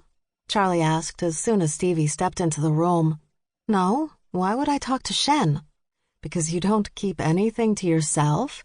I figured that's why you went outside. I went outside because Max was covered in pee. Just her face. Speaking of that, I should put some tuna out for the cat. You've gotta stop feeding that cat. She's chosen us, Stevie informed her sister. Just suck it up. Stevie had just pulled a can of tuna out from one of the overhead cabinets and was going to retrieve an opener when the doorbell rang. But before she could answer it, Charlie grabbed her arm, pulled her back. Stay behind me, she warned, her .380 gripped in her hand. Is that really Ness? But her sister had already gone. Stevie followed Charlie through the house and was behind her when she opened the door. But Charlie took one look and a sniff and let out an annoyed sigh. I haven't made anything bamboo yet and probably won't today. She slammed the door in the faces of the two females who'd been standing on their porch. Damn greedy bears. I don't even recognize them. But Stevie did recognize them, pushing her sister away and ordering her in a whisper. Hide that damn gun! Now! Taking a breath, Stevie opened the door and smiled at the two scowling women. Kiki Lee, she said. It's so nice to finally meet you. Do I know you? My work. I'm Stevie Stashuk. Kiki raised an eyebrow. Holy shit, you've grown. Stevie stepped back, waved her hand. Why don't you both come in? Shen's sisters walked into the house. Kiki was wearing all black, despite the heat outside, and the heels on her expensive-looking shoes had to be 6 inches high. How did she possibly walk in those things? Shen Li, the middle sister Stevie assumed, was dressed in oil-stained jeans and a t-shirt that had Firestone written across it, plus big work boots that didn't seem to fit her small frame. The two sisters couldn't look more different style-wise. Kiki seemed a little bit angry, stepping up to Stevie and demanding, "We want to see our brother." And she said it as if she thought Stevie would tell her no, which was just weird. Stevie exchanged glances with Charlie and said, "He's right outside, eating bamboo." The Lee sisters walked out, and Charlie asked, "Kyle did something, didn't he?" Cringing, Stevie replied, "Yeah, I think he—" "Kyle?" they heard Shen suddenly bellow from outside. And now both sisters were cringing. "You pretended to be me?" Shen demanded, his hand on the back of Kyle's neck. He had Kyle bent backward and was leaning over him, glaring into his face. "You wouldn't introduce me. I had to do something. How did you even get my phone? Telling you that will only upset you more. And you told my sister I was being held as a sex slave? You should be more concerned she believed me, or you in this instance." Shen popped his jaw and thought about bending the kid so far back that he broke his spine. "Let him up, Shen." Kiki tapped Shen's shoulder. "Look at him. He's a little kid." "I'm a prodigy," Kyle insisted, still bent over. "And I'd love to show you my work. I am not rewarding bad behavior." "Shen," Kiki pushed. "Let him up." Shen released Kyle. By now, the MacKilligan sisters were outside, too, watching. "Thank you," Kyle sneered at Shen before facing Kiki. "Some of my work is right in the garage." "Kyle," Shen began, but the kid ignored him and escorted his sister into the MacKilligan's garage, which he'd made into a temporary art studio for his work. Once they went inside, Shen turned to Jen. Not even knowing Kyle, she cringed. Oriana had her feet up on the small desk Kyle had in his studio, leaning back in the office chair, when the door opened and he walked in with an Asian woman who looked a lot like Shen, maybe too much. Some features did not work on both men and women, but despite that, Oriana liked the woman's style. Everything she wore was designer, including the Jimmy Choo shoes. "My work is right over here," Kyle said, moving across the garage. The woman stopped and studied Oriana. "I know you," she said. "Do you?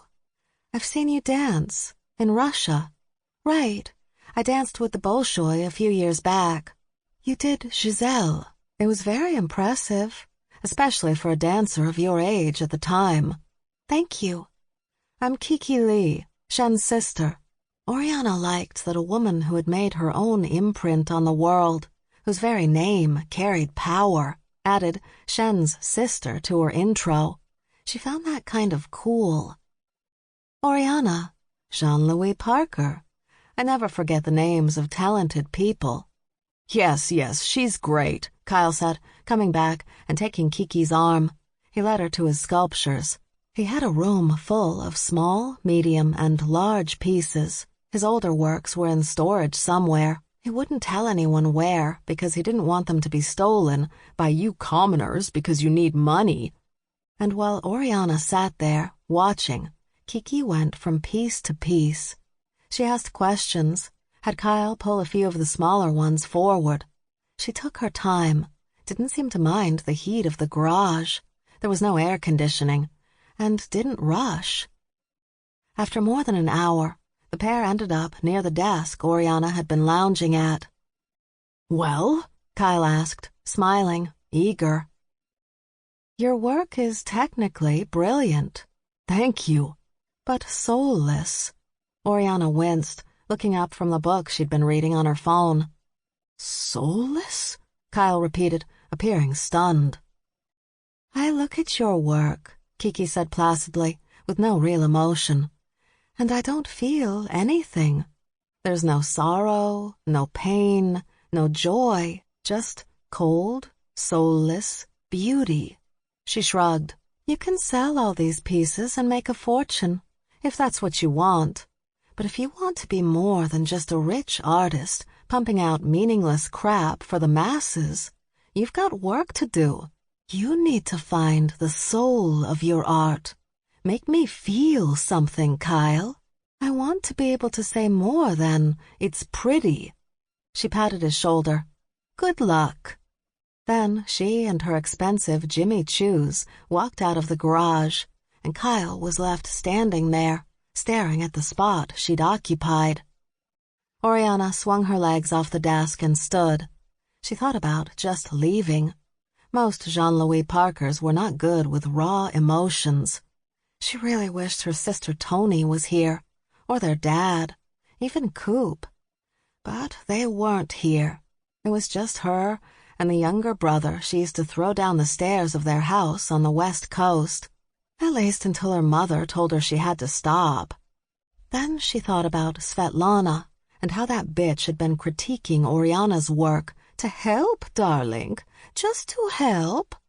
Although Oriana didn't think Kiki, unlike Svetlana, was being mean, attempting to make Kyle insecure.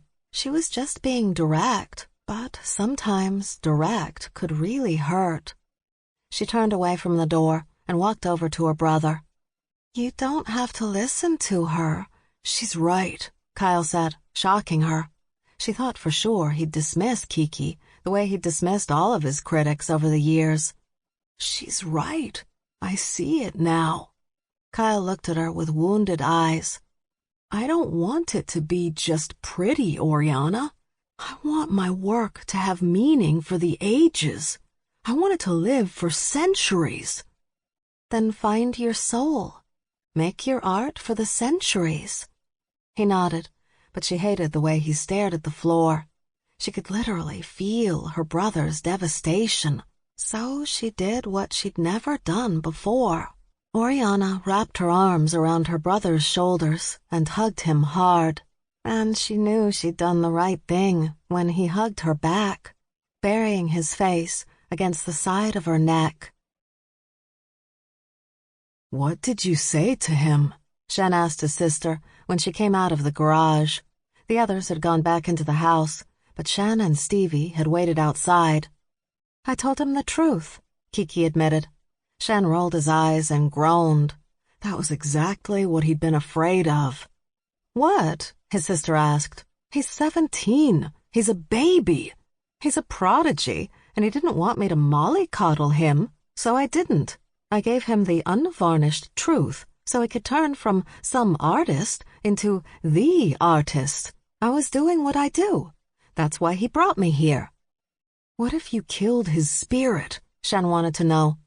If a true and honest critique that has nothing to do with personality kills his spirit, he was never meant to be an artist. But you, she added, pointing at Shen, know I'm right. I can see it on your face. He's good. But he could be great. I want great. Anybody can be good. Now, I'm going inside. I'd like something to drink. Why don't you come with me? She asked Stevie. I'll be right in, Stevie promised. She nodded and left them. You okay? Stevie asked Shen when they were alone. I knew this would happen. My sister is direct. That's the nice way of putting it. It's the only way. If I thought she was just being a destructive twat, you know I'd say something. Shen smiled. Yes, I know now that you'd say something. She looked over at the garage. Maybe I should talk to Kyle, though. Oriana's in there with him. That made Stevie feel better. No matter how much the Jean-Louis Parkers bickered among themselves, Stevie knew they still protected each other when necessary. Not the way Charlie and Max did, but with the same determination, just less bloodshed. Stevie went up on her toes, kissed Shen's cheek. What's that for? He asked, his cheeks turning a touch red. Because all this time, you weren't being a dick, just protecting Kyle from your sister. He's a kid. I had to do something. Chapter 27. Kiki didn't consider herself a hard-ass. She was direct, yes, but not a hard-ass. In her opinion, hard-asses were people who said mean things simply to be mean. They seemed to get a kick out of breaking people down and, if they felt like it after, building them back up. Kiki, however, just told people the honest truth if they asked. The kid had asked. Besides, why would she go out of her way to hurt him? She didn't care that he'd used her brother's phone to lure her here. People had done weirder and unhealthier things to get her attention, to get her to mention them in her magazine, online, or on TV. Even if the mention was bad, they wanted it, because it would get them publicity. To be truthful, and when was she not? She'd known it wasn't her brother texting her. Trapped as a sex slave? Her brother would never say he was trapped in that situation. Kyle Jean-Louis Parker, though, he had true potential. He had a future. She could see it. Of course, it didn't hurt he was gorgeous, even as a slightly pimply 17-year-old. He had that shoulder-length hair, the color of his jackal fur. People probably assumed he dyed it to look like that, but Kiki knew better. Those golden eyes, and those sharp, angled cheekbones. Even better, he had those long legs that gave him a good height, but he wasn't freakishly tall or buff like the grizzlies and polar bears, who often had to live in their own enclaves, so full humans didn't question why so many very large men and women had an unhealthy love of honey. But Kyle was a good-looking jackal, whose entire family easily slipped into the full human world without seeming strange or different, except for their inherent talent.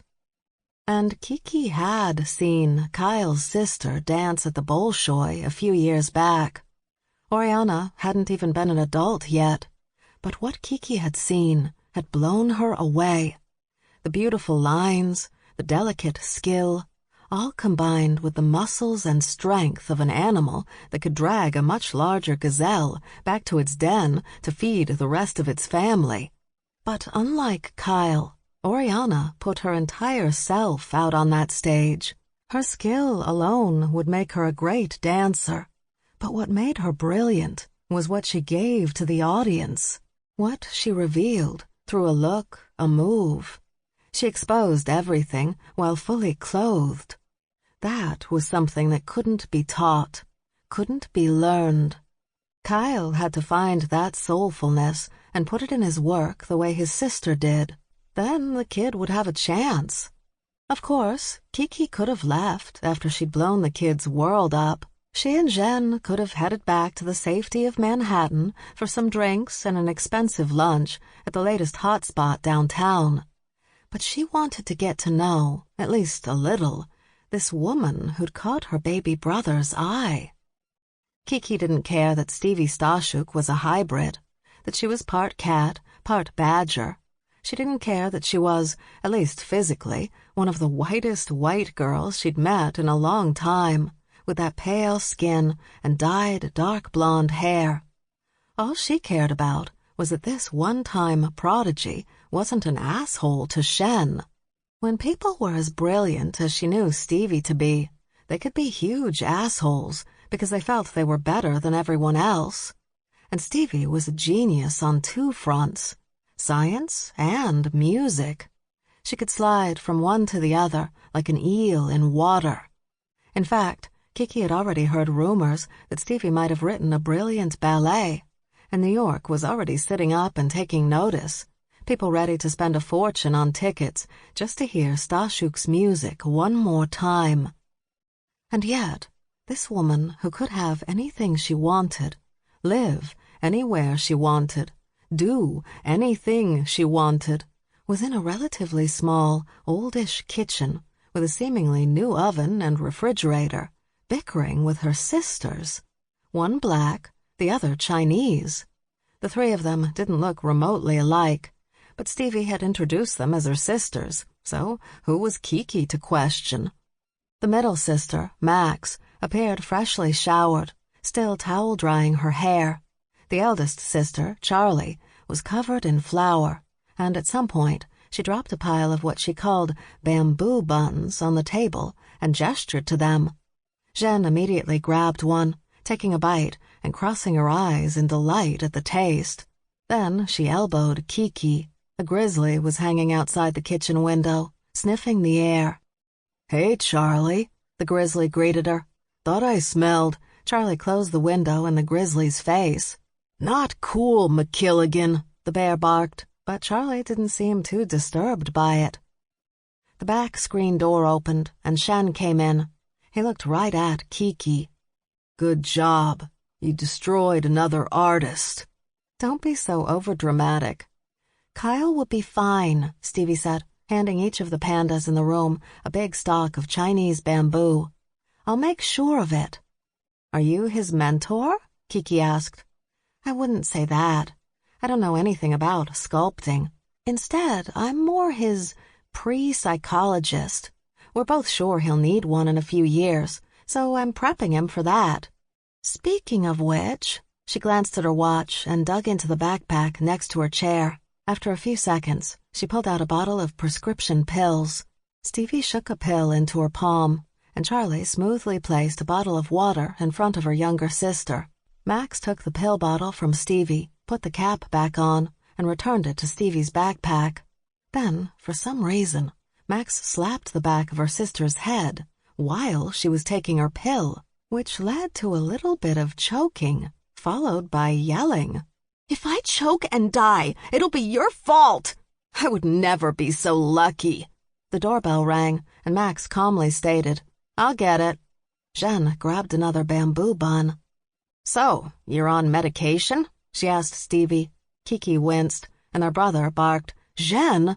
Their sister didn't say much, but when Jen finally did talk, "Oi!" "What are you doing?" Kiki softly asked her through clenched teeth. "She's dating our brother," Jen replied, softly and also through clenched teeth. "What if she's a nut? It's rude. This from a woman who just destroyed some kid's will to live. It is not the same thing." "You do know we can hear you, right?" Charlie asked. Stevie held up her hand. "It's okay, really." She smiled at Jen. "I have a panic disorder and bouts of depression, but I manage both with medication and therapy." "It's really none of our business," Kiki said. Like hell it's not, Shen snapped. Like hell it is, Charlie growled. Charlie, Stevie said, quickly raising her hand at her sister. You promised, just last night. Shen said, maybe you and Kiki should just head out. You're throwing me out because I'm worried about you? I'm throwing you out because you're being rude. Guys? Max stood in the kitchen doorway, a weird smile on her face. What? Charlie asked. Max stepped to the side, and Niles Van Holtz and Ulrich Van Holtz moved into the kitchen. Kiki knew both men. She'd written more than once about the Van Holtz steakhouse chain. But why they were in the MacKilligan house, Kiki had no idea. Oh, come on, Charlie shouted. Now I'm just being tested. Stevie jumped from her seat and faced her sister. You promised. But you promised. You never said they'd be standing in my kitchen. Ah! The former prodigy screamed. Do not start that again. Ah! I can't believe you're Ah! Fine. Shen let out a relieved breath. His sisters probably hadn't noticed, but Charlie had a holstered .380 semi-automatic attached to the back of her jean shorts. The flower-covered red t-shirt that reached past her waist hid it from sight. But once Stevie screamed a little into her sister's annoyed face, Charlie released the butt of her weapon and dropped both her arms to her sides. He hadn't been worried that Charlie would harm his sisters. He knew she wouldn't, although Shen was clearly testing the hybrid's patience. But take out 2 Van Holtz males standing in her kitchen? Yeah, that she might do, which would look awful in front of his sisters. Oh, and it would be wrong, too. Definitely wrong. Shen was thinking it was about time to get his sisters out of here when he noticed that the room had fallen ominously silent. Stevie stepped close to the wolves, and both her sisters looked tense, ready. Of course, those two were always ready. Placing her hand on Rick Van Holtz's forearm, Stevie asked, What's happened? He swallowed, glanced at his cousin. They took my friends, he said, his voice tight. They're both hybrids, Blaine and Gwenny. I just saw Blaine last night, Shen said. She was at Wild Dog Night. They both were. So was Matt Wells's brother. Stevie looked at her sisters. He was there last night. It has to be him. You don't know it's him, Max cautioned. James is not social. Going to a Wild Dog karaoke night would be one of the 7 hells for him. Trust me on this. I knew when I saw him something was going on, and then he was gone before I could reach him. It was him. They also grabbed her mate, Bo Novikov, Rick added. He had a scrimmage game last night, and he went missing right after. What about their kids? Shen asked. They're at my house. Deanne and Sella Malone are watching them, and the Malone family is protecting the building. Well, they're safe, Max muttered with no sarcasm, and she was right. We need your help, the elder Van Holtz said. We can't wait. Stop talking. Charlie, her back to all of them, held up her hand to silence everyone, and Stevie's cringe was so intense, Shen felt her pain. They might have to go it alone on this without Charlie and Max, and he would go, just as he knew Stevie would. No matter what her sisters said, she was ready to move right this moment to help those who needed it. Look, Van Holtz began. I know we've had some issues, but Charlie shook one forefinger. Then she faced them, and Shen realized she was already on her phone. Livy, it's Charlie. We need to move. Now. Yeah. Stevie told me. Yeah. Do you know a bear bar in Jersey? She shook her head. Not gay bears, bear bears. Yes, that one. Meet us there in an hour. She disconnected that call and started calling someone else. Max, text Berg for me. Tell him we're moving out in 10 minutes. Uncle Will, hi, it's Charlie. When are you guys going back home? Good. I need a few of your boys. Tonight. Great. We're meeting at the bar we went to after the funeral. Go there now. Make sure the snakes are all gone, please. Eat them. I don't care. I just don't want any there when we arrive." With another call disconnected, she pointed at Stevie. "They're going to assume it was you when they discover the lab break-in, so you need an alibi." "I'm not going into hiding, and I'm not staying here." "No, if you go into hiding, they'll know we know, and they'll move everything. It's better you're out and about. Let everybody see you, like it's a regular thing." Stevie pulled her phone out. "I got an invitation to something for tonight." She put in what appeared to be a 10-digit code and quickly scanned her email. "Here, I've been invited to a soccer game at the sports center. I can go to that." "They invited you because you're on the team," Max reminded Stevie. "Remember?" "Oh, yeah, I do now. Okay, I can do that." "Perfect. Shen, I need you to work with Livy. She asked for you specifically. We've worked together before. I'm going to have her hit Wells's Pride's home. Max and I will take the lab. I'll have the MacKilligans secure the outside." "I can do the lab on my own," Max protested. "And not kill everyone?" Charlie asked, not even looking at her sister. When Max did not answer, "Yeah, exactly. I'm going with you." "The Wells brothers still live with their mother's pride." Stevie scratched her forehead. "If you send Livy in there, we need to get the family all out." "How?" "I can do that." Shen looked down at Kiki. "You can do what?" "You're talking about the Wells pride, right? Jennifer Wells? And her scientist sons? She's always hitting me up for financial backing for her son's work. If she thinks she can meet some connections," she smiled at Shen. "I can do it. Trust me." "Are you sure you want to get involved in this?" Stevie asked. "Are innocent people being hurt?" "Yes." "Then I'm in." "Great." Charlie focused on her phone while walking toward the living room. "I have to get changed." She stopped by Rick, looked up at him. "We'll do our best to get your friends back." "Thank you." A brisk nod, and Charlie was walking again, barking over her shoulder. "Max, Stevie, let's move out." Max immediately followed, motioning to the Van Holt's males to follow her back to the front door, but Stevie stopped right outside the kitchen, looked over her shoulder at Shen. "I love you too," she said sweetly, giving him a warm smile. Then she was gone.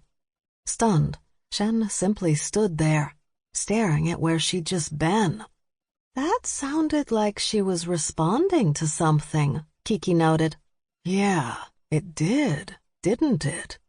Jen, rubbing her nose, asked, "Do you not remember saying anything to her?" "I don't." Shen pressed his palms to his eyes. "She is driving me crazy." "Good crazy or bad crazy?" Shen shrugged. "A little of both." Chapter 28. Stevie, sitting on the bench, glanced at her watch again. She kept trying not to. She kept trying to focus on the game.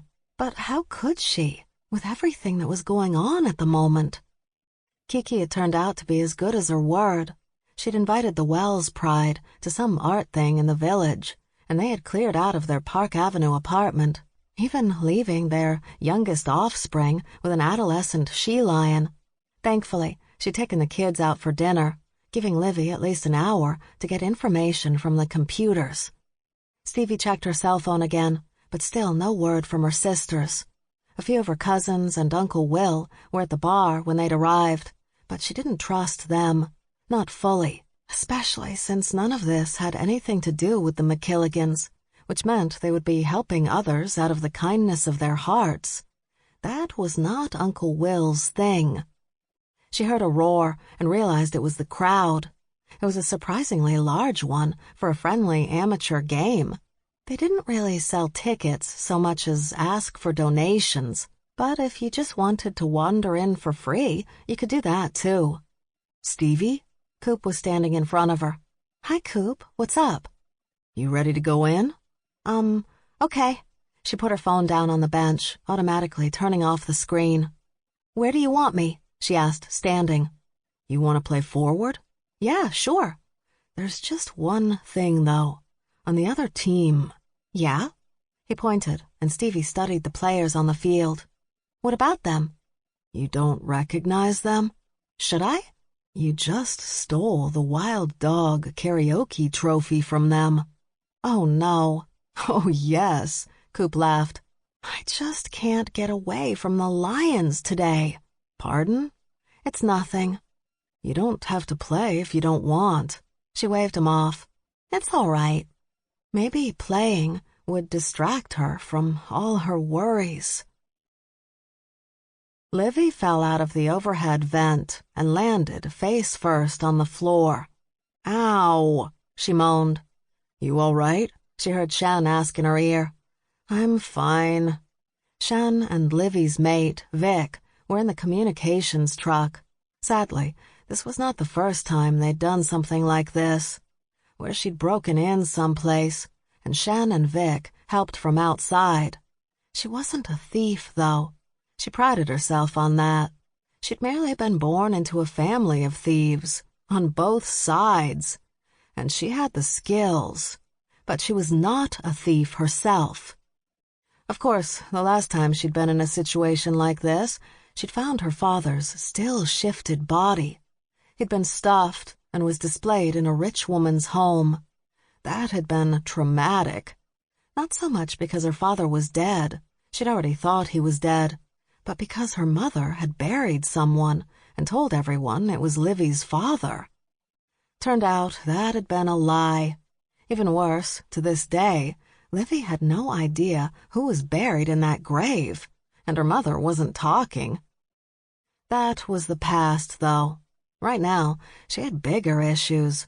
She'd been shocked when she'd found out that people she knew had been taken, and now time was a factor.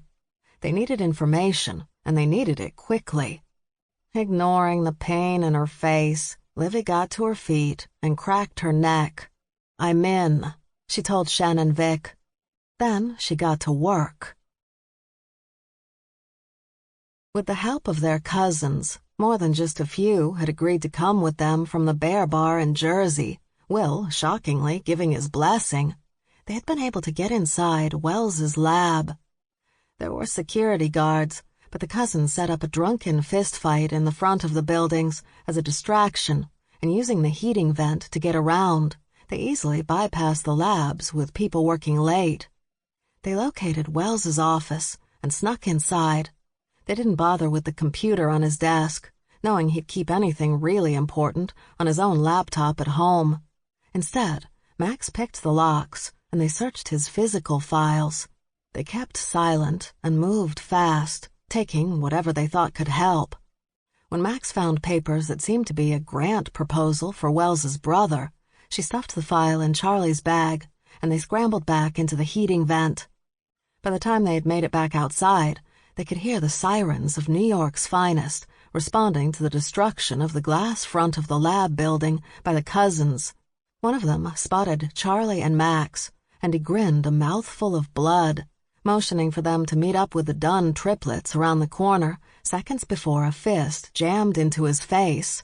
Charlie gave her kin a thumbs up, the first time she'd ever given one of them that, and ran, making sure Max was right behind her. As they neared the armored van, the side door opened to reveal Britta crouching inside, motioning them forward, Berg outside the van, Dag driving. Pushing her sister in front of her, Charlie scrambled into the van. She just moved to the far side when her cousins came tearing around the corner and dove headfirst into the vehicle. They knocked Max down, forced Charlie into the corner, kicked Dag in the back of the head, and one of them managed to ask Britta out while dripping blood on the van floor and climbing over his brother's chest. All right, then, Berg sighed as he stepped into the van and closed the door. Glad we're all safe. The ball rammed into Stevie's head, again. Now she was sure those lion bitches were purposely kicking soccer balls at her. Coop jogged over to her. Okay, at this point, I think we should just let you take a break. Clearly, they have not let the lost karaoke trophy go. Stevie wiped blood from her nose. Yeah, it's no longer a game, just assault. He picked up the ball. But hey, we have a game next week. The opposition is all pandas. They're from Chinatown. They mostly grab the ball and run, but they're extremely nice and lots of fun. I am not backing away from them or anyone. Stevie yanked the ball away. I'm so over this shit. Stevie went around Coop and dropped the ball. She stopped thinking about all the stuff going on outside the game, all the danger her sisters and friends were in. She temporarily blocked it and let her mind do what it did best, analyze. When she was done, she readjusted her body, moved her feet a bit, then kicked the ball. It spun across the field, hitting the farthest column, ricocheting into another column, which sent it slamming into another, slicing past the goal and ramming into the side of Mary Marie Brunetti's head. The power of the hit knocked Mary Marie into one of her sisters, sending both women to the ground. Wow! Coop sighed out in awe. It picked up speed. Stevie began to explain how she'd calculated the potential velocity, but she saw the blank expression on Coop's face and just ended with, "Physics. It's the best." Shen dropped Livy and Vic off at their vehicle and headed to the sports center. They'd already given the copied drives to Irene Conridge, who had been waiting for them. She had someone at the ready to hack into those things, and he hadn't wanted to lose a minute getting the information into Conridge's hands. Now, he just wanted to get back to Stevie. He knew she was safe, but he still didn't feel right without her in his sight, which was ridiculous. He was just being pathetic and needy at this point. Even though there were no big games going on, he still had a hell of a time finding a parking space. When he finally did, he was parked on the roof, which meant it would take him ages to get down to the lower levels where all the shifter activities took place. He got on the elevator with a full human family, watching as the numbers moved slowly from one to the other in reverse order. Shen blew out a breath, tapped his foot, and continued to watch the numbers. At least he did until he felt a small hand grab his t-shirt. He slowly looked down at the toddler.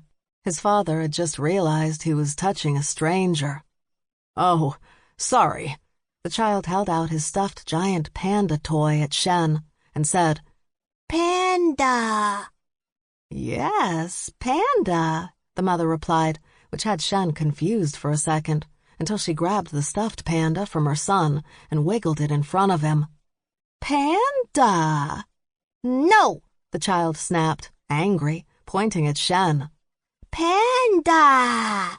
He reached for Shen, trying to wiggle out of his father's arms. "What is with you?" his father asked, becoming as frustrated as his son. "No, sweetie," his mother corrected, pointing at Shen. "Man!" She held up the stuffed toy again. "Panda! Panda!" The elevator doors finally opened, and with a nod and a smile at the family, Shen stepped out. That's when the kid started screaming, because his real-life panda was walking away. Shen never knew what it was, but kids under the age of 4 seemed to know a panda shifter as soon as they saw one. When it came to the other predators, kids that age usually just started crying or trying to move away from them to the safety of their parents. But they always knew the pandas, and they always wanted to cuddle them. Shen reached the private entrance to the floors that were for shifters only, passing the fox and jaguar security guards who kept the full humans out. One sniff, and they pulled the door open for Shen so he could go inside. He saw Dag standing in line at Starbucks. He hurried over, tapped his shoulder.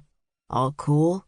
"Yeah, Charlie and Max are in room 20B. It's one of the offices. They're going through the paperwork they grabbed, hoping to find a property address." "Okay, I'll go get Stevie."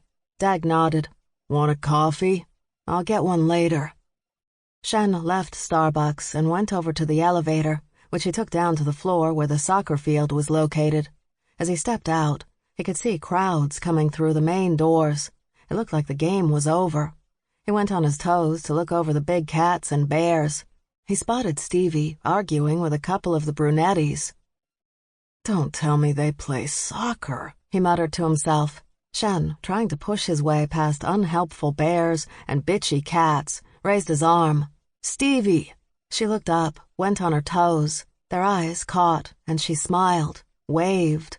She walked away from the brunetties and a fast-talking Coop, who thankfully blocked the she-lions from following her with his long jackal body. Shen headed toward her, trying to keep eye contact, but it seemed a lot of people had come to the game tonight, and Stevie kept dipping in and out of his. He stopped, looked over his shoulder, then back to where he'd last seen Stevie. Moving forward, now pushing past the bigger breeds, he ran to the last spot he'd seen her, but there was no sign. "Coop," he called out. "Where's Stevie?" The jackal turned away from the brunetties and took a quick look around. "She was just here. I saw her. Stairs. Where are the stairs?" Coop pointed. "Emergency exit that way." Shen ran, slamming into the doors and taking the steps 2 at a time, heading up. He reached the first floor. The 2 guards who protected these doors from unknowing full humans and made sure all the shifters got out safely if there was an emergency were out cold, blood seeping from wounds on their heads. Shen jumped over them and raced out the door and onto the city street. "Stevie!" he called out. "Stevie!" But she was already gone. Irene continued to pace around the room. The one person she knew who could do this level of illegal hacking, at least the one person she knew who'd nearly served hard federal time for this level of illegal hacking, continued to work. "How are we doing?" she finally asked. "I just started. Back off." She glared at her one-time PhD student, Mickey Kendrick. Although Mickey now did a lot of work for the government to stop the sort of hacking she was currently performing, she was willing to return to her old ways. Not for money, but for friends. Thankfully, and surprisingly to many, Irene was one of those friends. Of course, they were 2 full human geniuses married to wolves. It was logical that they'd end up friends. A knock, and the door opened. Van stuck his head in. Irene frowned, tried not to panic. "They didn't find—" No, but we have another problem. They got Stevie." He stepped into the room, studying Mickey. "How much time?" Mickey shook her head. "I'm shocked Stevie's little device could actually make workable copies from those hard drives. The problem is that they have 35-digit passwords and layers on top of layers of encryption." She looked at Irene. "You didn't tell me they were this paranoid." "We need to do something, Mickey," Van insisted. "We do not have time to—" "I'm doing my best, but these aren't house husbands hiding their porn or their latest girlfriends. These are incredibly brilliant scientists who know how to set up a system and keep people out of it.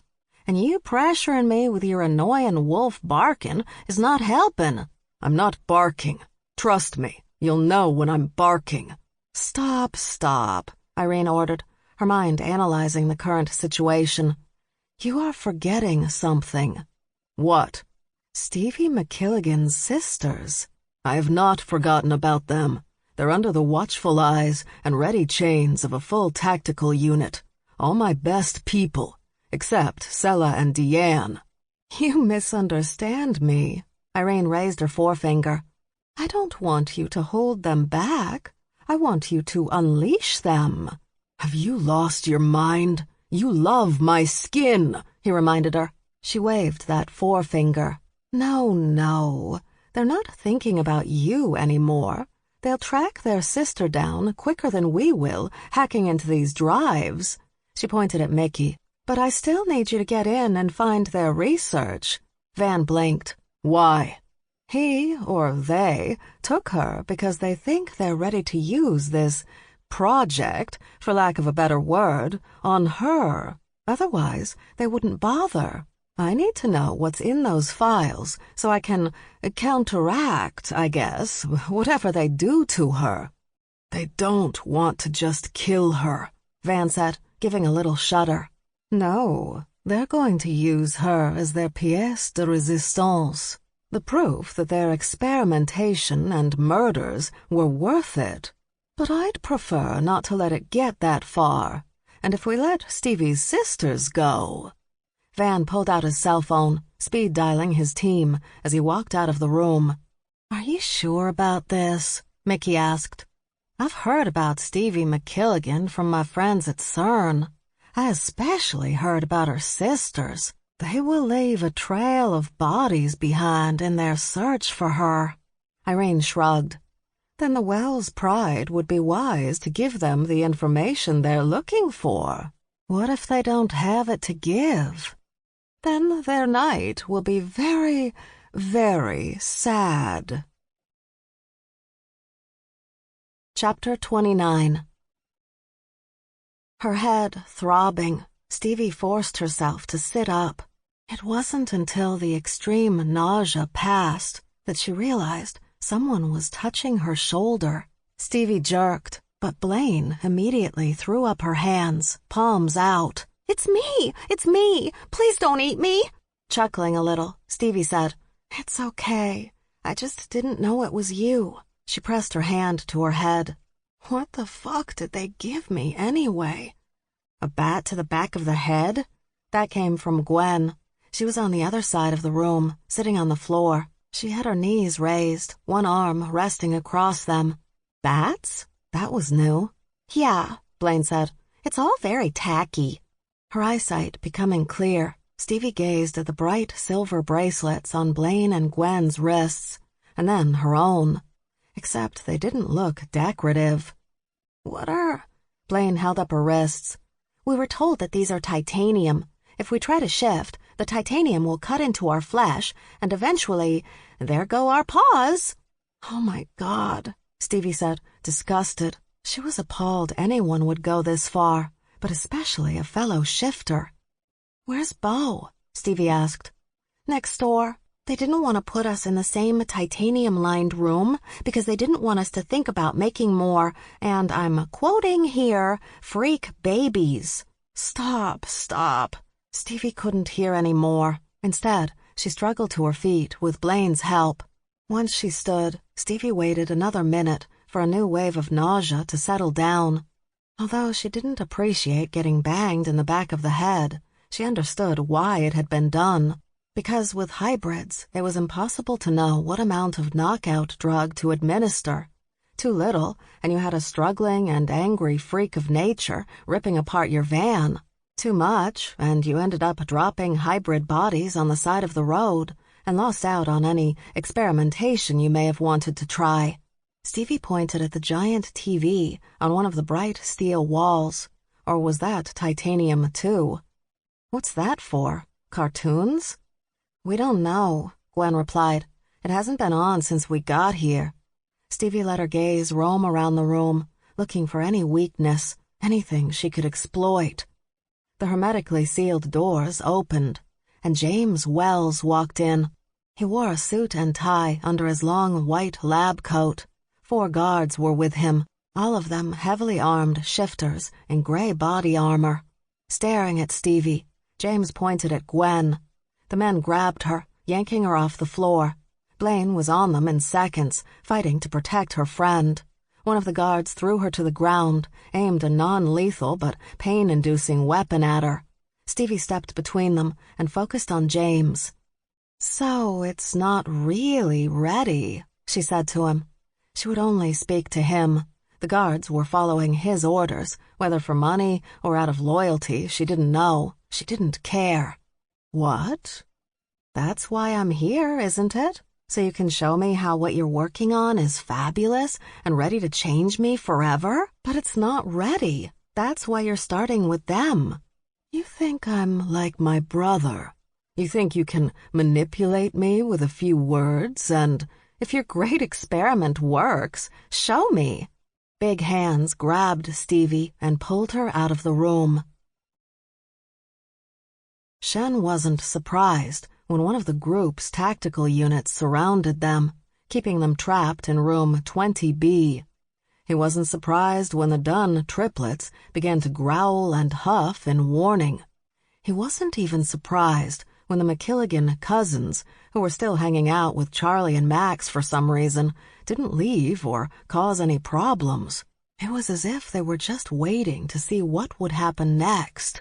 Oh, he also wasn't surprised when Max came within inches of snapping off an agent's face. Inches. But that seemed pretty expected by nearly everyone in the room, except for the guy who nearly lost his face. But what did surprise Shen was that Charlie wasn't saying anything or doing anything. She wouldn't talk to Berg. She wouldn't talk to Shen to tell him he didn't need to worry.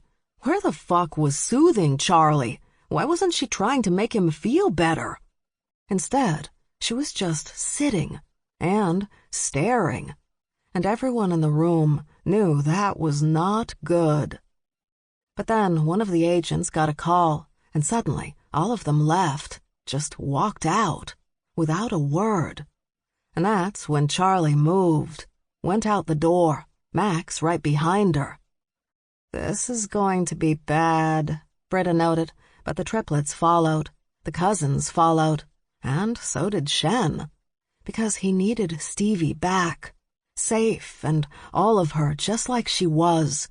If that meant doing things he wouldn't be proud of, he was ready. They got back into the armored van that was waiting for them right outside the sports center, but this time Max drove and Charlie sat in the passenger seat. No one spoke. No one moved. They all just waited. After they drove for a little while, Max double-parked the van in front of a Park Avenue apartment building. Shen knew where they were, and Britta had been right. This was going to be bad. Matt sat in his pride's living room, listening to his mother roar at him. She was using words, but all Matt could hear was angry roaring about how stupid he was, how he didn't think of others, how he was an embarrassment to the family, to the pride. Why couldn't he just be normal? But how was he supposed to know that the person he'd been talking to about the awfulness of the artwork was the actual artist? How was he responsible for that? And how was he supposed to know that the artist was the one with the family trust fund that gave huge amounts of grant money to important medical and science research? How was he supposed to know? And why wouldn't his mother stop roaring at him? Finally, he couldn't take it anymore and stood. "Where do you think you're going?" his mother demanded, following him. "I'm going to my room, and you're not allowed to come with me." He just entered the hallway, his aunts, sisters, and cousins laughing at him as they liked to do, when the front door was kicked open. The very secure, thick metal door on a secure apartment in a building with a 24-hour doorman. Where the fuck was the doorman? He watched Charlie MacKilligan storm into his home, her smaller, psychotic sister right beside her. Then there were bears and a panda. That panda. But when the group of honey badgers charged in, hissing and running at the she-lions, forcing them away from Matt, he knew he was in real trouble. He tried to stand his ground and be brave. He was 6'4", 260 pounds of muscle, and a lion. But then that hybrid's hand wrapped around his throat, and she pinned him to the wall. "Hi, Matt," Charlie said softly, Max grinning behind her. They wanted to strap her down onto some table, but Stevie shook her head. "Not necessary. Just do it." Stevie knew that Charlie would lose her mind about this, that she was sacrificing herself, but it just seemed right, didn't it? For years, she'd been talking about fucking with her jeans so she could stop shifting. Her sister had forbidden it each time, but she knew it would save a lot of people. Did she want to do this now? No. She'd wanted to try it on her own terms, with her own work. But she wasn't about to let her prey, Blaine, and her friend go through this. No way. And the thing was, She knew she just had to delay Wells, because her sisters would come. They would come for her and the others, and no matter what James did to her, it wouldn't matter, because the others would be safe. Stevie sat at a table, and one of James's assistants pulled her left arm out and prepared it for injection. James sat down catty-corner from her, smiled. "Is all this because I dumped your brother?" she asked. "I know why you broke it off with him. He's an idiot. You had no choice, really." "Then what is it? Because you seem a little obsessed." "I saw you once," he said, gazing at her. She could see the fanatical light in his eyes. "Saw me? Change into that thing." It felt like her heart dropped, but she didn't let those feelings show on her face. "It wasn't normal. It wasn't right." "I don't know about right or wrong," she said, feeling a needle slip into her skin, but refusing to react to the pain. "But it's definitely not normal. But Blaine and Gwen are normal. Blaine's a wolf dog. Gwen's a tigan. Both are found in nature." "Those things aren't found in nature. They're found in foreign zoos. And Novikov? You going to tell me he's found in nature?" "Yeah, I can't really say that about him." "You, all of you, are a danger to our society. But instead of wiping you out, as some would like to do, I've created something that will allow you to become more like us." "But not too much like you," she said with a teasing smirk, pointing her finger. "Think about it. You'll be able to keep that brilliant mind of yours, but you'll no longer be ashamed of what you are. Won't that be a relief?" A week ago, she would have said yes, but now? "So how long does this process take?" she asked. "Well, for your safety and the safety of my guards and assistants, we'll put you back in your room for the changing process. But you'll be able to watch what happens to your DNA on the monitor we have set up in there. Exciting, right?" Stevie forced a smile. "Absolutely." "Where's your brother?" Charlie asked again. "I don't know." "Where's his lab?" "I don't know what you're talking about." "You're lying. Unlike you, I don't obsessively watch where my brother goes and what he does, and he won't tell me anything because he thinks I'm going to steal his precious research. Like I give a shit. Hey!" A young, non-related male lion barked from the doorway. Berg and Dag started to move, ready to challenge him, but Britta knew her brothers would just get in the way. She grabbed their arms, held them back. "What the fuck is going on?" the male roared. Her eyes still locked on Wells. Charlie softly said, "Max?" The blade was out of Max's hand, across the hall, and buried in the male lion's chest before he could move. He fell back into another male lion's arms. "Don't pull it out," Max warned the second male. "He'll bleed out, and that'll be the end of him. You may want to carry him to an emergency room, hun." "Go," one of the she-lions urged, and the males were gone as fast as they'd come in. "I don't think he's lying," Max said about Wells. "You sure?" Charlie asked, leaning in, staring intently into his face. "Yeah, I'm sure. The thing is, based on what Stevie has told us, your brother is not going to do anything on his own. Because, like you, he's a mama's boy." Slowly, Charlie's head turned, her cold, suddenly gold wolf gaze locking on the head of the pride, Jennifer Wells. "Mommy," Charlie said, her voice low. "Where's your boy?" "Go to hell." Charlie's body spun away from Wells, and she faced the she-lion, her .380 now in her hand, aimed at the older woman. She stalked across the hall toward the lioness, the gun raised. The other females attempted to attack, but the MacKilligan cousins got in the way, fighting the women and mostly getting their asses kicked. But they were all honey badgers, so they just kept fighting, seemingly tireless, keeping the females at bay. Charlie pressed the barrel of the gun against the she-lion's head. "Where's his lab?" But she wouldn't reply. She just smirked. It was like she was daring Charlie to kill her. "You know me," Charlie said. "You know what I'll do." "Then do it. Pull the trigger." Charlie shrugged. "Okay." She pointed the weapon back at Matt Wells and shot him in the leg. Roaring, the lion male dropped to the ground, his hands wrapped around the bleeding wound. "Now," Charlie explained, "you're gonna lose a son tonight.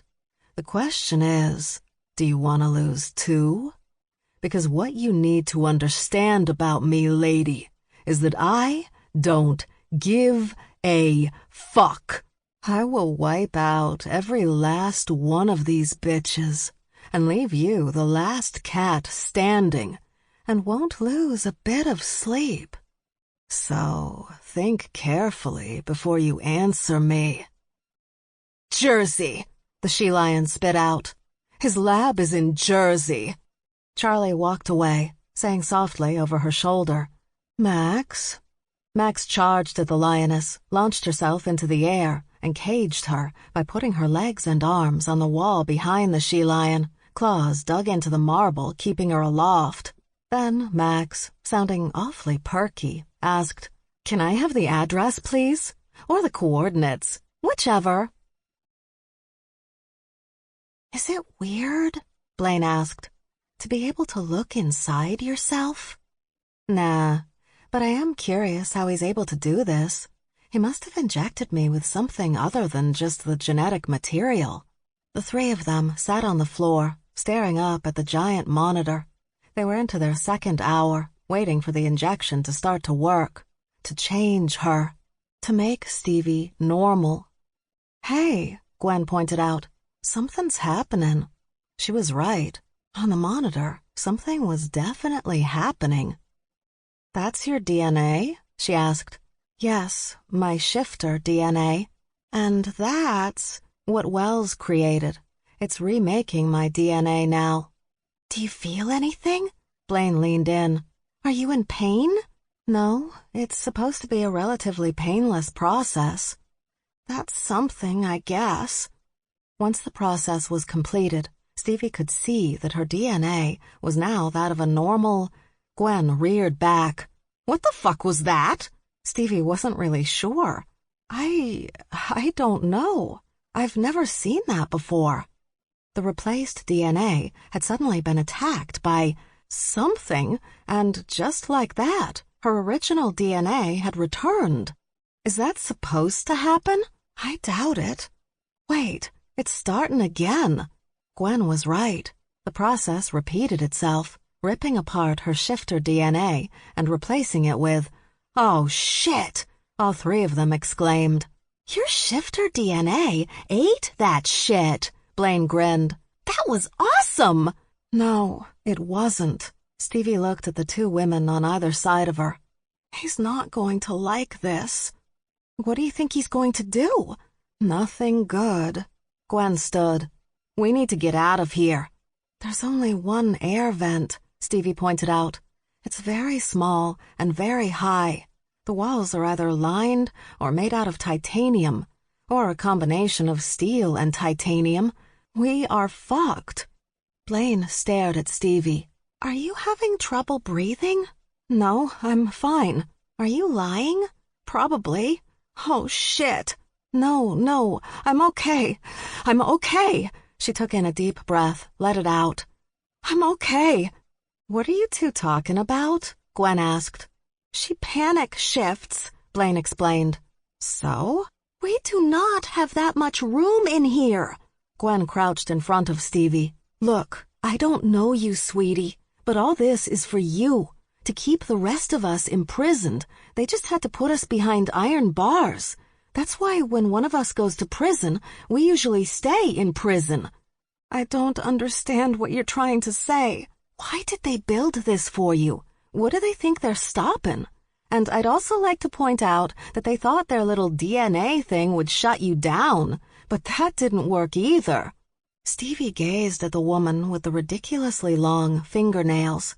Scrambling to her feet, Stevie faced the wall and unleashed the claws on her right hand, which didn't affect the width of her wrist, didn't cause her any problems with the titanium cuff she had on. She pulled her arm back. "Are you sure about this?" Blaine asked.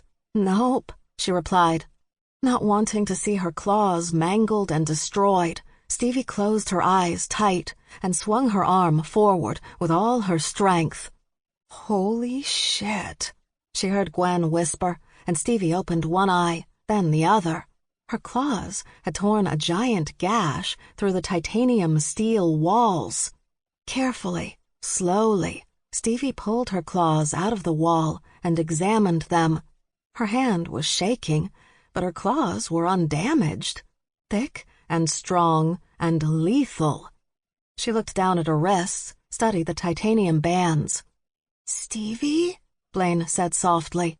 "They're coming." Blaine was right. Stevie could feel the vibrations through the floor. She faced the women. "I'm about to do something," she informed them, "that is probably very, very stupid, but I think we've run out of options. So, yeah, I'm sorry in advance. If we survive this, Gwenny," Blaine said to her best friend, "I'm going to tell you very loudly, I told you so." Chapter 30. The trucks and SUVs pulled to a stop in front of the single-story building. From the outside, it looked like a small office building with reinforced doors and state-of-the-art surveillance equipment. But that was only because the real doings were going on in the floors underneath the ground. The floor on top was just the entrance, and it was heavily guarded, according to the Wells Pride, who eventually told them everything just to get the crazy MacKilligans out of their house. Like the group members, Shen and the Dunns were dressed in black body armor. Shen had his weapon unholstered and around in the chamber as he stepped out of the SUV and walked around to the front where he met up with the Dunns and Dutch Alexander. The MacKilligan cousins had wanted to come, but their uncle had ordered them back to their hotel. Probably a good idea. This was more a job for professionals, not guys who just enjoyed terrorizing cats. The sun was barely coming up when Rick Van Holtz, who was leading this raid, stepped in front of his people. "Everybody knows what they need to do. Stay calm. Move fast. Don't forget we've got at least 4 civilians in there, maybe more, so be careful." Charlie, dressed just in jeans, a blue t-shirt, and sneakers, not looking tactical at all, had a gun in each hand, and the back pockets of her jeans were stuffed with fully loaded clips. She listened silently to Rick's unusually gruff speech. Her expression was blank until Max stepped in beside her. The smaller MacKilligan also had on jeans, a black t-shirt, and thick work boots. They looked at each other, and something passed between the siblings. It felt like an entire conversation in one glance. Max went back to the SUV they'd driven up in, and while Rick ensured that his team knew the details of the plan to breach the building, Shen watched the sisters. A minute later, Max returned. She stepped in front of Charlie and placed a small rocket launcher on her shoulder. One shot, and the blast took down the door and blew out a good chunk of the building's front as well. Everyone except Shen and the Dunns ducked because they hadn't been expecting the MacKilligan sisters to let Rick and the group lead anything. Glancing over her shoulder, Charlie said, "Wait here. We'll let you know when it's clear." Then they were gone, Max briefly stopping to toss her rocket launcher at Dag before pulling out blades, one in each hand. Rick stared at the half-destroyed building. "What just happened?" He asked no one in particular. "It's best just to wait until they're done," Berg explained. "Trust me on this." Gwen had a giant furry ass pressing her into the titanium wall. She was afraid she might die from suffocation, but she couldn't be angry. That furry, striped ass had so far protected her and Blaine from tasers, tear gas, and beanbag rounds. When the non-lethal didn't even give Stevie MacKilligan an itch, they moved to lethal. That's when the furry ass protected Gwen and Blaine from gunshots. Of course, the gunshots were what made 2-ton Stevie really angry. Roaring so loud the walls shook, she lashed out with her front paw, sending a group of guards flying out of the room. It turned out the titanium bands didn't cut into Stevie's flesh. When she shifted, they just broke off and fell to the floor. The rest of the guards ran out, closing the doors behind them. Gwen assumed Stevie would tear the door open, but instead she stomped to the wall and began to climb it, and not by digging her claws in. She just climbed it, like a goddamn lizard. "Holy shit," Gwen gasped. "Told you," Blaine said yet again. They watched Stevie easily move up the wall until she reached the extremely small air vent. She nosed the grate a few times, then used her claws to yank it out. The thick metal clattered to the floor, and she poked her nose in. With a little push, she got her head in, too. But there was no way her body would... "Holy shit! I told you!" Stevie managed to get all 2 tons of herself into the vent, her giant shoulders slipping in after her head, the rest of her body following. Gwen worried the hybrid would get stuck, but they could hear her claws and fur moving against the metal above them. They waited in silence, their gazes locked on the ceiling, until the doors were thrown open again. The armed guards had returned with weapons that could take down an elephant. But when they stepped inside, they froze and looked at Gwen and Blaine. "Where is she?" the woman in front demanded. Smiling a little, Gwen raised her hand and pointed her forefinger to a spot behind them. She saw the color drain from the woman's face before the guards all turned at once. But it was too late. Stevie had eased her gigantic body out of the tiny air vent on the other side of the door, lowered herself to the floor without a sound, and had attacked without hesitation. Blood splattered across the room, hitting Gwen and Blaine in the face. Then they had to duck the spit-out body parts, boots, and weapons. Guards arrived from the hallway behind Stevie. Gwen didn't think Stevie saw them and was about to call out a warning, but Stevie's long, tiger-like tail lashed out. It wasn't a tiger-like tail functionally, nor was it like a honey badger's, because it cut through the 3 men charging toward her, cut right through them, splitting all 3 in half like they'd been hit with a giant sword. The tail was also whip-fast and prehensile, picking up guards and tossing them around the room like toys. Finally, Gwen had to say it. "I'll never doubt you again, Blaine." "Yes, you will. You're right, I will."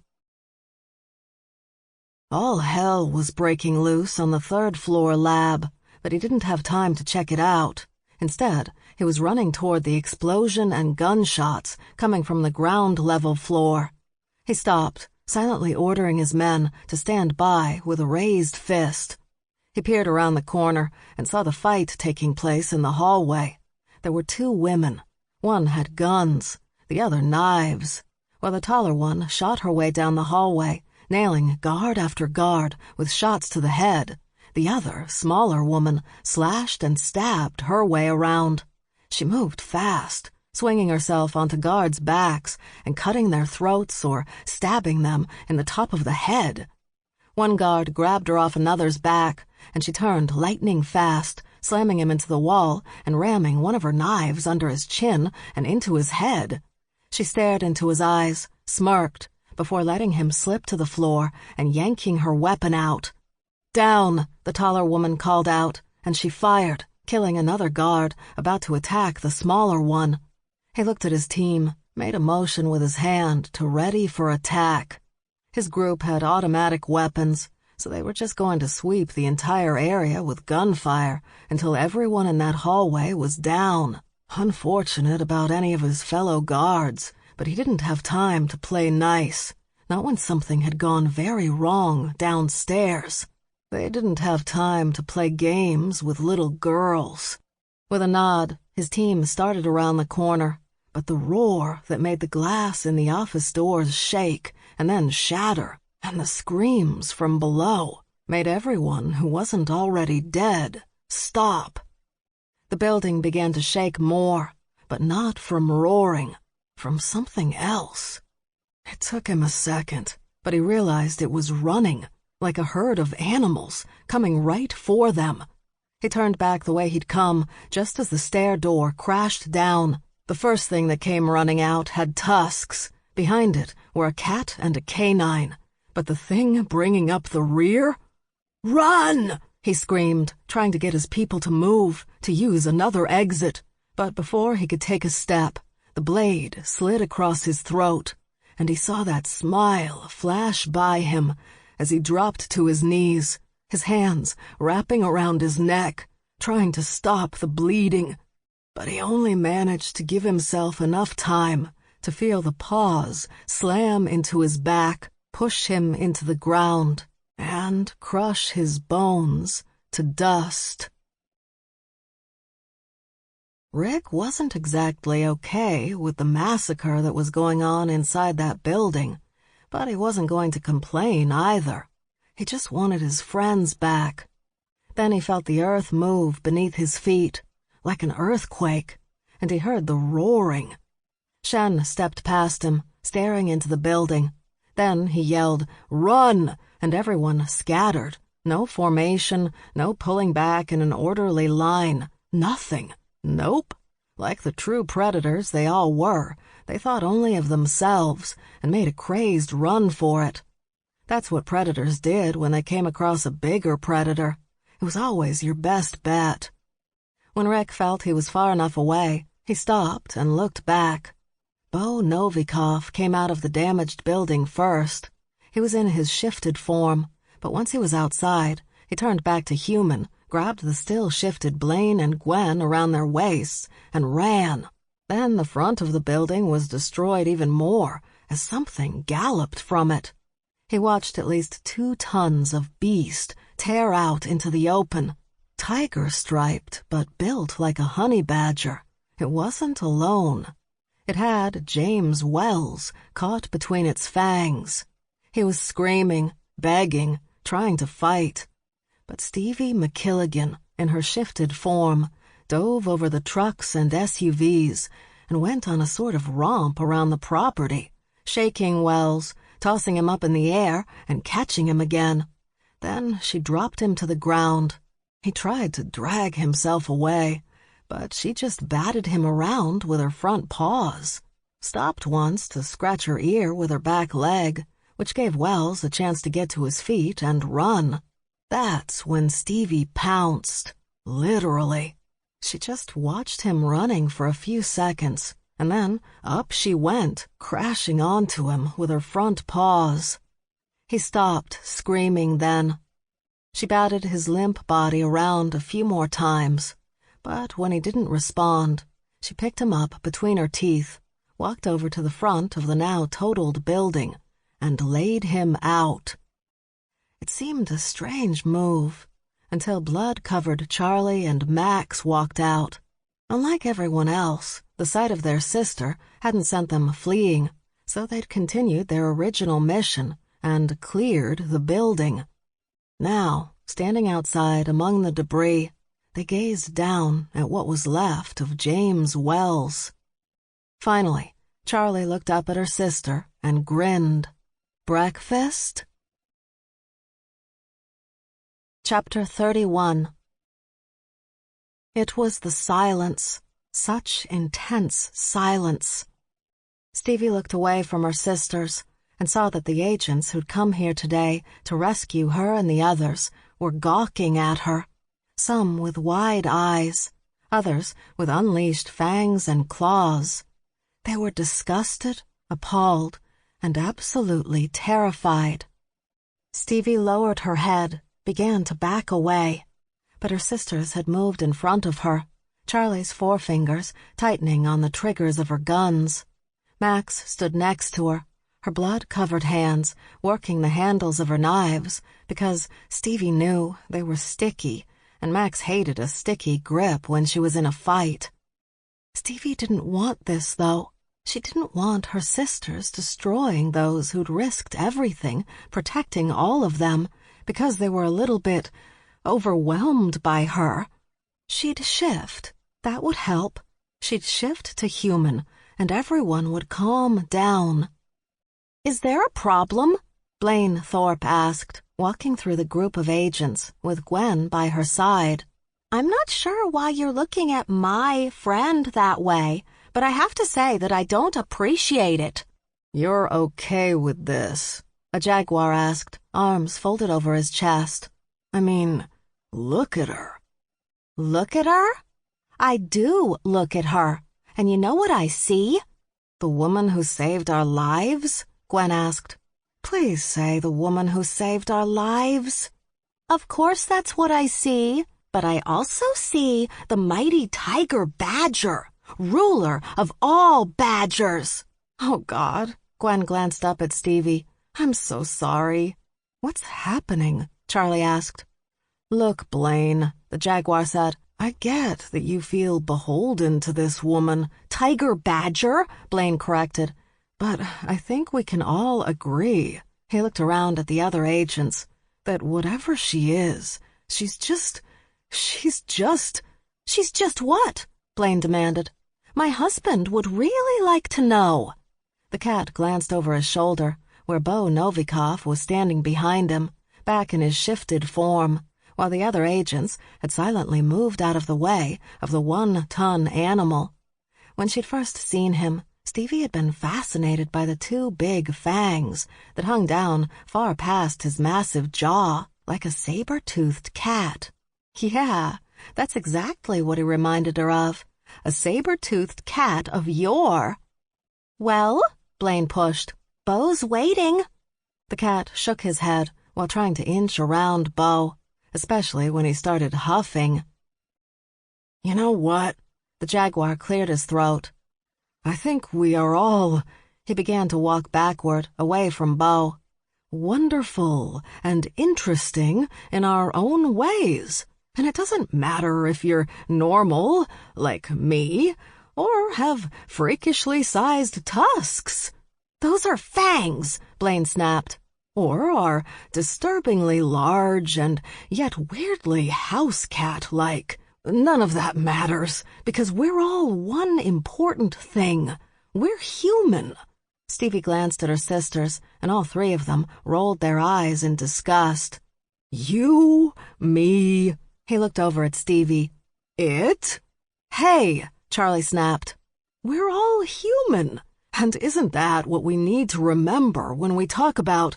Oh, my God! Would you stop it with that?" The group of trained agents faced the sound that had been getting louder and louder as the giant panda in human form walked closer, munching on a bamboo stalk. "What?" Shen asked, calmly gazing back at the others. "I was hungry." "Do you have to make so much noise?" the cat demanded. In response, Shen bit down on the stalk, and the crunch echoed out in the fresh morning air. The bears began heading back to the SUVs first.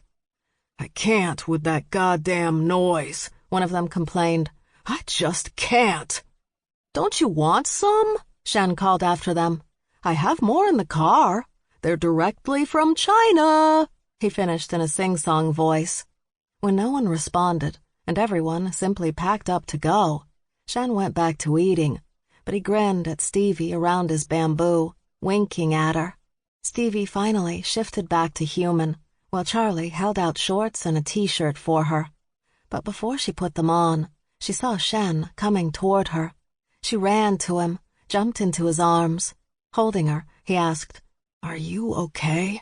"My DNA eats other DNA for lunch, so I am great, emotionally and genetically."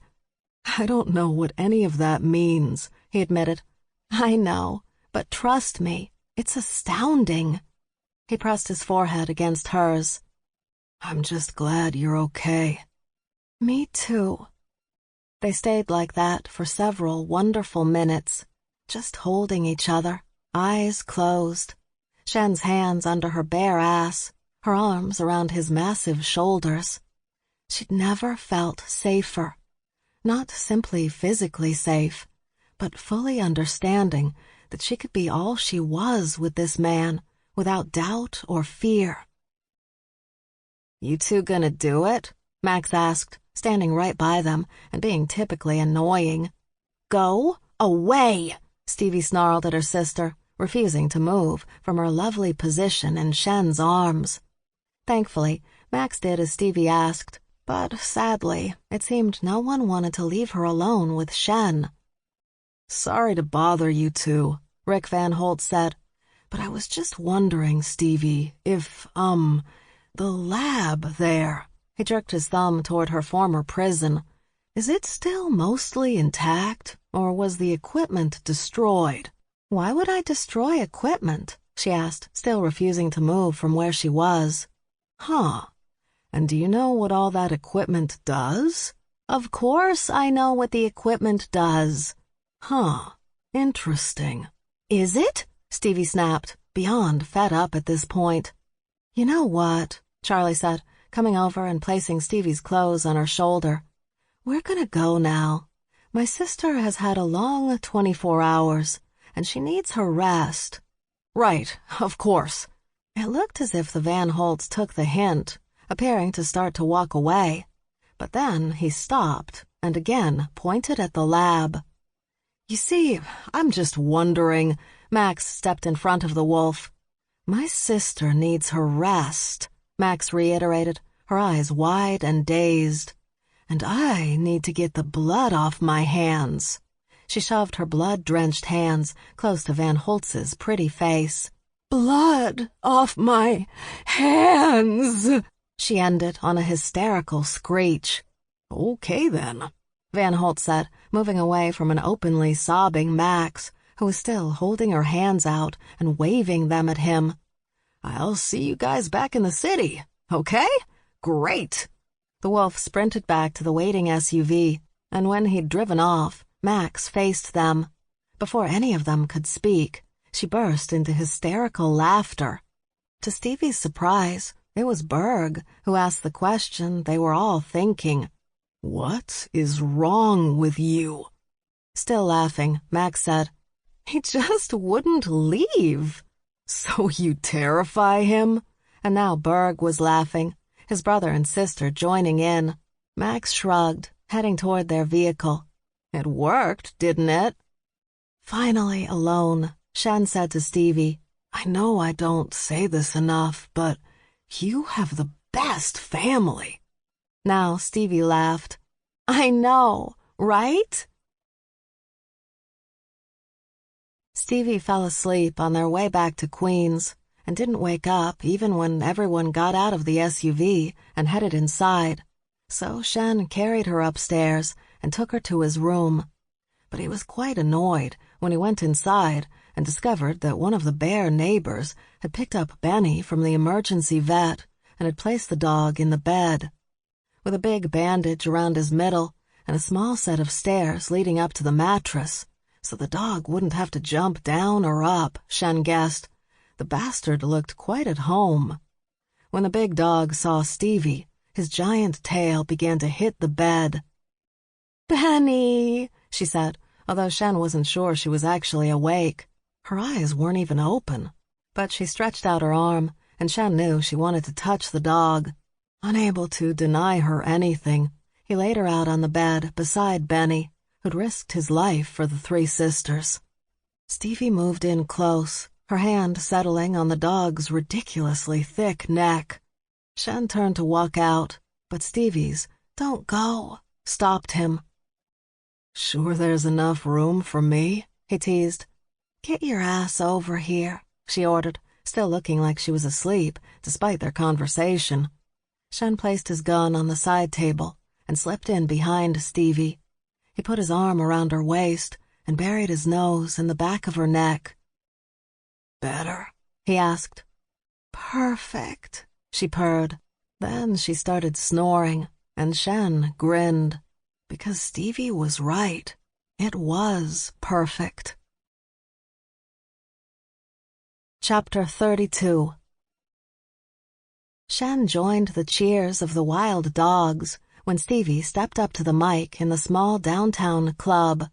She'd gotten a call earlier in the day, asking if she'd like to play with the band, as they referred to themselves, since the former prodigies/current geniuses refused to actually give themselves a proper name. Too much like we're really a band, rather than just a group of like-minded geniuses, Stevie had remarked when Shen mentioned it. It turned out just to be a last-minute Kuznetsov pack get-together that evening, because some wild dog friends from Germany had shown up, and they all wanted to celebrate, as only wild dogs could, by badly singing along to great music performed by musical geniuses. "We got a request," Stevie said, "from the lovely ladies at the bar there." Shen glanced over. The women didn't look or smell like shifters, but he had no idea who they were. It was unusual for full humans no one knew to attend a wild dog party, but there was something about the group that no one wanted to challenge either. So they just left them alone, and that seemed to work for everyone. Besides, wild dogs didn't really have the kind of parties that involved the unleashing of claws or fangs. "So get ready, Zeppelin fans," Stevie continued. "It's time for a little immigrant song," she yelled out. The music started, and everyone cheered. Many others head-banged, and Stevie sang in her best Robert Plant voice, while she was Jimmy Page on her guitar. It was great. An hour later, the band took a break, and Stevie came over to Shen, jumping onto his back as she liked to do. She was so petite, though, he barely felt her. Arms around his neck, legs around his waist, Stevie kissed his cheek. "You were amazing," he told her, placing her beer in her hand. "Thank you." "Why didn't your sisters come?" Max had plans, and Charlie was, to quote her, not in the mood to be around labradoodles. "Ouch," Stevie laughed. "Yeah, I know. That's my bitchy sis." "Not bitchy, direct. I enjoy that in a woman that I don't want to kill me. There's no confusion about what crosses her boundaries." Stevie loved that Shen didn't mind walking around a bar with her attached to his back. Not many men were comfortable with that sort of thing, but he seemed to enjoy it. As they made the rounds, Stevie spotted Kyle. She hadn't seen him in days, since she dealt with James Wells, a problem that had quietly gone away, thankfully. But she had to admit, she wasn't surprised when Conridge called her and asked if she wanted to go back to the lab to see what he had there. Shen had to go with her because Max had freaked out so badly about how Conridge was going to wipe you from the world. Not really. Instead, they barely spoke to each other, too busy going through Wells's notebooks and computer files. Although the damage to the walls and windows still remained, the bodies and blood had been removed. Something Stevie greatly appreciated. It allowed her to focus on the work, while Shen sat in an office chair, eating bamboo and turning in circles. The man really didn't need much to be entertained. She patted Shen's shoulder and pointed at the ground.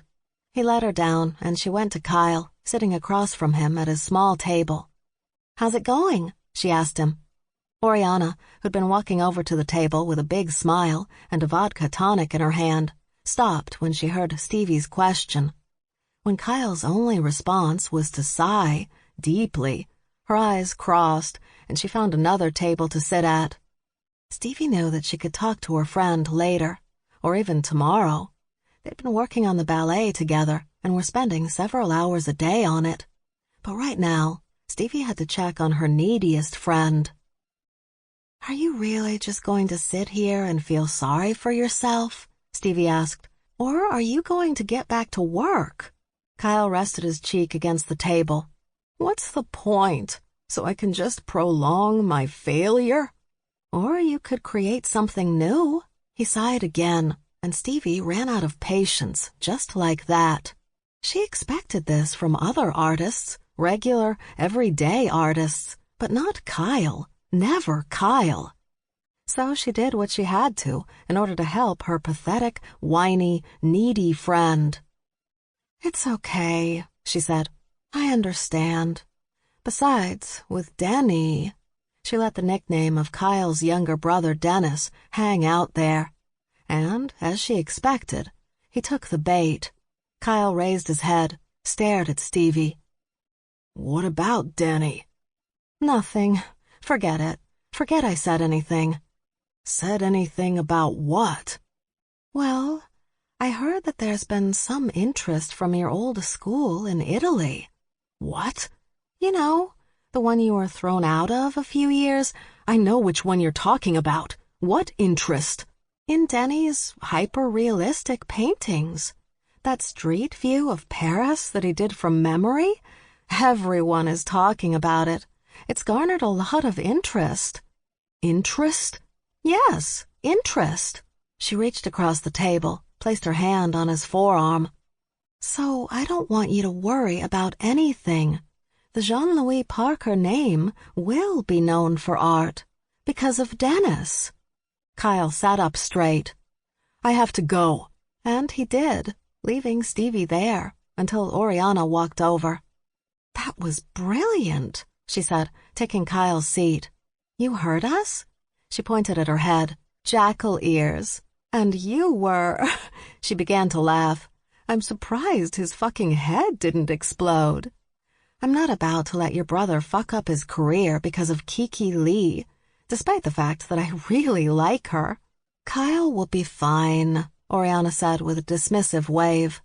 "But were you serious about Danny?" "Oh, yeah. I heard from a friend of a maestro who had been at an auction that included one of Danny's pieces, and he bought it for $850,000. Oriana's mouth dropped open. "Holy shit. He's that good?" "Yeah, he's that good." "But he never speaks. For years we all thought he had been born mute. Then one day he just started talking in very short, very quiet sentences. He wanted a grilled cheese sandwich." "Because a grilled cheese sandwich is the best sandwich." Even then he was showing his genius. "Come to bed, woman," Mickey Kendrick heard Irene Conridge's wolf husband yell from their bedroom. "He's persistent," Mickey chuckled, continuing to print pages from the Wells brothers' files that she'd finally hacked into. The more pages she discovered, the more fascinated Irene became. Mickey had no idea what her friend was discovering, and she really didn't want to know. That kind of science was not her thing. She liked computers. She liked how they worked. Plus, she didn't have to worry about putting a few elements together and creating a virus that would turn everyone into zombies. Win-win. Of course, Mickey hadn't planned on being in New York this long. Her mate and his pack lived on the West Coast, but Irene had called, and the job sounded so interesting, she'd come. Besides, according to Mickey's daughter, "You need to go. You're getting on my nerves." Brat. Mickey found some new files buried beneath more encryption than she thought possible, but when she looked up to tell Irene, she saw the woman's cold gaze fixed on a spot behind her. Mickey, who'd grown up in a rough part of eastern Texas, surrounded by wolves and bikers who could shift into wolves, had the blade she'd purchased when she'd arrived in New York out of its holster and pressed against the neck of the Asian woman standing behind her. And the Asian woman had her blade pressed against Mickey's neck. She smiled. "Nice, for a full human." "Can I help you with something?" Mickey asked, figuring if the woman had wanted her dead, she'd have slashed her throat by now. "As a matter of fact, you can." "What are you doing here?" Irene asked. Then she snapped. "Both of you put your weapons away before I get terse." Gazing into each other's eyes, Mickey and the woman lowered their blades. "Mickey Kendrick, this is Max MacKilligan. One of the sisters. I've heard about you guys. And you're the hacker." Mickey slid her knife back into the holster. "I prefer computer expert, for legal reasons, of course." "I need your help." "With what?" "I need you to track a few things down." "Like?" Irene asked, Because she's working for me right now. Hey, bitches, Mickey said, her gaze bouncing between both women. I don't belong to either of you. Now, what do you want? She asked Max. My twin aunts sent my cunt of a cousin to come to my house and kill me while my sisters were downstairs with their boyfriends. Wow. Yeah, I'm on the trail of my cousin, and I'll find her. But my aunts also stole money from my family by using my father. Now, he is an idiot. I don't think he can even send email, but he used a hacker, and I want to know who it was so we can track down the stolen money. Or, at the very least, just get the fucking money back. And I'm guessing you're the one who can find it. I can, but what do I get out of it? A feeling of accomplishment? Bitch, please. I get nearly $1,000 an hour minimum to do that sort of shit. You'll have to come at me with something better than that. Max shrugged. A few days ago, I went into an underground lab and wiped out a whole lot of fellow shifters because they kidnapped my baby sister. Now, my older sister was with me, and she did the same thing. For her, it was something she had to do to protect the family. She didn't enjoy it, but she did it. She's like a Marine, doing what she needs to do to protect the homeland. I, however, enjoyed every second of what I did, because they crossed us and went after my baby sister, who was ridiculously nice and didn't deserve any of that. So, if nothing else, for those on the outside looking in, I am wonderfully entertaining. Mickey looked over at Irene, and she nodded her head. It's true, Irene admitted. That did happen. Well then, Mickey said, throwing up her hands, I'm in. The MacKilligans got on their private plane, and Will settled into his seat. His time in the States hadn't been as bad as he thought it would be, and the boys were still talking about how good a time they'd all had, taking the piss out of an entire pride. So everyone was happy. Although he didn't really understand why Mari and the twins had done all this. Kill Uncle Pete, he meant. They'd wanted to lure him and his boys to the States. But for what? The only one who'd gotten hit was Max, nearly strangled to death in her own house. But Mari could have done that at any time, and the same message would have gotten to the rest of the family. So then, what was the point? The whole thing bothered Will, but not enough to distract him from the bigger issue, his fucking money. Where the fuck was his money? Dougie sat in the seat across from Will. You all right, Da? Pissed. Very pissed. Frowning, Dougie leaned down. What's this? He asked, pulling a briefcase out from under his seat. Did you put this here? No, what is it? Dougie opened it up, and his breath caught, his gaze lifting to Will's. Fuck! She was telling the pilot of a private plane to get in line for takeoff when the entire building shook. Screaming, she dropped to the floor, arms over her head. Some of her co-workers hit the floor around her. Some dove under desks. Glass from the windows exploded around them, and she just tried to hold on, tried not to panic. Finally, in what felt like hours, but was really only seconds, everything calmed down. The building no longer shook. The sound of glass falling all around them stopped. Carefully, she stood and looked out the now glass-free window at the airstrip. The private plane owned by the Scottish men was now nothing more than bent and twisted metal that was still burning. Around what was left of the plane were bodies, and, from what she knew, all of them were family. An entire family wiped out in 1 second. Call 911. She froze, leaned closer to what was left of her windows. What is it? One of her co-workers asked, but she didn't know how to answer. She didn't know what she was seeing. Shen found Stevie sitting on the stage, her legs dangling over the edge. The band had done one more hour-long set, this time of Jimi Hendrix and Beatles favorites. The whole thing was a success, and he sensed that he'd be spending way more time around wild dogs. With the other bandmates packing up behind her, and the bar starting to clear out for the night, the regular lights came on, and Shen noticed that Stevie was frowning. He sat down next to her. "I saw Kyle running out of here. Everything okay?" "Yeah, I just told him his baby brother was his competition, and the kid was going to outdo him if he didn't get off his ass and stop feeling sorry for himself, but I said it much nicer." "Then what's wrong? You look upset." "No, this isn't my upset face.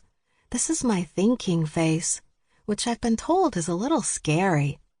"What are you thinking about?" "I got a call from Van Holt's earlier today. They are confiscating, his word, the underground lab James Wells was using. They're going to take it over, and they want me to run it." "To do what?" "Not sure yet. I know they want me and Conridge to keep looking into what Wells was up to, in case he was doing anything besides fucking with the DNA of hybrids. But after that, I don't know, and I'm not sure they know." "Then you might be able to make of it what you will." "Yeah, or it's their way of keeping a close tab on me." "It's probably partly that, too." "Yeah, but if I take the job, my old boss won't be happy. He just emailed me again this morning." "Do you want to go back to CERN?" "I don't really know." She looked at him. "Do you want to live in Switzerland?"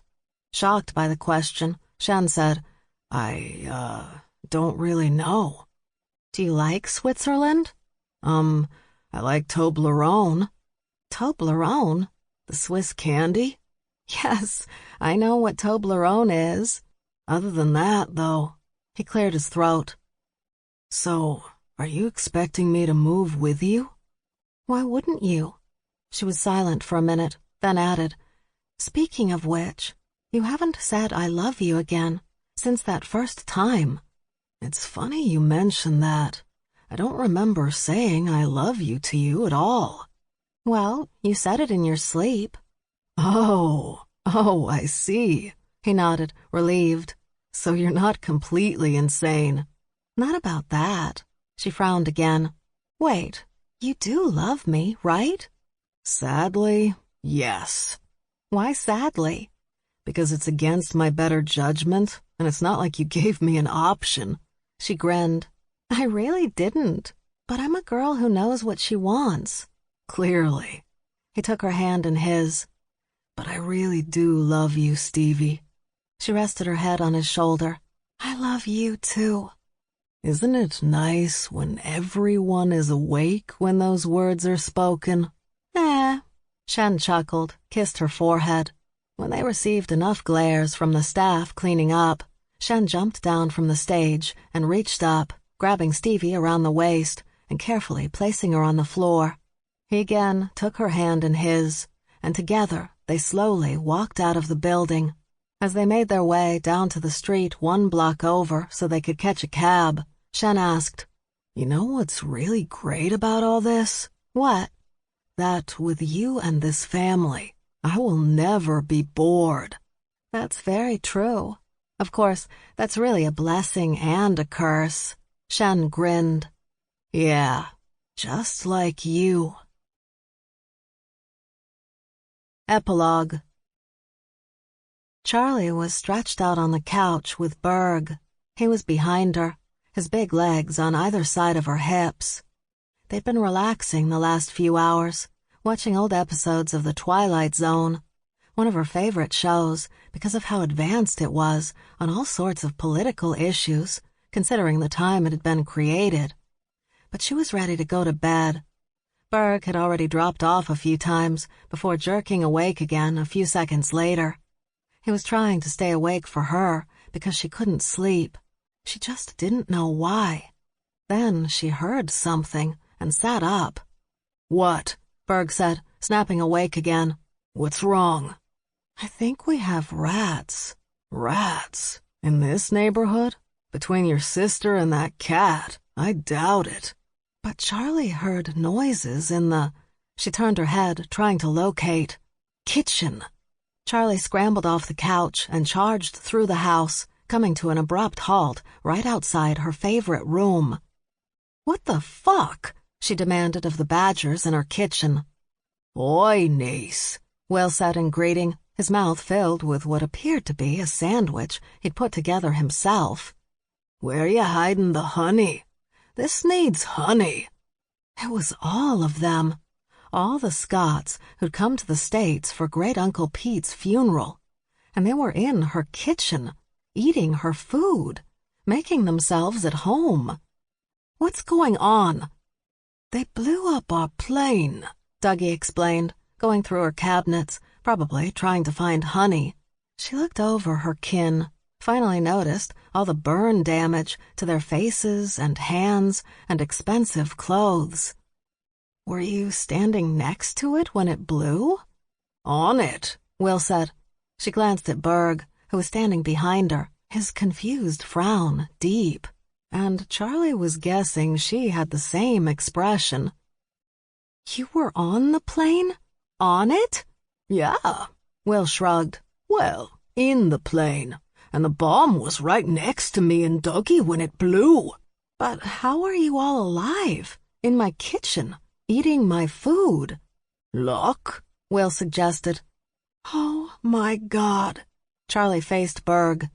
"There is literally no way to kill a MacKilligan male, which means my father is going to live forever." "Oh, now, sweet Charlie," her uncle said, attempting to soothe. "You've got to have faith, lass. I'm sure that someone will kill the bastard. And then we can all have a party. Wouldn't that be nice?" "Not really."